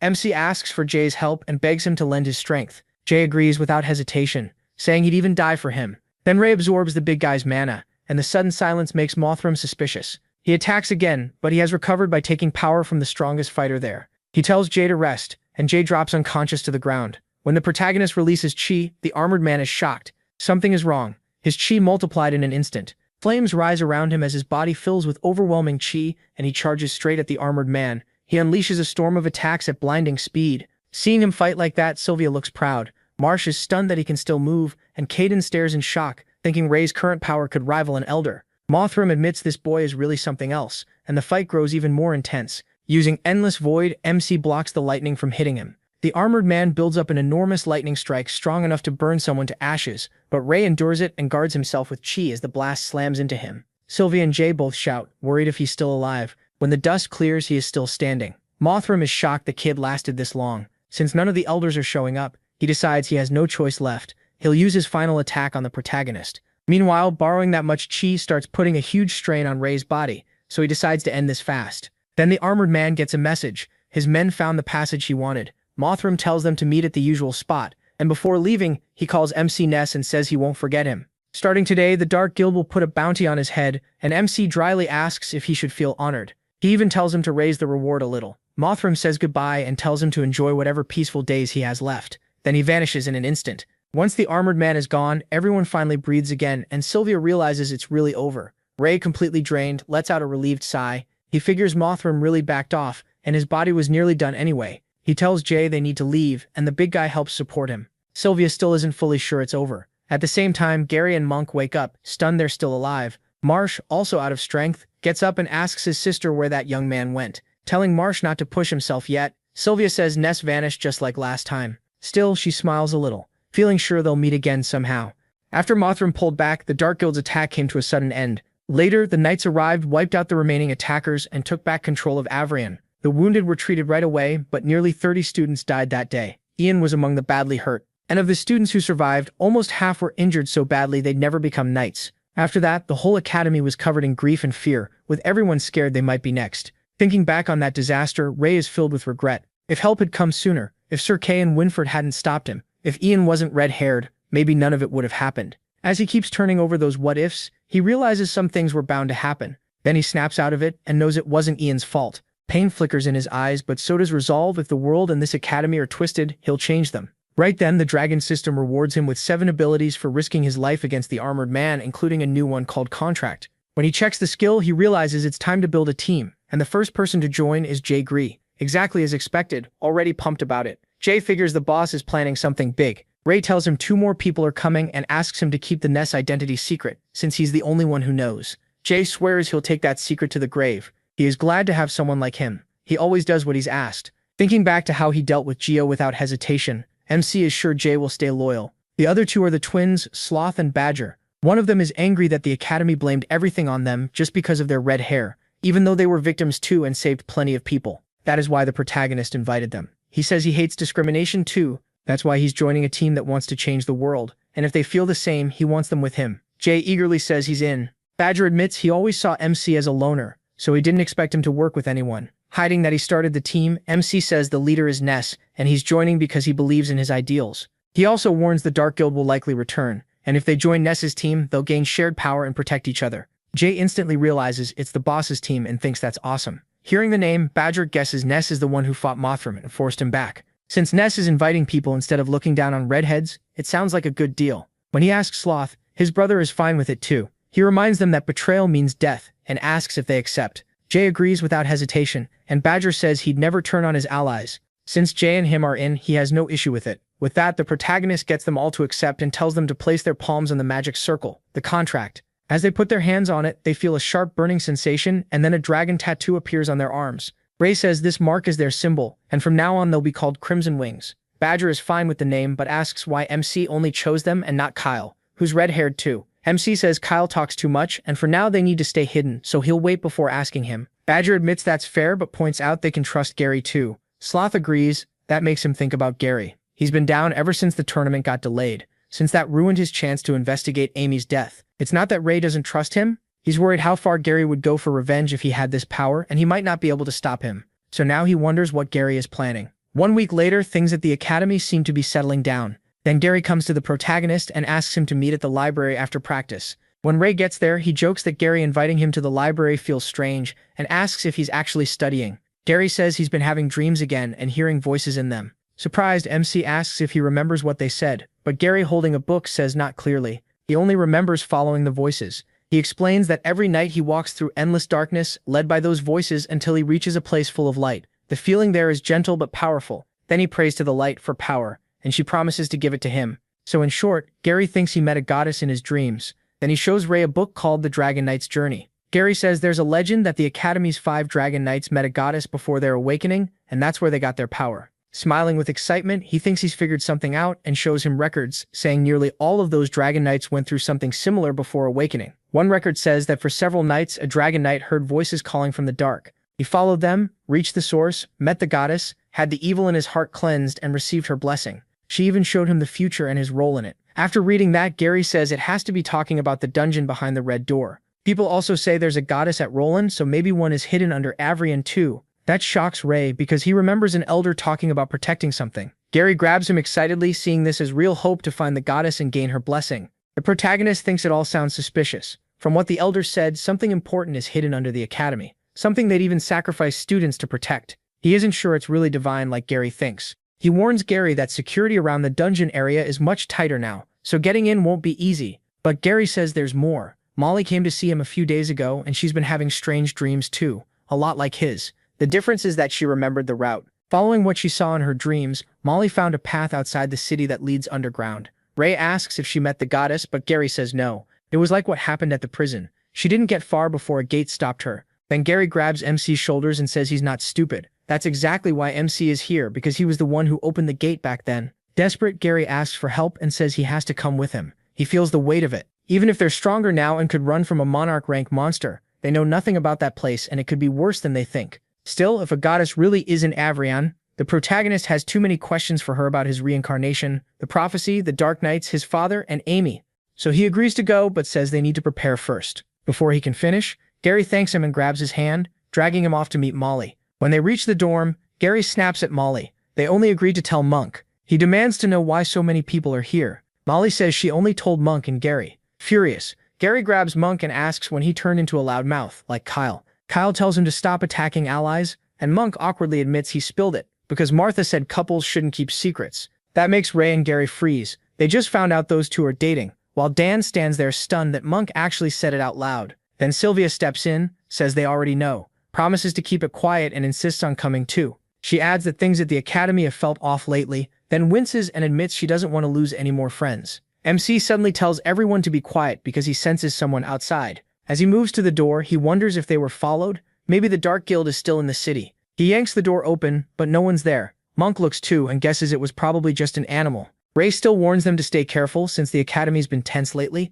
then tells everyone to get inside and hear Molly out so they can make a real plan. Later, the academy is caught in heavy rain. As the city gets drenched, knights guard the main gate when a red-haired kid, Badger, comes running up for help. Panicked, he screams and rushes toward the knights. Terrified, Badger begs them to save his brother from a monster. Pointing to Noir, Ray's summoned wolf attacking him. The knights see Noir going after the boy and panic. One knight tells Badger not to worry. The beast can't get far while carrying someone. He orders the others to alert the sentries and get ready to cut it off. While the knights chase after the wolf, he and the others stay hidden in the bushes until they're far enough away. Then Ray and Jay use the opening to pull the chains and open the bridge gate. The group quickly slips through the gate, and the protagonist tells Jay to pull the bridge back up, shut the gate, and contact him right away if anything happens. Jay agrees. As MC joins the others, Gary realizes why he brought the twins. They were the perfect distraction for the knights. Then he tells Molly to lead the way. As they move, she says the entrance is near the base of the mountain, so it's still a decent walk, and tells everyone to keep up. As the rain keeps falling, Monk says it's getting colder and asks if Martha's okay.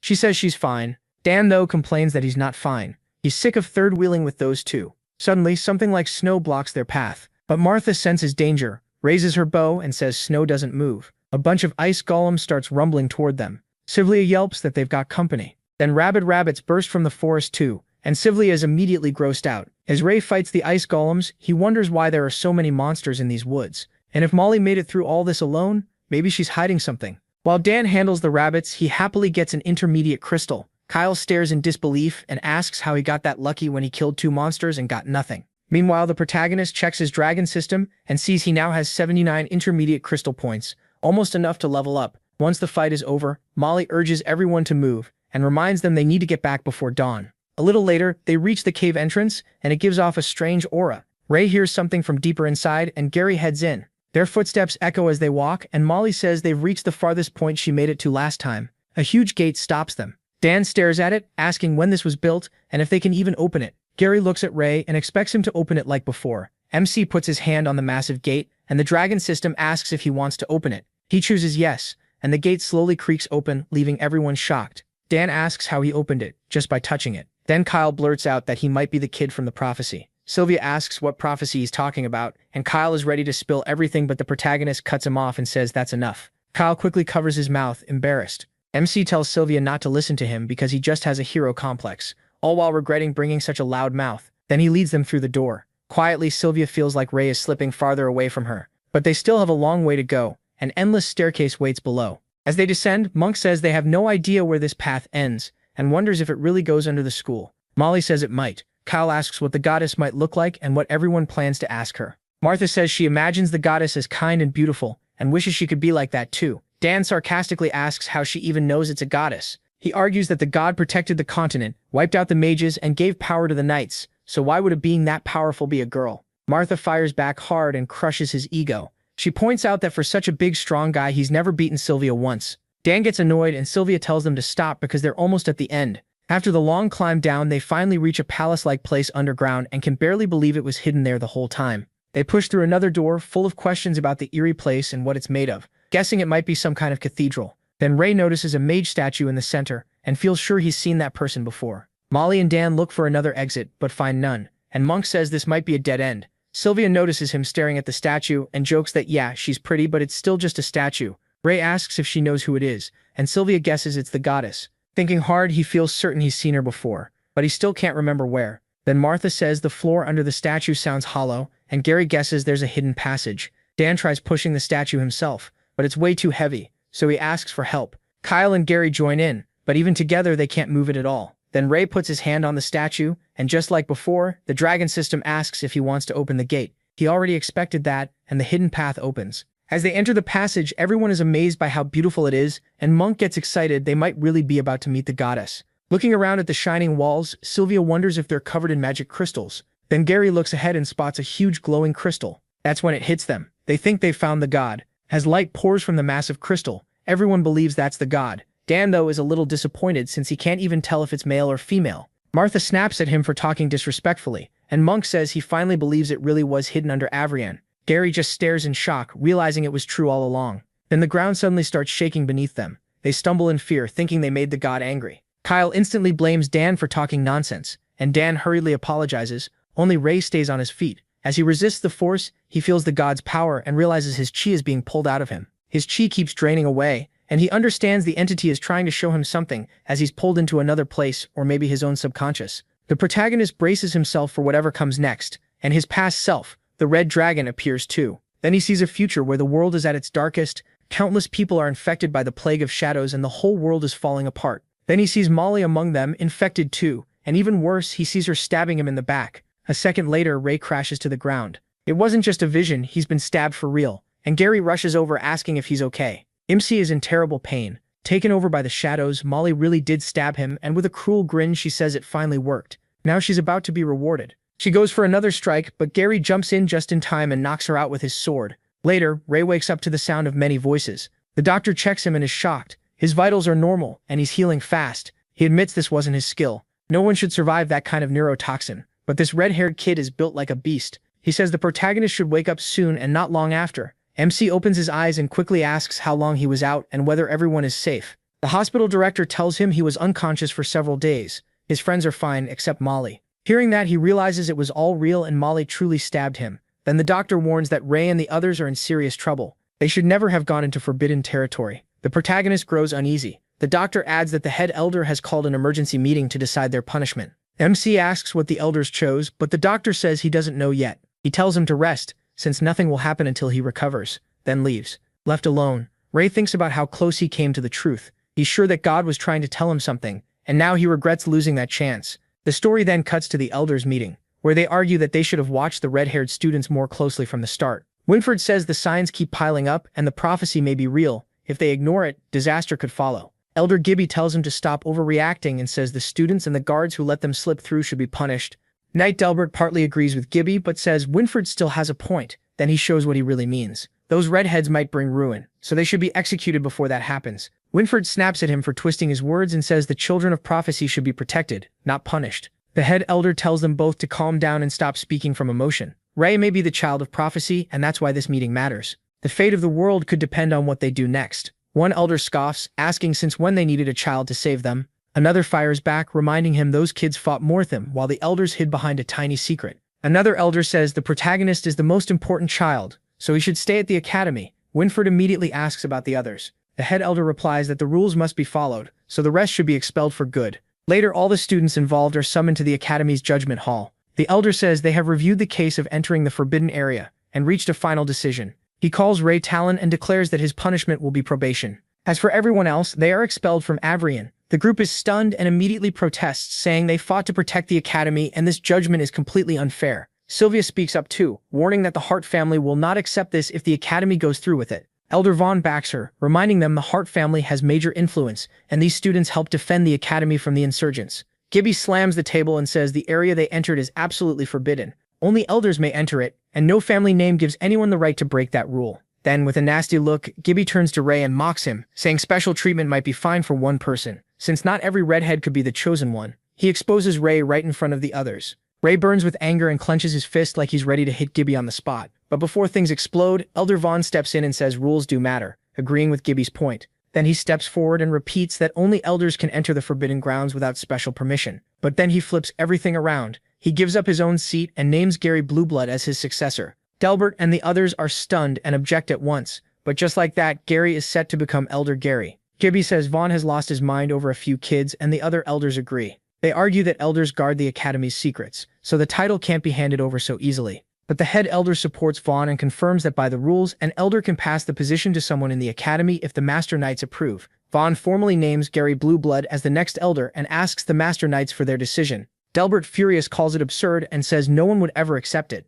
Winfred cuts him off and approves Vaughn's choice. As Delbert argues that a country peasant can't become an elder, Sir Kay also votes yes. Delbert glares at them in rage. Then the female head knight refuses, saying elderhood isn't something to decide on a whim. Delbert turns to the last Master Knight, Bernard, hoping for support. Before Bernard answers, Winfred reminds him that these kids stood with them in their darkest hour. Many died in that battle, and this is the least they can do to repay them. The room goes silent as everyone waits for Bernard to speak, and he sides with Vaughn. Delbert twists in frustration, calling the whole thing foolish. The head elder then declares that since Vaughn passed his seat to Gary Blueblood, Gary will not be punished. Right after that, Gary raises his hand and gives the seat to Dan, asking the Master Knights to approve it. Caden, Winfred, and Bernard agree without hesitation, leaving Delbert and the female knight grinding their teeth. Now safe from punishment, Dan passes the seat to Monk, and the chain keeps going until it reaches Sylvia. While this happens, Ray watches Gibby and wonders why the old man suddenly went quiet after Vaughn gave up his seat. That makes him question what Gibby is really thinking. After Martha Woodwork passes the seat to Sylvia Hart,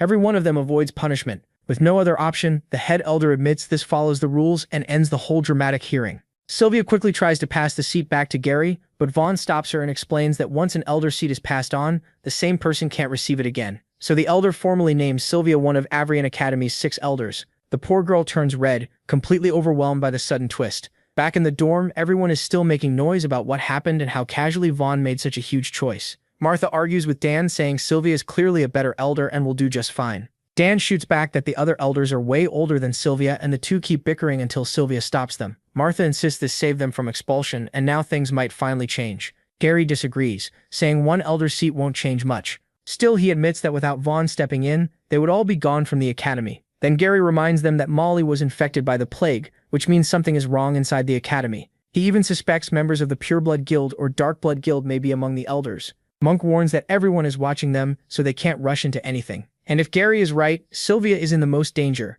Lying in bed, Ray says that now Vaughn is gone, none of the elders will really stand up for students. At best, they'll stay neutral, and as an outsider, Sylvia will be an easy target. Dan and Martha grow even more worried. MC turns over and says they can't solve it tonight, so the rest can wait until tomorrow. Kyle thinks he has a plan, but Gary says MC has enough on his mind already and tells everyone to get some sleep for now. Inwardly, he figures out why Gibby calmed down after Vaughn gave up his seat. He probably saw Sylvia as easier to manipulate. Even so, the day wasn't a total loss. They learn the Elders and Master Knights are far from united, and Ray starts thinking that Split could help him grow the Crimson Wing's influence. At midnight, something begins pulsing with a strange, eerie motion. Something slithers into the protagonist's dorm. It's a dark shadow, creeping toward him as he sleeps. The shadow puts its hands over his face, and a voice whispers that it finally found him. Then it wraps around his body while he struggles in his sleep. A man swallowed by the shadow suddenly tells Ray to run, and MC jolts awake, screaming when he sees the shadow right in front of him. The noise wakes everyone else in the dorm, and they rush over. They stare at him in shock as he jerks up in terror.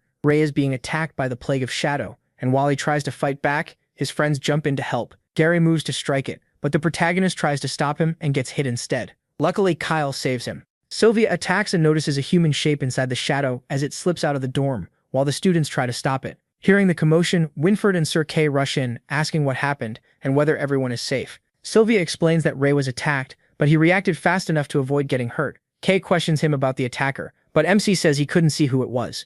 Winford tells Kay to report this to the elders at once, send 2 teams after the culprit, and keep another team guarding the dorms. At the same time, Ray thinks that even though he never saw the face, the voice sounded like his pop's. Outside the dorm, Winford says this may be worse than they thought. From the student's description, the intruder wasn't a normal infected person, it was a shadow warrior. He also worries because the front lines are getting worse, and reports say whole platoons are being surrounded by shadow beasts. When Kay asks what he thinks, Winford says the academy is falling apart since no one knows who to trust. For now, they can only wait and watch. Later that night, he meets Jay on the roof. Jay asks why he called so late, and Ray tells him to inform the twins that they can start inviting any trustworthy people into the Crimson Wings. He also gives Jay permission to sign contracts under his watch so the group can grow fast. The protagonist says he needs enough strength to start a revolution. The next morning, in Elder Vaughn's old office, Sylvia talks with Vaughn about the Shadow Warrior. She admits she doesn't know much, and even he has only seen them a few times. Shadow Warriors are basically weapons controlled by the plague of shadows, not the same as people infected by elixirs. If someone strong survives the plague for over a year, the plague takes their mind and turns them into a puppet. They move like ghosts, are hard to track, and their bodies are coated in shadow, making them very hard to deal with. Sylvia says that if that's true, they must be rare, so they wouldn't come for something pointless. Vaughn agrees and thinks Ray is one of their targets, because they likely know the prophecy. Then they realize the bigger issue, the Shadow Warrior may be after God. Sylvia gets worked up and forgets she's an elder now too. Vaughn calms her down and says the other elders already know about the attack and may have guessed the Shadow Warrior's goal. Still, no one has acted yet. That makes Sylvia wonder if the elders have plans of their own, but Vaughn refuses to sway her. He tells her to gather the people she trusts, because many hands are stronger than one, and whatever she does, she'll need support. Their talk is interrupted by a firm knock at the door, and Ray has come to visit. Seeing him, Vaughn excuses himself, saying he needs to speak with the head elder. On his way out, he tells Ray to visit him at the martial arts club later, because he still has plenty to teach him. After Vaughn leaves, Ray steps up to Sylvia. She asks why he came, and he says he needs her help getting out of the city. She reminds him he was attacked just yesterday, and people are still watching him. Sylvia says it's a bad idea, but he insists he needs to hunt more beasts to get stronger, and staying here will only put him in more danger. Using the fact that she cares about him, he speaks in a desperate tone, and she gets flustered before agreeing, so long as he returns before sunset. He thanks her, though he feels guilty, because he has to find his father before anyone else does. It's then revealed that Ray originally came to invite Sylvia into the Crimson Wings, but he overheard her talk with Vaughn, and learned that Pops came for God. He leaves the city, and since the underground route should be heavily guarded, the cave outside the city is his only way in. Back in the office, Sylvia's left worried. Vaughn returns to find Ray already gone, and she asks for his help. She wants some guards moved from the prison. Assuming she has a plan, Sylvia says that if the Shadow Warrior is after God, they should use that to bait it out. Still, she wonders if they can actually kill it once they find it. Vaughn says it's possible, but not easy. With that, she goes to gather her team and asks Vaughn to teach them how to kill a Shadow Warrior.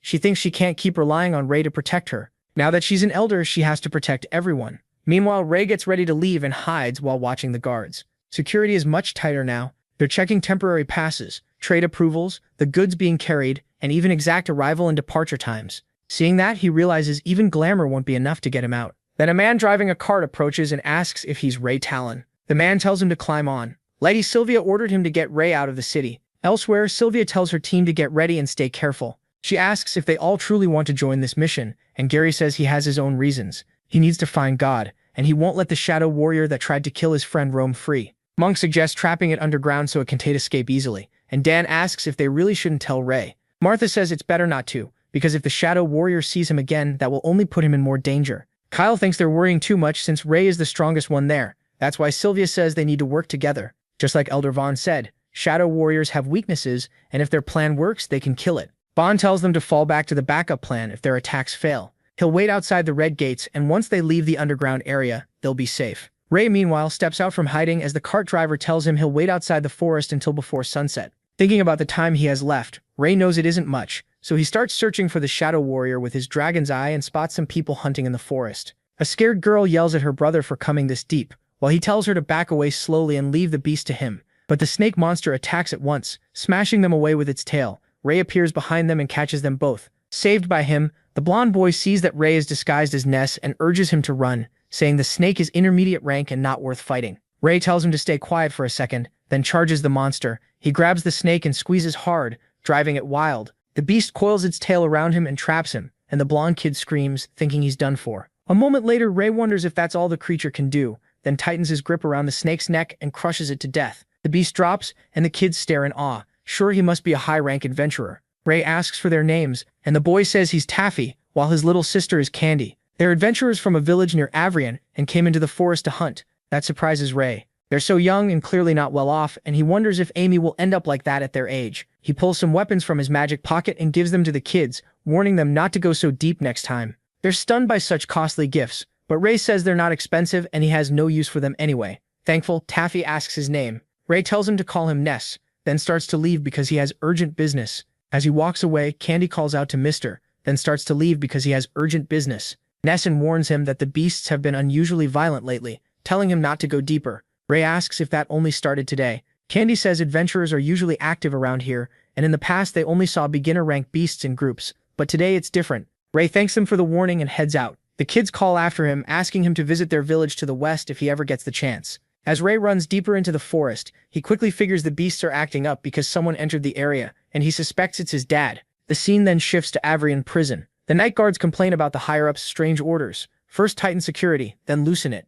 At the same time, the shadow warrior quietly creeps along the prison walls. Meanwhile, the knight decides to follow orders, and the shadow slips through a crack in the door. Just then, the guards spot Elder Vaughn approaching, and one reminds the other that he's no longer an elder. They tell Sir Vaughn everyone has already been cleared out, but Vaughn tells them both to go get some rest. When they hesitate, Vaughn removes his cloak and tells them to just obey. He says he's still useful enough for this. If anything happens, he adds, having the guards around would only slow him down. Once the guards leave, Vaughn signals to Sylvia and the others. Then someone suddenly sneaks up behind them. It's Jay, and he says this is exactly what the boss expected. Sloth and Badger show up too, and Jay explains that the boss told them to follow in case help was needed. Martha guesses Ray must have sensed something. Sylvia is quietly moved that he's still trying to protect them. Badger tells them to stop treating them like outsiders, and to say something next time they pull a stunt like this. Dan is happy to see them, and Kyle calls them real bros. Sylvia is relieved to have them there too. Now that they have more allies, Sylvia reassigns everyone's roles and positions. They head into the prison.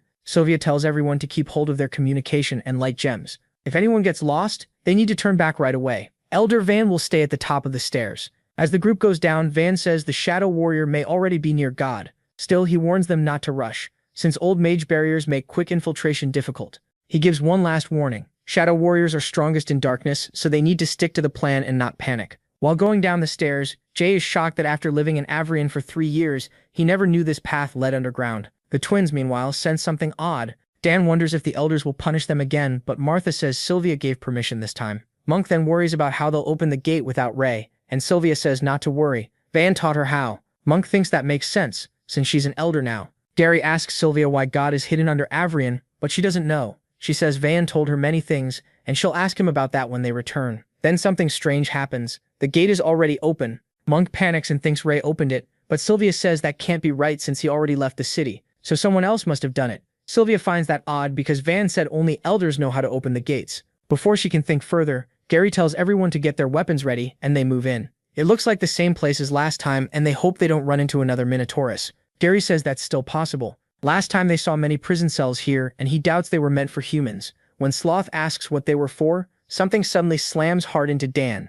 They then see several monsters with glowing eyes in the dark, and Gary answers Sloth's question. This place may be used to hold creatures like these. Jae jumps in and lands a heavy blow on a claw pocket's head, and they realize it's an advanced rank beast. Sylvia warns everyone to be careful. The dragon-like creature looks infected, and it seems to be in the early stage. Martha keeps firing arrows to support them. Jae continues battling the claw pocket. With one last strike, he brings his sword down and kills it. Seeing Jae's insane strength, Dan wonders just how strong he really is, but the fight is far from over. Sylvia warns that there are too many beasts for them to handle. Elsewhere, on the outskirts of the city, Ray enters the cave leading underground. Then his dragon system shows changes in his teammate's status. He sees Jae's chav dropping fast and realizes they may be in trouble. Back underground, Jae unleashes a massive attack and wipes out the beasts in a single blow. Jae enjoys fighting a pack of advanced beasts, but Gary reminds him this isn't some fun hunting trip. Monk agrees. They can't wear themselves out here. Dan shoots back that it's easy to say that, but asks how else they're supposed to handle the beasts.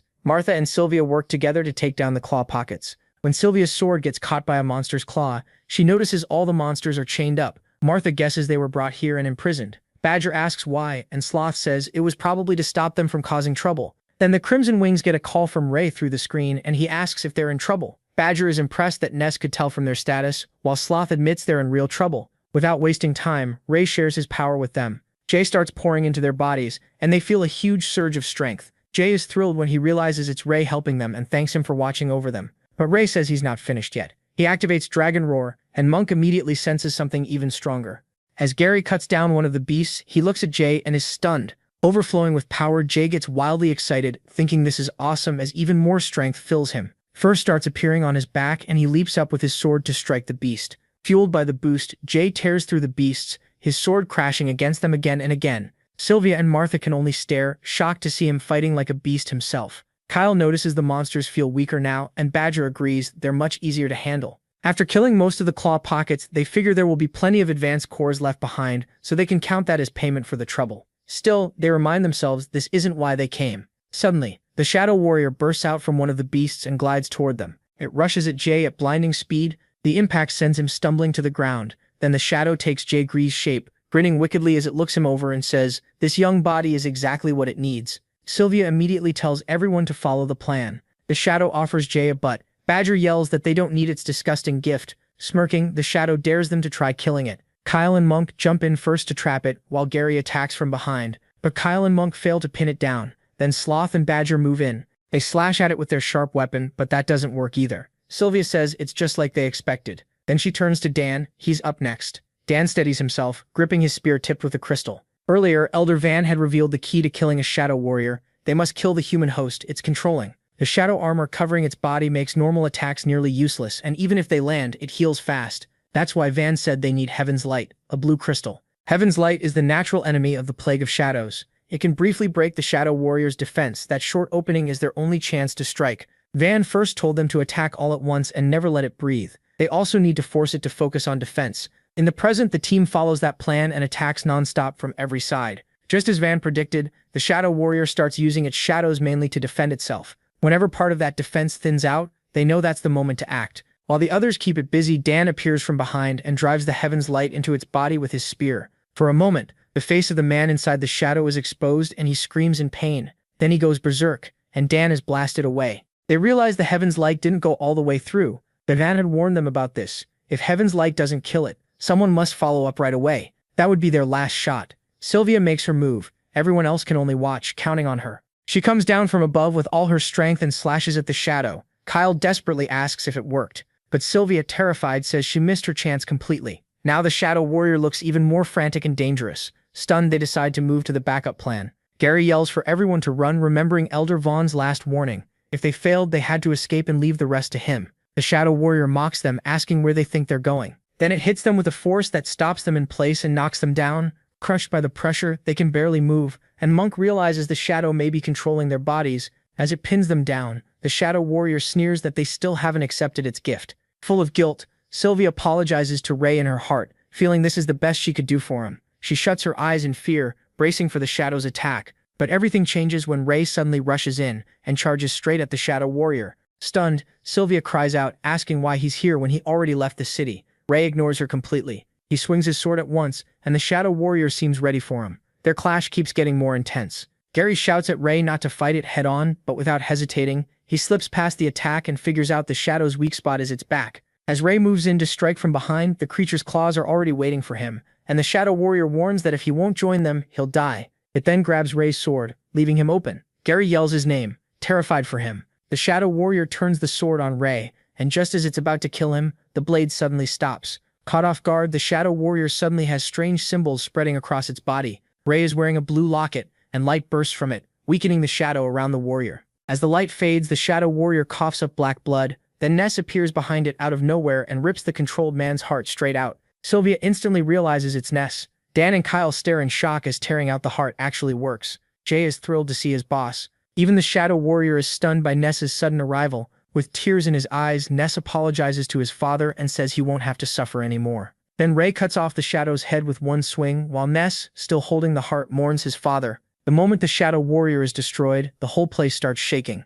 Cracks spread through the walls and wild shadows gather again. The twins tell everyone to get out and the group runs. Gary calls for Ray to hurry up and retreat. Ray follows them, but Sylvia screams for Ness to come too. Nessus tells her to go on without him. He still has something to do. He orders Jay to lead them out. Jay grabs Sylvia's hand and runs, telling her Ness is stronger than all of them and will be fine. Meanwhile, with a heavy heart, Ray burns his father's body to ashes and cries. He remembers when his mother Scarlet gave him the blue locket. In that painful moment, he realizes that even though he always wanted to protect everyone, right now he's the one being protected by his friends. As tears run down Ray's face, Gary running behind him wonders where all that water is coming from. Still crying hard, Ray breaks down beside his father's body and apologizes for failing the promise he made to his mom to bring him back. After thanking his father, he finally says goodbye. The story then cuts to the group rushing back to Elder Van, and Gary quickly warns him that the shadows are right behind them. Van tells them to keep going and leave the shadows to him. As the shadows close in, Van shows his power and drives them back with a fierce strike. For the moment, he manages to hold them off. Meanwhile, Gary and the others make it safely through the prison's red gates, escaping death by a hair. While they catch their breath, Monk wonders how Ness even got inside, and Kyle finally sees how dangerous the Shadow Plague really is. Dan guesses Elder Van must have let him in. At the same time, Jay quietly comes over to Ray and asks if he should take him away first. Then Jay panics, saying Gary is coming, but Ray seems completely out of it. It turns out Ray used teleportation magic, which is how he appeared in two places. When the spell ends, he returns to normal. Gary questions how he suddenly showed up underground, and Jay tries to brush it off, saying the boss is tired and needs rest. But Ray finally speaks and tells Jay to let him talk with Gary alone. The two of them head somewhere quiet. There, Gary tells him Sylvia and Jay got everyone back safely, and Van and the Master Knight are handling the rest. Then he asks if Ray wants to share what he's hiding. Instead, Ray asks how Gary dealt with Amy's death, and Gary admits he never did. His life may look the same, and the city keeps moving, but not a day goes by without thoughts of revenge. Ever since Amy died, his heart has felt empty.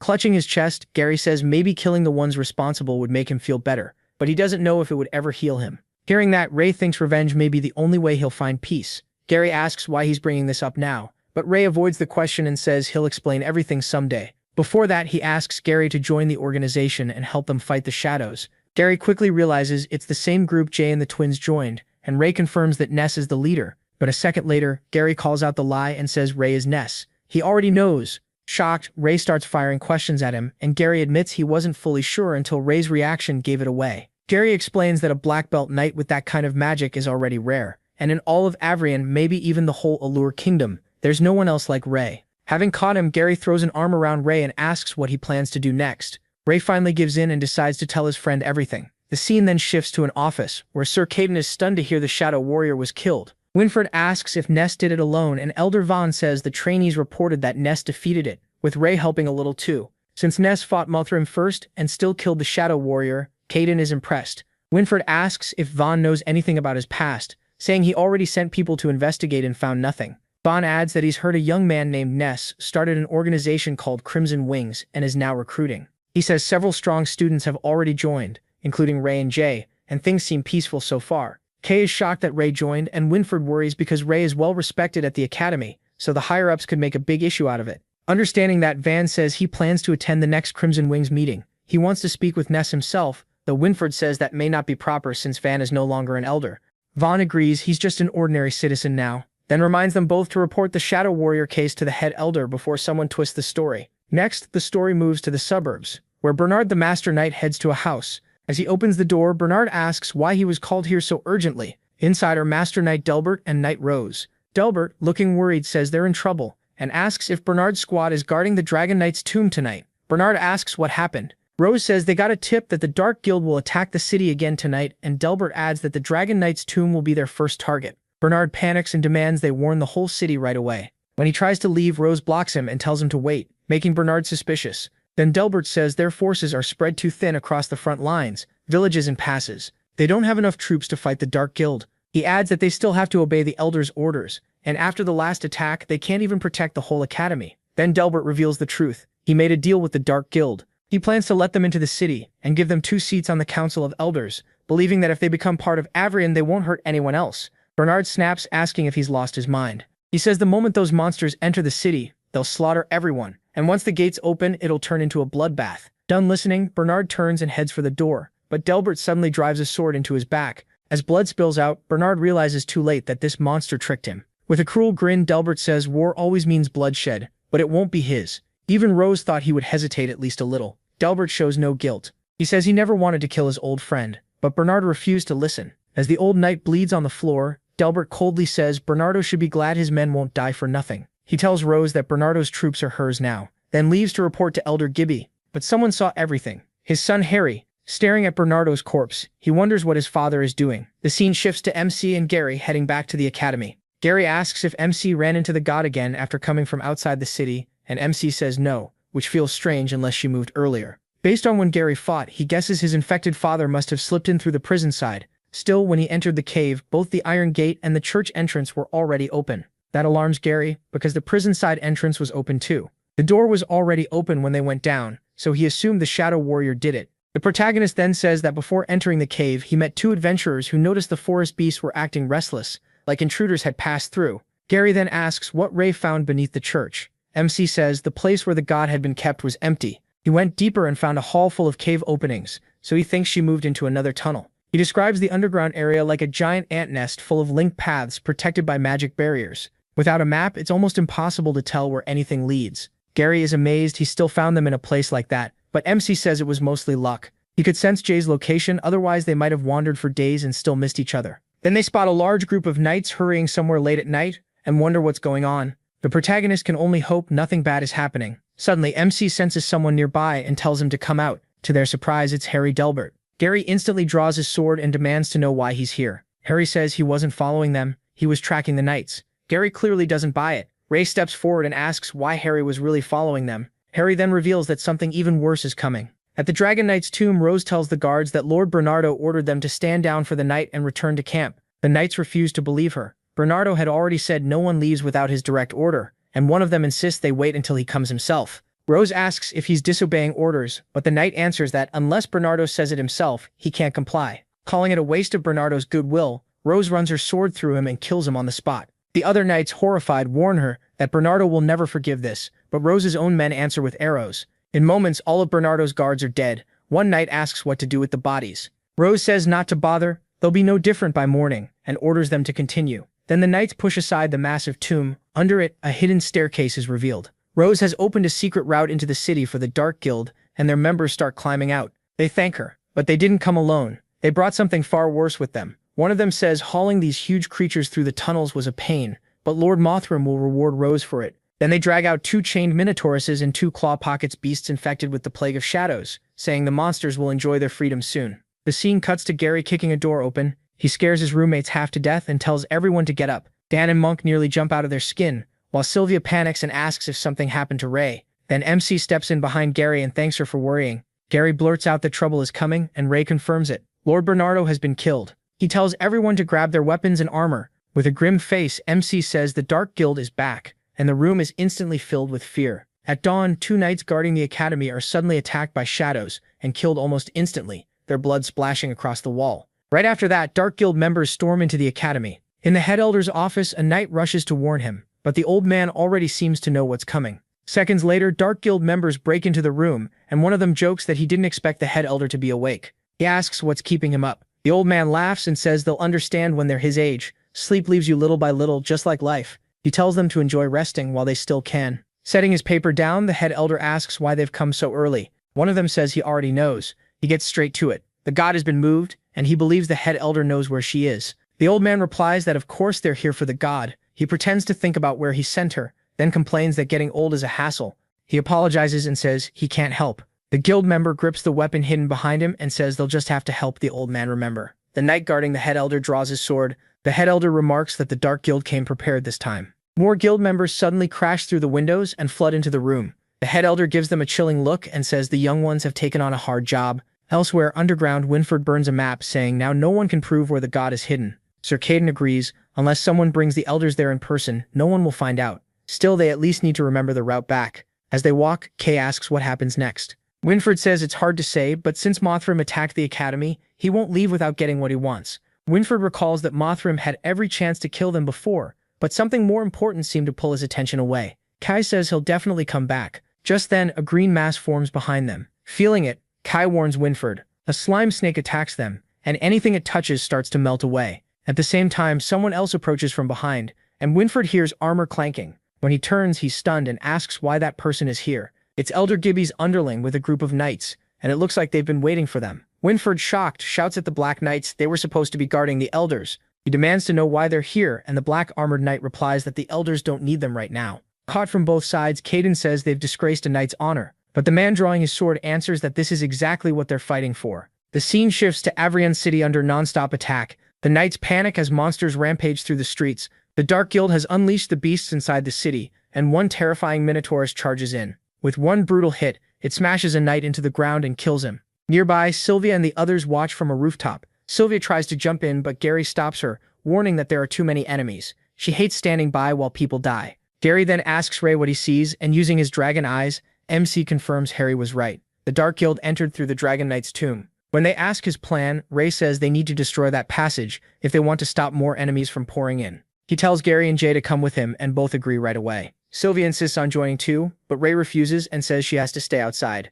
He explains that someone must hold off the enemies around the tomb so they can't advance easily. Martha agrees and reminds Sylvia that the knights fighting outside need a leader. Sylvia accepts it and tells Ray to be careful. Ray sends Dan to find Old Man Vaughn and explain what's happening, guessing there are other underground routes into the academy that Vaughn might know about. He tells Kyle to find Winford and Sir Kay. They're trustworthy and they need a Knightmaster's help. Dan and Kyle head out at once. Then MC apologizes for not saying this sooner. Using the contract, he says he needs them to decide right now. He asks if they want to join the Crimson Wings. Sylvia and the others are stunned, realizing he's using contract magic. Back at the Dragon Knight's tomb, a monster gets stuck halfway in the passage while the knights shout for them to hurry and pull the big thing through. Then, in a flash, an arrow pierces the monster's eye and sends it into a frenzy. A Dark Guild member yells for them to control the monster before it goes wild. A moment later, they spot who fired the arrow. It's Martha Woodworks, and they rush after her. She drops 2 masked men with quick shots, and the rest realize they walked into a trap. Martha fires 3 more arrows, but Knight Rose catches her off guard and aims back.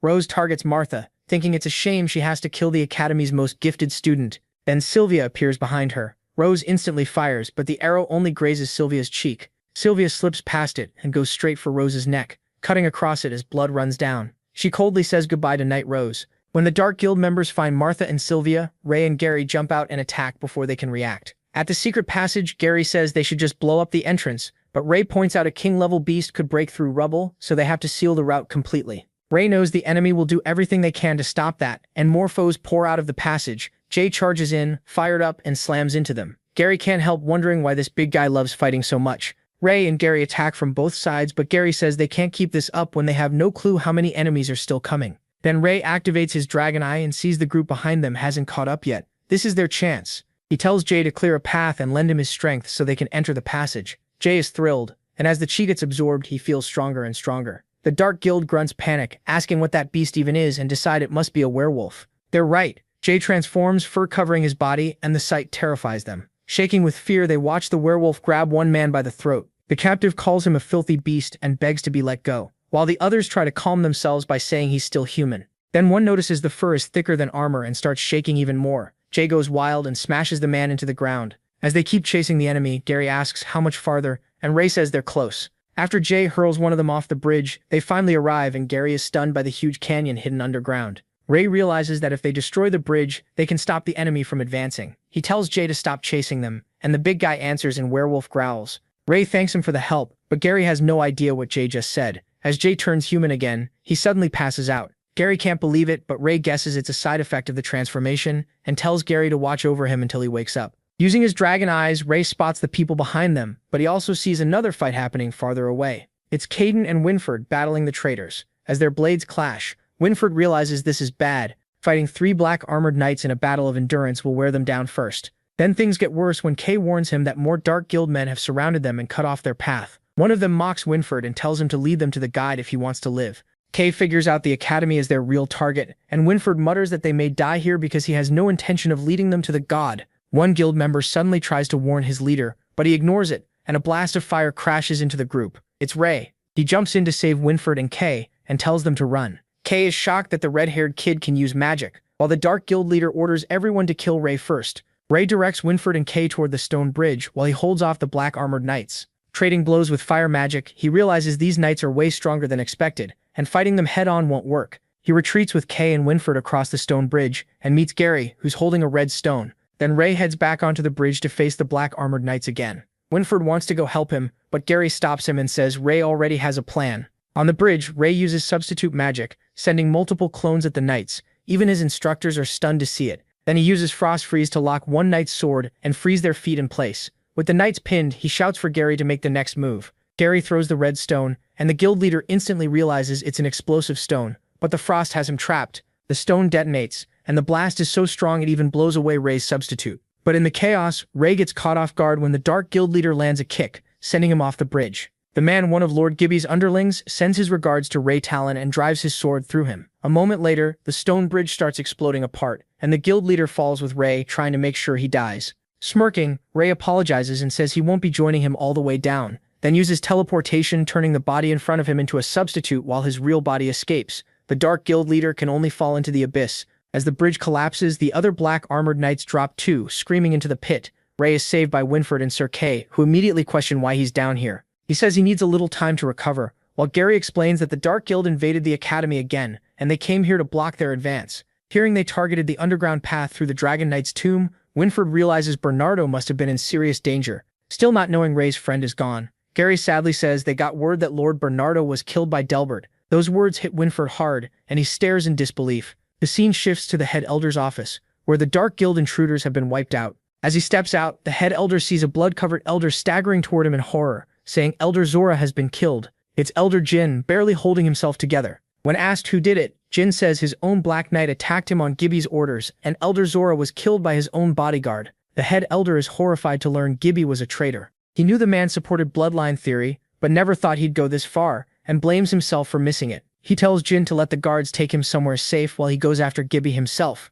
Then Jin's eyes suddenly shine in a strange way. Jin says that won't be needed. The head elder tries to encourage him, saying this isn't the time to give up, but then Jin raises a hand crackling with lightning and blasts the head elder and his guard away. Coughing blood, the head elder trembles in shock and realizes the enemy had been right beside him all along. Then the fake Jin removes his disguise. It's Mothram. He says he returns soon after being expelled from the academy because an elder's seat was too useful to pass up. When he shifts back into Jin's face, the head elder asks what happened to the real Elder Jin. Mothram answers that the old man was worthless, so he sent him where he belonged. The head elder is badly hurt and barely holding on. Mothram charges lightning again and warns that time is running out, demanding to know where the divine artifact is hidden. The head elder refuses to tell him. Even knowing the old man means it, Mothram sees he's already close to death, then unleashes a massive lightning attack that bursts out of the academy itself. The scene returns to the secret passage as Ray and the others come back out. Gary tells Jay he woke up at the perfect time, and Jay apologizes, saying he can't always control himself. He thinks he missed the best part of the battle, but Gary says he really didn't.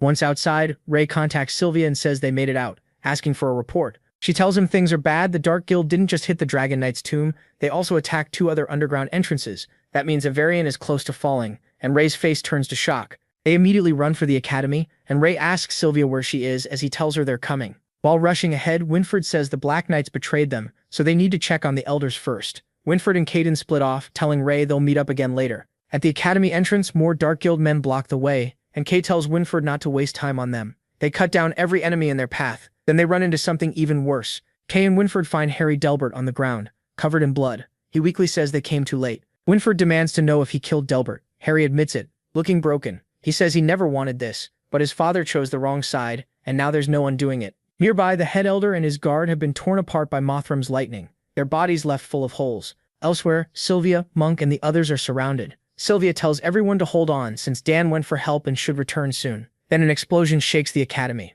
At that moment, a Minotaurus moves to strike Sylvia from behind, but Ray bursts in on Noir and slams into the beast just in time. Sylvia's thrilled to see him, and Gary and Jay rush in too, cutting down enemies and relieved everyone's still safe. Dawn soon returns with Vaughn and the hospital director. Suddenly, a voice orders everyone to drop their weapons.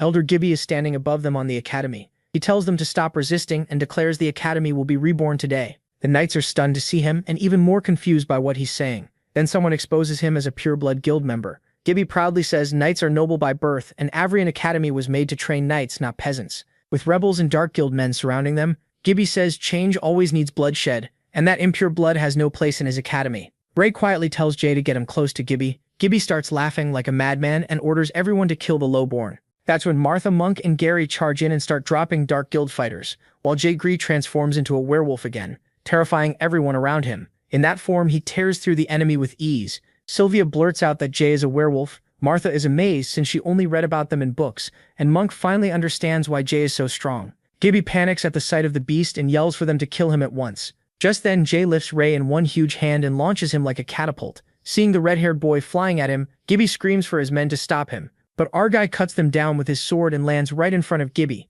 Terrified, Gibby begs him to stay back. Instead, Ray grabs him by the neck and holds him over the edge, ready to drop him. But before doing that, Argai fixes him with a deadly look. He wants answers first. Gibby panics and begs for mercy, even promising to spare Ray. Argai tells him to save that for the dead. Hanging over the edge, Gibby desperately asks what he wants and even offers him an elder seat. Ray ignores that and asks who leads the purebloods. Gibby says he doesn't know, he's never seen their face. Deciding he's wasting time, Ray uses a skill. It's Magic Dragon's Truth, a 20-mana spell that forces the target to speak the truth. Under its effect, Gibby admits that he himself leads the purebloods.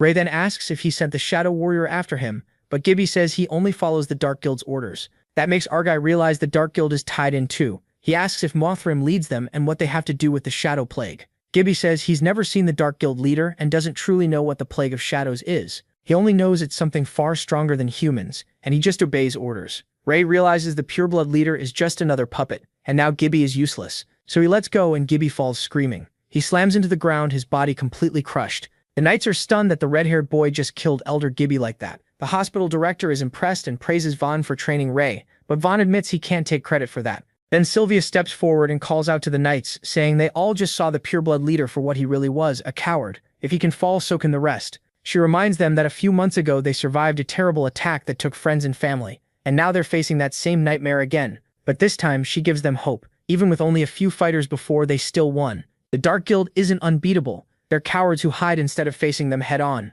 Sylvia asks who will stand and fight with them, and the knights rally behind her at once, clearly fired up by her words. The Dark Guild men start to waver, but one of them snaps that it's just a cornered beast fighting back and reminds them their goal is the gate. Then another says Gibby's dead, so there's no reason to keep fighting. A man in a white mask cuts him off, saying Gibby's death changes nothing. They lead now. If he wants to follow Gibby, he can join him, and then stabs him dead. After seeing that, the rest fall in line. When asked who their leader is, they answer, Lord Mothrim. He repeats the order. The gate comes first, and tells them to kill the silver-haired girl blocking the way and talking too much. Then black clouds rumble overhead, and a loud sound from the city gate stops everyone cold. Gary notices the cracks spreading across the gate and screams for everyone to move. A second later, the city gate explodes. Something huge is coming through. One Dark Guild member realizes it's the main force sent for their mission. Avrian's gate has fallen. Endless monsters pour into the city, with Dark Guild riders charging in on a mammoth demon. But their grand entrance ends fast when someone attacks the mammoth. The beast goes berserk and tramples the Dark Guild men riding it.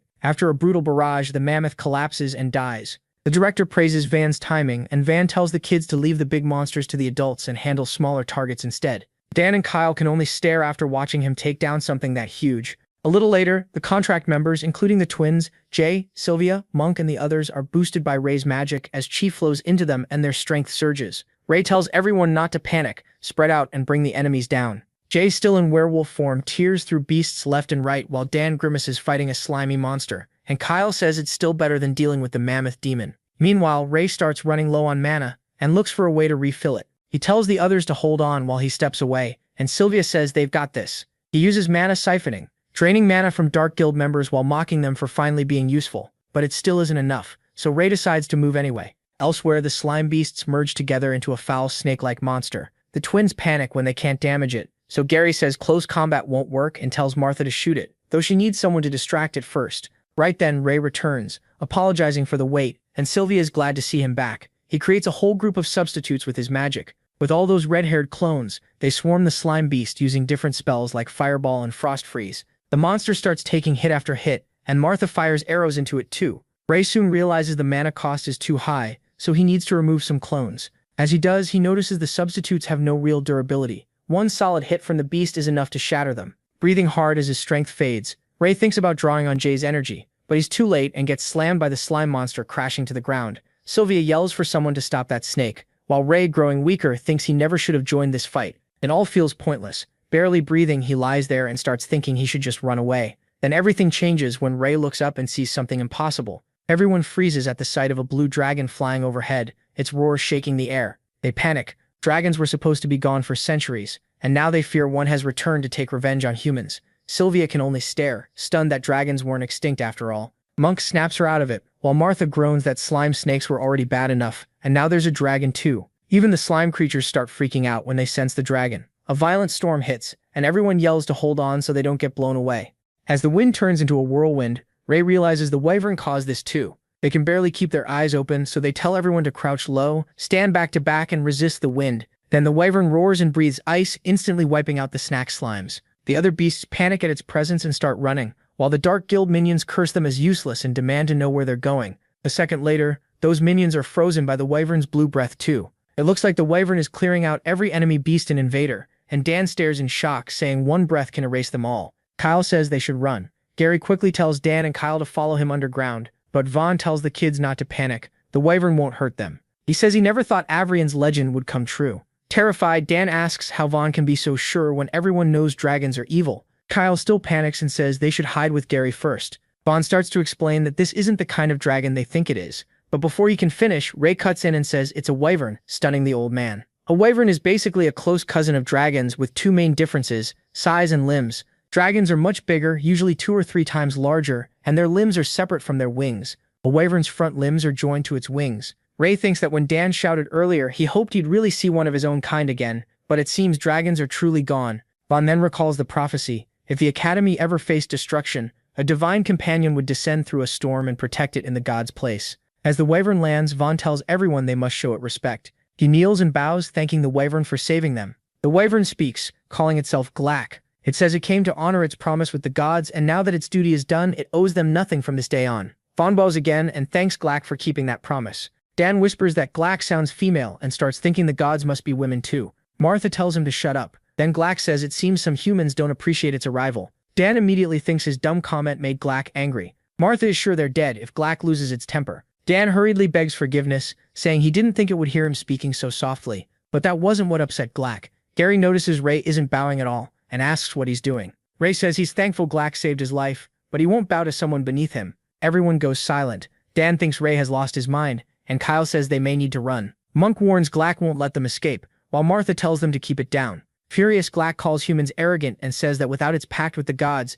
it could kill Ray with one bite. Ray doesn't care. He just asks why Glack is protecting this city. Glack snaps back, asking who a mere human thinks he is to question it. Ray says he's too tired to explain and tells Glack to read his memories if it can. Glack asks who he really is, and Ray tells it to see for itself. Still suspicious, Glack tells him to place a hand on its head so it can enter his body. Ray puts his hand on Glack's head, and Glack is pulled into memories of him as a red dragon. It also learns he was reborn as a human. Glack jerks back in shock, unable to believe Ray was once a mighty red dragon. Ray asks Glack to keep that secret, and the wyvern bows, saying only the two of them can sense this exchange. It apologizes for its earlier disrespect and calls him Sen, his old name as a red dragon. Ray says he doesn't use that name anymore and tells Glack to call him Ray. Then Ray asks again why it protects Avrian City. Glack explains that long ago, when the city was still being built, it was attacked by beasts and badly wounded, falling onto a mountain near the city with barely any life left. Back then, a god found Glack and gave it a rare fruit that grows deep in the forest only once in hundreds of years.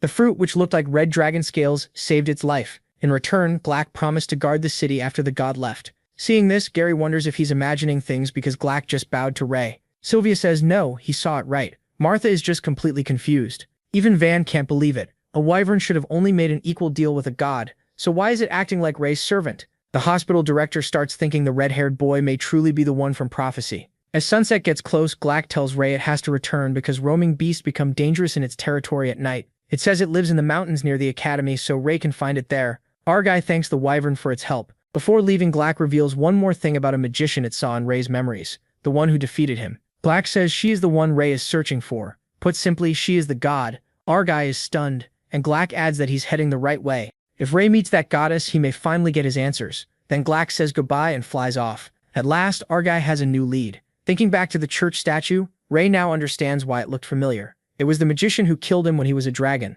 But that raises more questions. If she saved wyverns, why did she wipe out the dragons? And if she's the god, then what was that giant crystal in the church passage that almost showed him the future? Ray decides it's time to leave Avrion, since there may be no more clues here. Then Gary runs over and asks what he was talking about with the wyvern, and why it treated him so strangely. Ignoring that, Argai gets straight to the point, and asks if Gary wants to leave Avrion with him to check out Roland's Magic Academy. Gary has clearly been waiting for this chance for a long time, and his eyes light up with determination. Ray then reflects that the war's cost was huge. Avrion was nearly destroyed. The knights took massive losses, only 3 elders remained, and half the city was left in ruins. The great city of Avrion was gone. After driving out the Purebloods and the Dark Guild, the Crimson Wings took control. As their leader, Ray gave the knights a choice. It was simple: accept a contract, join the Crimson Wings, and remain in Avrion, or leave. During the final attack, many saw Ness's heroic fight with Mothram, which made him a youth idol fast. And in both attacks, the Crimson Wings led the knights' counterattack, while the higher-ups did nothing. So when people learned that Ness Ray in disguise was the leader of the Crimson Wings, nearly half the knights joined right away. The other half chose to leave, which was about what he expected. After that, Ray thinks that since reaching Dragon Knight, gaining experience has become much harder. Even intermediate beast crystals barely help now. As Moore wakes up, keeping Ness's appearance with glamour keeps draining mana, and his supply is getting low. He starts thinking about how to break through. Then Serkay, Van, and Winford walk over. Ray asks how things turned out. Van says that after the knight's recommendation, Winford and Kay were picked as replacement elders. Kay isn't happy. He thinks he's worthy of being a full elder. But these are desperate times. Winford adds that if they refused, someone like Gibby might take the spot, and guilt flashes across his face as he admits he was partly responsible for Bernardo and the head elder dying. Ray asks if he found any clue about who killed the head elder. Winford says something is off. The wounds on the head elder and the black-armored knight weren't sword cuts but burn marks. Those injuries were fatal, yet there were barely any other wounds. Kay adds that the head elder's room was full of dead Dark Guild members, proving there was a fight but none of them managed to hurt the victims. Van says that should be impossible unless they were ambushed by someone they trusted, which makes Ray suspect Gibby. But Van disagrees. Gibby doesn't have that kind of power, and those injuries came from magic, which worries him even more because that means the problem is bigger. Ray then suspects Mothram may be behind it. The old man agrees. He says the Purebloods may have led the invasion on the surface, but the Dark Guild was likely controlling it from behind the scenes. Vaughn adds that the rebel black-armored knights were probably sent to look for traces of God. Gibby stirred up chaos in the city, yet Mothram never showed himself once. Winford says that does make sense. Sir Kay then wonders if Mothram really did it. How did he get close enough to the head elder? Ray says they should investigate patiently. Sooner or later the fox will show its tail. And now that Winford and Kay are elders, Sylvia can relax a little. He then asks Van if he's going back to his old post, saying this could be the perfect time to get rid of those awful rules. But Van refuses. He's done with being an elder, and wants to do something more fun. Still, he says, Elder Jin and Humphrey are around, and they've always stayed neutral. With those 2 and the 3 young elders, things should stay stable for now. What none of them know is that Elder Jin is already dead, and Mothram is walking around in his body. Even so, since Winford, Vaughn, and Kay are the people he trusts most, Ray speaks honestly with them. He admits only a few people know he's really Ness. Then he says Avarian needs someone like Ness to lead it, and that leader needs people beside him. He doesn't ask for an answer now, but when he returns next time, anyone on the council can choose to join the Crimson Wings. Winford thanks him for giving them that respect, and says they'll think it over carefully. Vaughn, though, says he's proud of his student and would join right away. Then Serkay asks if Ray has already decided to leave. Ray says he can't stay in Avrion forever. He still needs answers about the Plague of Shadows and some personal matters, so he's planning to head to Roland Magic Academy. When Vane guesses he's going there to meet God, the old man drops a shocking secret. Since Kay and Winford are now elders and would learn this sooner or later, Vane decides to tell them now. He reveals that while many know about the God at Roland Academy, only a few know Avrion also has a trace of God. Pointing at Ray, Vane says he's already met Avrion's God,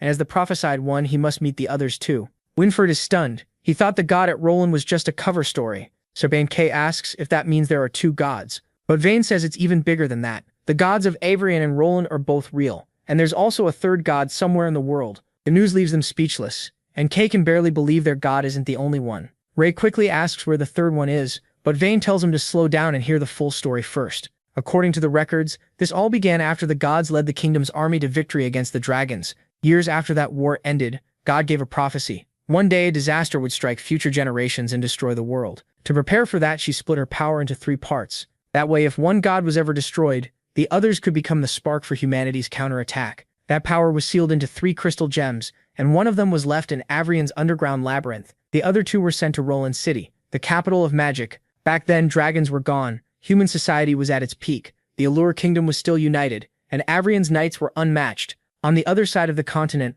Roland had gathered countless powerful mages, so keeping the gods in those 2 places seemed almost perfectly safe. But then the unexpected happened. A transport fleet was hit by a violent storm, and one ship carrying a crystal sank into the sea. In short, nature reminded people they were never as powerful as they thought. Hearing that, Winfred asks if the 3rd god was lost in the ocean. But Vane tells him to wait. That's only the story people were told back then. As centuries passed, almost everyone forgot the 3rd god even existed. Only a few at the top still knew. Since it was too important to leave there, the head elders secretly had nearby fleets recover it. After that, to avoid suspicion, the 3rd crystal was hidden in a busy trade city with many waterways. That makes everything click for them, and Winfred stares in shock. He realizes the 3rd god is in the merchant city of Kelberg. Raiders is stunned too when he hears that name. Sir Kay explains that Kelberg sits on the main route between major city-states. Its waterways make trade easy, so it's a merchant hub. Caravans need guards, bounty work is common, and many adventure guilds gather there, making it a place full of all kinds of people. Winfred still can't believe God was hidden in a place like that. Then he says that since Kelberg is on the way to Roland Magic Academy, Ray will have to stop there.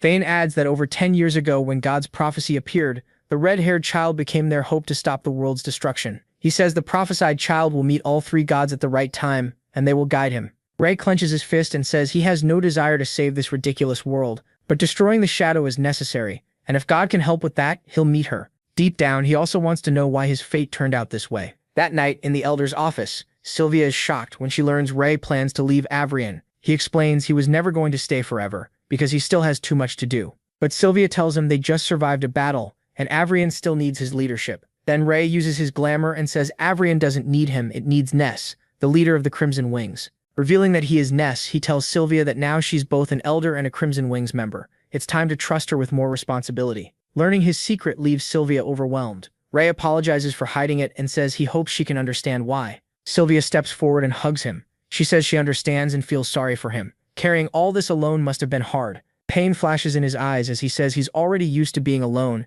and he just hopes the war with the shadows ends soon. Knowing she can't stop him, Sylvia asks him to promise he won't stay long in Kelberg on the way to Roland Academy. Then she says she just got a report. There have been many deaths near Kelbury City, and the Bounty Hall has posted its highest level notice. She reveals the cause, a weapon called the Dragonbone Hammer, strong enough to wipe out a town. The moment Ray hears that, fear flashes in his eyes. The next scene moves to Avrian's city gate. Ray and Gary are setting out for Roland Academy. Winfred and the others wish them a safe trip, and Monk tells them to be careful and send word if anything happens. As they ride off, Ray looks back and meets Sylvia's eyes. Her expression says what she can't speak. Don't go. Even seeing the pain there, he still turns away and leaves. Sylvia can only watch, silently begging him to stay, as tears run down her face. As they ride, Gary starts grumbling about something. He asks why Ray brought Jay along, complaining that the guy is huge and impossible to miss. Jay cheerfully says he goes wherever the boss goes. Besides, Avrian is boring right now, and he doesn't want to stay there. Ray says the road ahead will be dangerous,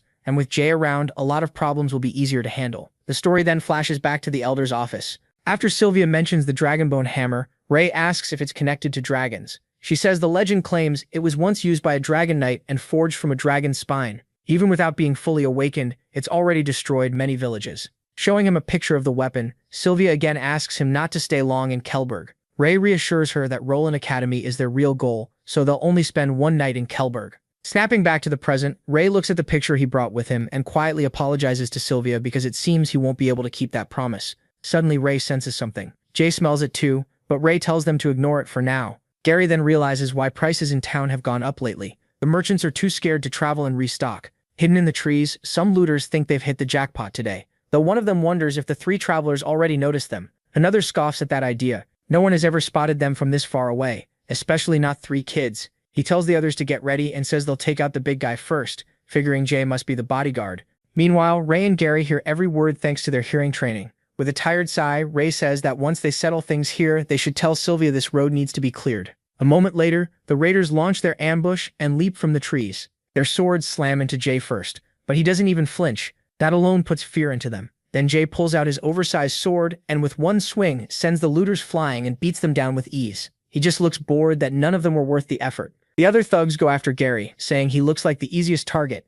That instantly sets him off. Gary mutters that these idiots are ruining his mood, glaring like he's ready to wreck them on the spot. Ray takes the opening and drives a hard kick into one of them. Then he drops the other with a heavy punch. The man's nose starts bleeding and he yelps, stunned that a small red-haired kid hits that hard. After that beating, the cowards run for it. Jay tells them to bring stronger opponents next time. By sunset, they reach Guboro Town and decide to stay for the night. Inside a tavern, they hear someone bragging about a beast crystal from a mid-level monster he killed. Ray suddenly stops when he spots someone he knows. It's Taffy and Candy, the young adventurers he met earlier as Ness, and they're obsessed with the crystal. He asks the tavern owner for a room, but the man coldly says they're full and tells them to go elsewhere. Gary points out the sign outside says rooms are open, and the owner finally says the truth. They don't want redheads scaring off customers. Jay slams the table, angry that they're holding back, but Ray calms him and says they'll just leave. Then someone in the tavern notices the mark on Jay's hand and realizes they're with the Crimson Wings. The man claims they caused chaos in Avarian, says their leader uses black magic and forces knights into contracts, and even spreads that anyone who disobeys gets executed. He finishes by saying the 3 elders died because of them, leaving everyone shaken. Gary quietly tells the protagonist that the purebloods who escaped must have spread all these rumors. A moment later, someone splashes water right into Gary's face. His temper snaps as he demands to know who did it. It's Taffy, who tells them to get out because the Crimson Wings aren't welcome here. Candy tries to stop him from pushing things further. Gary admits the kid has guts, then warns he'll regret it. But Taffy just gets cocky, saying they don't look much older than him, so why should he be afraid? Gary is fuming, but Ray tells him to ignore the kids and leave. As they turn to go, they run into some tavern thugs, and one of them tells his boss these are the 3 he mentioned. The boss, missing his front teeth, snaps at his men for getting beaten by 3 kids, and then whining to him. At the same time, an inn worker tells another customer to cooperate and pay up, but the man argues that he already paid yesterday. The worker fires back that yesterday's payment was for yesterday, and 1 silver coin won't kill him. So the customer tosses the coins into the barrel. Then the boss turns to Ray and apologizes for his men bothering them. After that, he gets to the point. His protection costs 1 silver coin,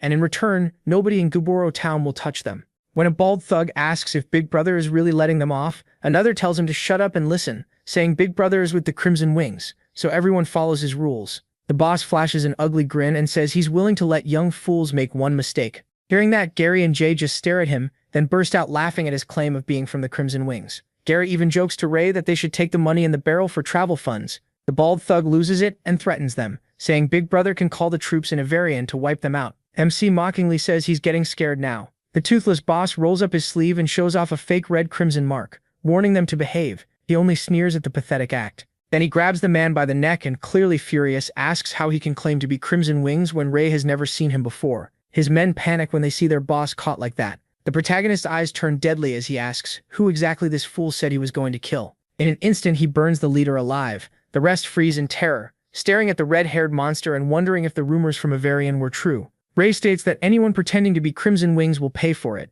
Terrified, the underlings run for their lives, screaming as an explosion goes off behind them. Back in the tavern, Gary tells everyone those men were fakes, using the Crimson Wings name to scare people, so they don't need to fear them. But the people inside still look horrified. Ray tells Gary to drop it, and Jay follows him out. Just before they leave, someone calls out to them. It's Taffy and Candy, thanking the 3 of them. MC gives them a smile. That night, they camp on a grassy spot outside town and tie their horses nearby. At dawn, Ray wakes Jay and says it's time to move. Jay snores like a bear, so Gary yells at the dumb mutt to get up. They're leaving. By noon, they're back on the road. Gary sighs, wishing a high-level beast would show up so he could hunt something, while Jay says a few bandits would be nice since yesterday's fight was boring. Still disguised as Ness, he tells them strong beasts don't usually come near cities, which means they're close. Soon they arrive at Kelberg and stop to look out over the huge city by the sea. They thought Avarian was big, but Kelberg makes it look small. Ray says it's his first time seeing a city this lively, while Jay is more focused on the smell of food and wants to eat first. The protagonist tells them to go explore without him because he needs to check the guild registration process, handing them some money. Gary asks if he's making Crimson Wings an official guild, and MC says yes, official status will make recruiting easier and unlock higher rank quests. But he also plans to use the visit to check on the Dragonbone Hammer. Jay is already chanting about food while Gary heads off to look at weapons. He tells Ness to meet them at the city gate later, and Ray says to take their time. Later, Jay stuffs himself at the food market and says the meat is amazing, asking Gary if he wants some. Gary says he doesn't eat like Jay and keeps eyeing the shiny weapons instead. One sword especially catches his eye, and just as he asks the price, someone else asks too. It's a noble-looking woman in a black cloak with a purple crystal tiara. She completely ignores Gary, which only annoys him more. Then she asks about the sword, and the vendor praises her taste. He says it just arrived yesterday. It's called White Falcon, and it was made from a high-level demon bird. Its sword chi can cut stone and slice iron. When the vendor says it cost 1 gold coin, the woman tells him to wrap it up, but Gary quickly jumps in and offers 1 gold coin plus 5 silver. The girl calmly raises it to 2 gold, making Gary panic. He runs to Jay yelling that he now bids 2 gold and 5 silver. Gary begs Jay to lend him more gold because he found an incredible weapon, and Jay hands it over while still chewing. But when Gary rushes back, the vendor tells him the girl already bought the sword for 3 gold, leaving him stunned. Calling her a damn woman, he notices something under her cloak that looks magical and hurries after her, asking if she's a mage. She admits it, and Gary asks why she wants a sword if she can't use one. She says it's for her father's collection, and besides, she can buy whatever she wants. When she tells him to move because she's busy, Gary pleads for the sword and even offers more money if she'll give it up. Instead, she says if he wants it that badly, they can settle it with a contest. Then she calls someone named Berg from the crowd. She introduces Berg as her follower and says if Gary beats him, the sword is his. Startled by the huge man, Gary asks what kind of contest it is, and she says arm wrestling. One round decides it. If Gary loses, he owes her 3 gold coins. He agrees, but says he'll bring his own helper too. Inside, people are buzzing about Berg's arm wrestling match with some kid who turns out to be Jay Gree. Almost everyone bets on Berg, except one guy who throws a silver coin on Jay. Since Berg has never lost here, the whole place cheers for him as the match starts. But in seconds, Jay crushes him so hard he slams Berg down and even breaks the table. The whole room goes silent in shock. Gary is thrilled. He just won the sword. The woman stares at Berg and asks if he forgot to use his breath. Berg says he used everything he had, while quietly realizing Jay is a monster. After they leave the tavern, Jay says Berg wasn't even that strong and that he almost broke his arm. Gary admits Jay is incredible, second only to Ray. The woman figures they're not from this city and asks what guild they belong to. Gary answers right away, they're from Crimson Wings. That makes her suspicious, since she's never heard that name before. She just hopes they won't bring trouble to the city. Meanwhile, Ray arrives at the Kelberg Adventurers Guild Hall. Just like he expected, the place is huge. He's surprised by how packed it is inside. A staff member, Fan Zhou, asks Ness what he needs, and the black-haired boy says he wants to register a guild. Fan tells him it costs 5 gold coins, then adds that if a guild has fewer than 10 members, it's usually better to join another one first. Ray makes it clear money isn't the issue. He's in a rush and asks how fast it can be done because he wants to start taking missions today. Fan says the process can be finished before the day ends. Then she asks for the guild's name, and Ness says it's Crimson Wings. Fan says it's a nice, unique name, but he tells her to just write it down. He doesn't care what people think. Next, Fan Zhao asks if Mr. Ness has a mission in mind and offers suggestions, but he already does. He asks about the man who destroyed several nearby towns and whether anyone has taken that job. Fan realizes he means the A-rank mission, and now understands why he was in such a hurry. She says a lot of people have been asking about it lately. Then Ray learns the case is already over, which disappoints him. Zhao shows him a picture of Visi and explains that it started as a B-rank quest, so it didn't draw much attention at first. Later, more deaths were reported near the city. A week ago, a high-level adventurer was killed hunting him, so the mayor stepped in and sent the city's 2 biggest guilds after Visi. They finally captured him. The protagonist figures the mana-infused warhammer must have made the fight rough, but Fan says it actually ended much easier than expected since both guilds already knew how dangerous the weapon was. She says that when they found Visi, he dropped to his knees and started crying. He claimed the warhammer's demonic power controlled him and that the rampage wasn't what he wanted. MC asks what happened to him after that, and Fan says he's locked in the dungeon waiting for judgment, most likely a death sentence. He thanks her for the information and asks if there are any other quests, since he doesn't want the trip to be wasted. Fan tells him to ask for anything he needs. As he walks away, Ray finds the whole thing suspicious. A man who wrecked villages shouldn't have gone down that easily, so he starts wondering if the Dragonbone hammer is now in Kelberg's hands. Either way, he decides he has to meet the prisoner and ask where that weapon came from. Later, Ray arrives at the prison with Gary and Jay. He says the plan is simple. Sneak in quietly, ask their questions, then slip back out. He says he checked things out and most of the guards are from Avrian, so they can handle it. Gary agrees but points out that Jay stands out too much, so Ray tells Jay to stay outside and keep watch. Jay is clearly upset about being left out. Then Ray asks Gary about the new sword, and Gary happily starts explaining it. That excitement dies fast when Ray tells him to hand it to Jay because the sword is too flashy. Nearby, the night guards complain about still being on duty even though the culprit was already caught, saying they might as well execute him early.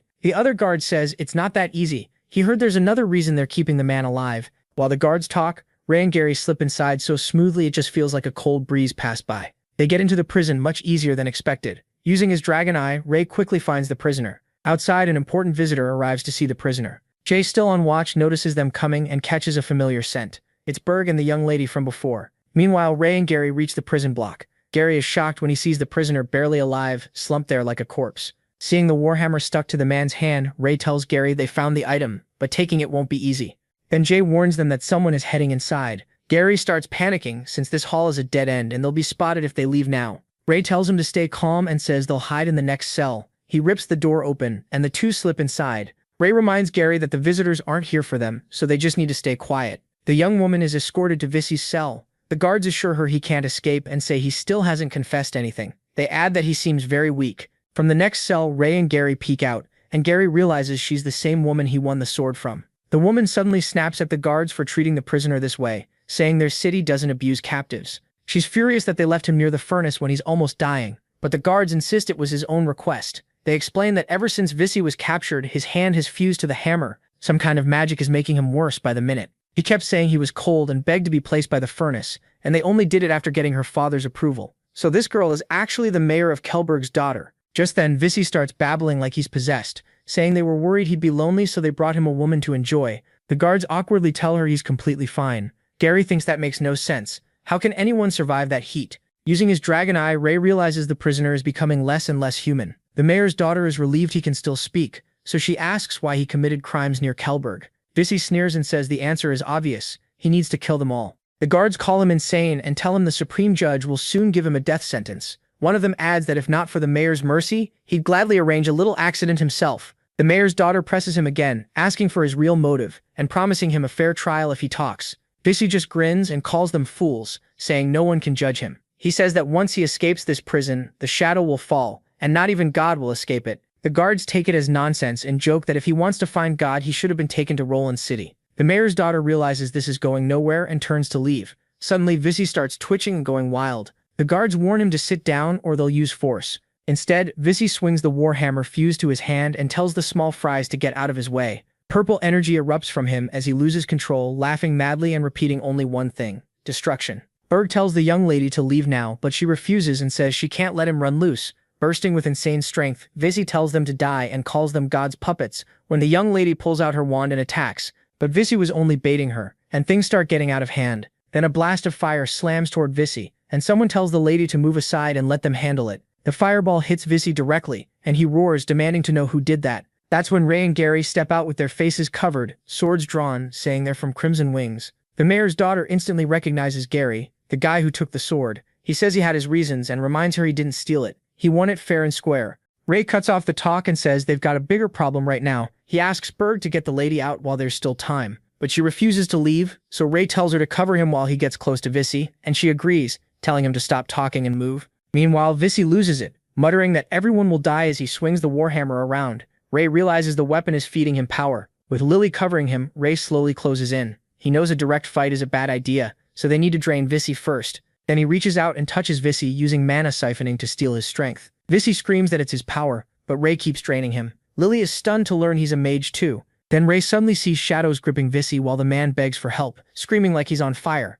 He realizes Vissy is infected with the plague of shadows. A second later, Vissy transforms into a horrifying shadow creature. Shaken, Ray tries telling himself it's just an illusion. Even so, he keeps absorbing Vissy's energy, until he sees a dragon behind him and blacks out on the spot. When he wakes up, he's in a fancy room. As he moves, he notices dragon scales covering half his hand. A careful knock at the door makes him hide it right away. Then the mayor's daughter walks in with Gary. She tells Ray he's been out for days and shouldn't move much yet. He starts asking where they are, and Gary explains they're in the mayor's house and that she's Lily, the mayor's daughter. Ray thanks her for helping him, but Lily thanks him instead for saving her. Now that he's awake, she has questions. As the city's administrator, she has to investigate any group that might threaten the public. She says she checked into Crimson Wings and learned they recently took over Avrian, so she wants to know why the leader of Crimson Wings, a mage and a knight, is here. Ray doesn't explain much. He just says he's not her enemy and that he's chasing the killer because of his weapon, which once belonged to the Avrian Dragon Knight. Apparently that answer is enough, because she says her father's friend in Avrian also vouched for him and suggests they work together.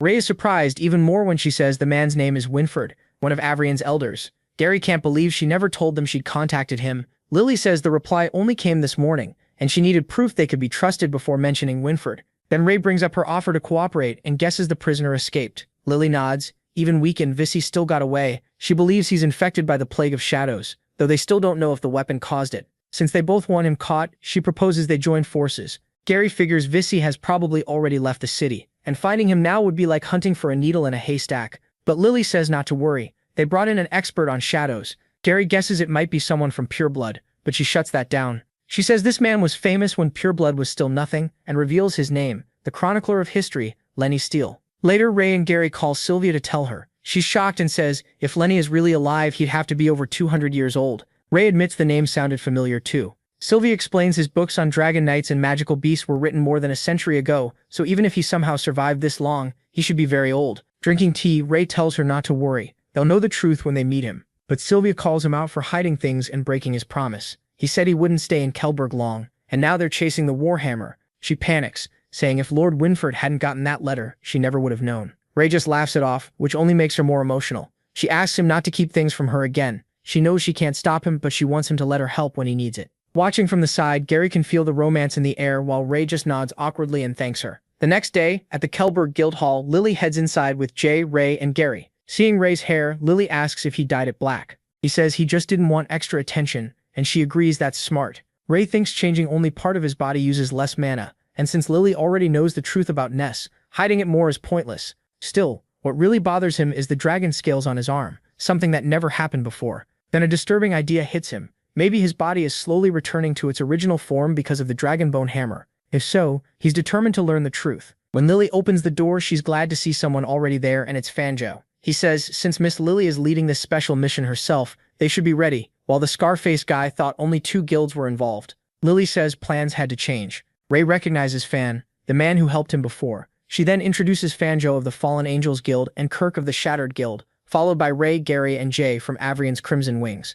Fanjo says it's funny, since Mr. Nessett came here recently to register a guild, and he was the one who handled it. Kirk, the scarred man, isn't impressed. He asks Lily if these kids can really do the job or if they'll just slow everyone down. Lily politely but firmly says they're some of the strongest people here, which is exactly why she invited them, and she expects him to respect them as he respects her. Then she gives him a deadly look and tells him to behave. Kirk gets the message fast. Her dark side scares the life out of the others. Jay mutters that she's kind of intense, and Gary hopes she never turns that anger on them. Just then someone arrives and apologizes for being late, hoping he didn't miss anything. It's Lenny Steele saying he got lost in the crowded hall. Ray stares in disbelief. This is supposed to be a man over 200 years old, yet he doesn't look much older than Winford, so they start wondering if he's a fake. Lenny cheerfully greets the kids from Avrian, and says he knows they have lots of questions, but they'll have time for that later. Gary, amazed, says he's honored to meet him, and has read many of his books, which makes Lenny laugh. Now that everyone is here, Lily ends the small talk and gets to work, flicking her wand.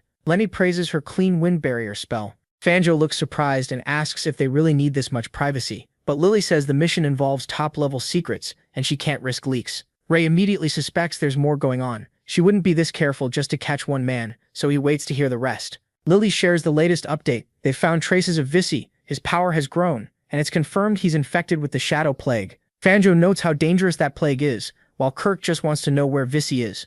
Lily says they're going to the White Tower, leaving everyone stunned. Kirk blurts out that it's a forbidden area, and she says that's exactly why this is a secret mission. They're hunting that monster while staying out of the guard's sight. Anyone who wants out can leave now, but first they must promise that even if they're thrown into a Lenny cuts in, saying their loyalty is obvious or they wouldn't be here, and asks her to tell them what's inside the tower. After a tense pause, Lily reveals why the White Tower is forbidden. God lives there. That leaves everyone staring in shock. Ray, though, had already seen this coming. The room erupts in argument. Joe can't believe God would be in Kelberg. Everyone knows she's in Roland City. Gary insists God is in Avarian, while Kirk sneers that he'd sooner believe Kielberg than a place like that. Then Gary boldly says they saw God with their own eyes. Ray, caught off guard, thinks he really needs to tell Gary the truth about what they actually saw in that church. A moment later, Lenny suddenly appears right beside Ray, startling him, and he asks what he's doing. Reading his face, Lenny says Ray seems to know more than he's saying, but MC denies it, and replies that he knows no more than the old man does. Since the matter is this serious, Kirk says they shouldn't hide it from their guilds. At least the leaders should know. Fan agrees and says they may need more guild power,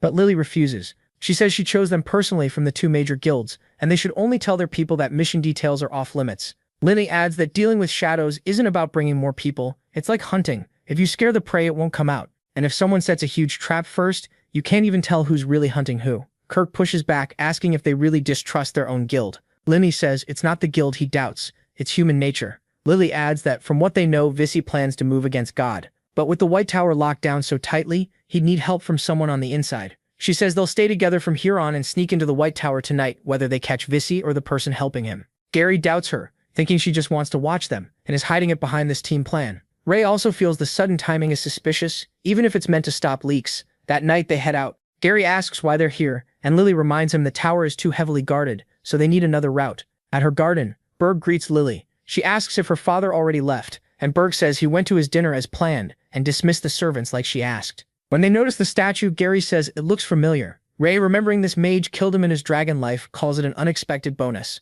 Fanjo asks if the mayor knows about this. Lily says the fewer people who know the better, and adds that her father is too stubborn anyway. Jay and Kirk already look tired of her blunt attitude. Then Lily calls over Jay, the big guy, and asks him to help push the statue. A hidden passage opens under it. Lily explains the tunnel goes straight to the warehouse beneath the White Tower, and warns everyone to stay quiet. As they enter, Linny says the upper class always builds secret exits for themselves, no matter how many rules they make. Lily agrees, without one they'd be helpless in a crisis, and unable to protect anyone. Underground, Gary admits he hates places like this. Fan guesses he had bad memories below ground, and Gary clearly doesn't want to relive them. Suddenly Jay starts sniffing around. Kirk mocks him, asking whose pet he is, and why he keeps twitching his nose. Jay, being a werewolf, says Kirk wouldn't get it. He smells something strange. Ray quickly asks if something's wrong, and Jay points ahead. He uses his dragon eye to check the area. Someone says this warehouse mostly stores grain, so only rats usually come here. Kirk jokes that having Jay around is perfect for rat hunting. After checking the granary, the protagonist says he found nothing unusual, which makes Gary think Jay may be overreacting.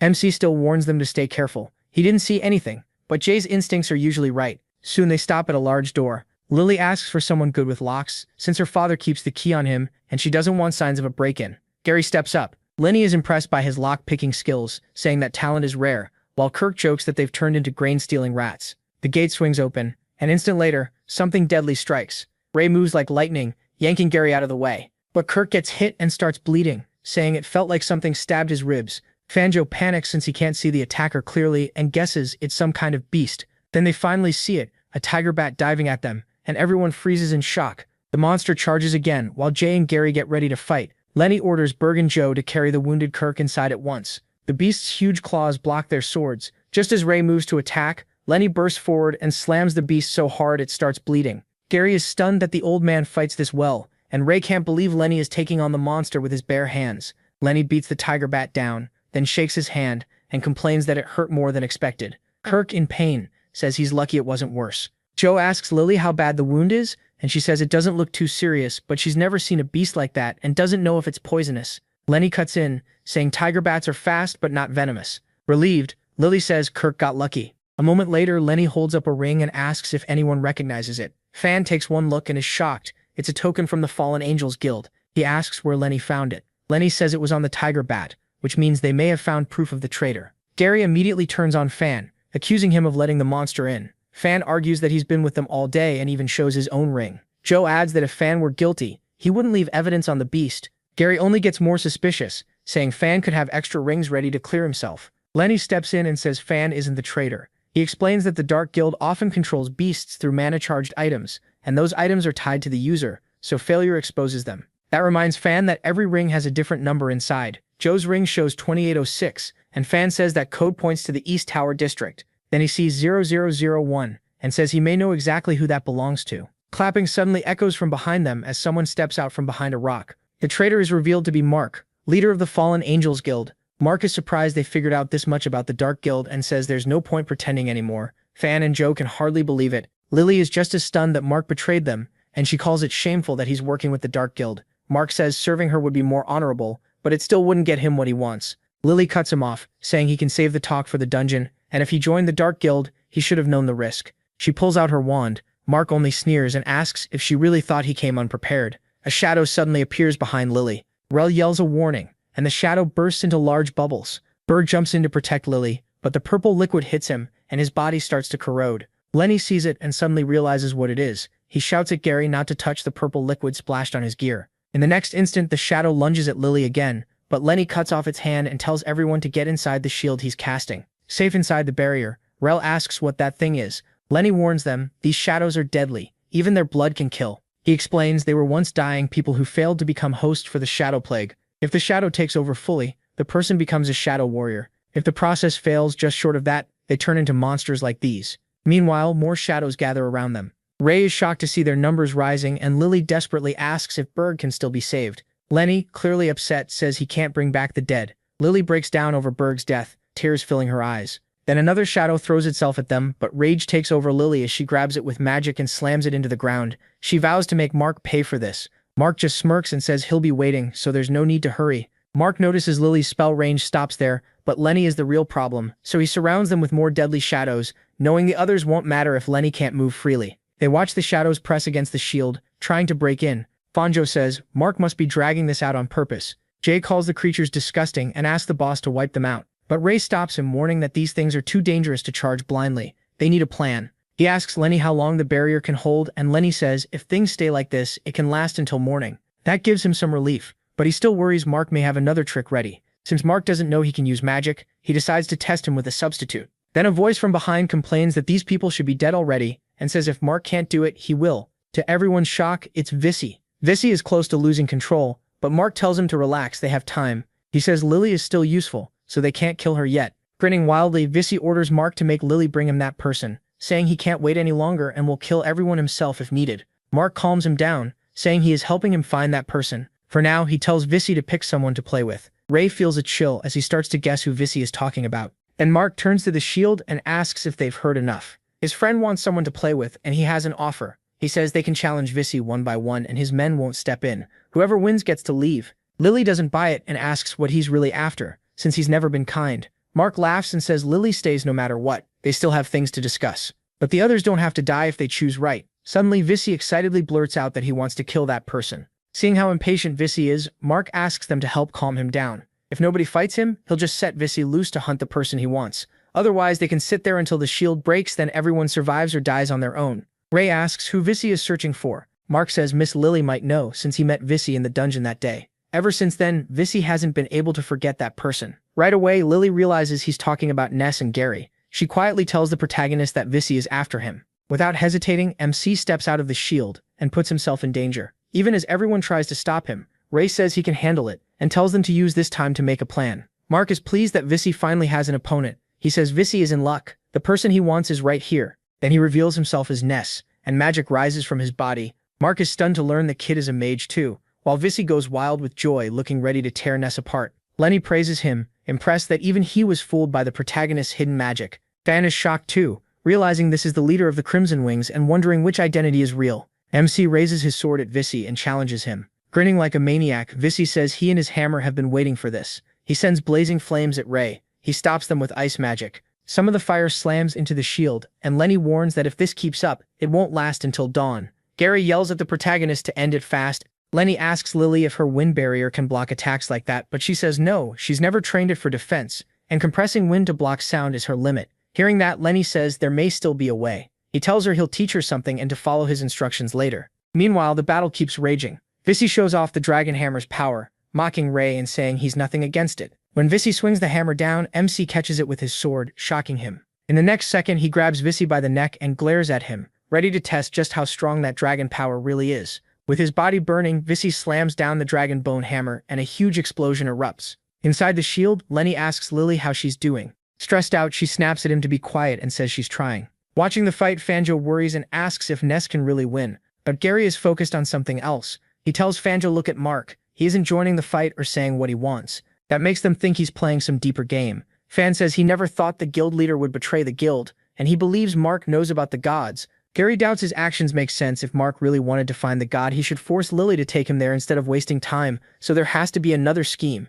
As Vissy's dragon hammer keeps clashing with Ray's sword, the protagonist uses the opening to make a substitute. Vissy fires dragon flames at him, but the double casts Icebind and freezes every flame attack. Mark notices Ray is dangerous, skilled in close combat and flexible with magic. If they don't get rid of him now, he'll become a bigger problem later. Then Mark looks toward the shield and realizes Lily is gone. He instantly orders a shadow warrior to find her. It catches sight of Lily as she runs. She turns and hits it with a wind slash that cuts through it, and Mark shouts, asking if she's trying to get herself killed. Using her wand, Lily casts a wind barrier and a blast of wind, trapping the shadow warrior in a whirlwind. At that moment, Lenny, Fan, and Zhu rush Mark. Gary and Jay jump in too, and Mark draws his sword covered in purple energy. Then Jay turns into a werewolf and roars, which catches Mark off guard. At the same time, Fan, Joe, and Lenny battle the shadow warriors. Fan struggles against the creature, while Lenny throws heavy punches at it. Then Fan realizes the shadow is about to blow itself up. It swells like a bubble and bursts, spraying deadly pieces everywhere. Lily is the one who finishes off the Shadow Warrior, and Mark realizes he underestimated her.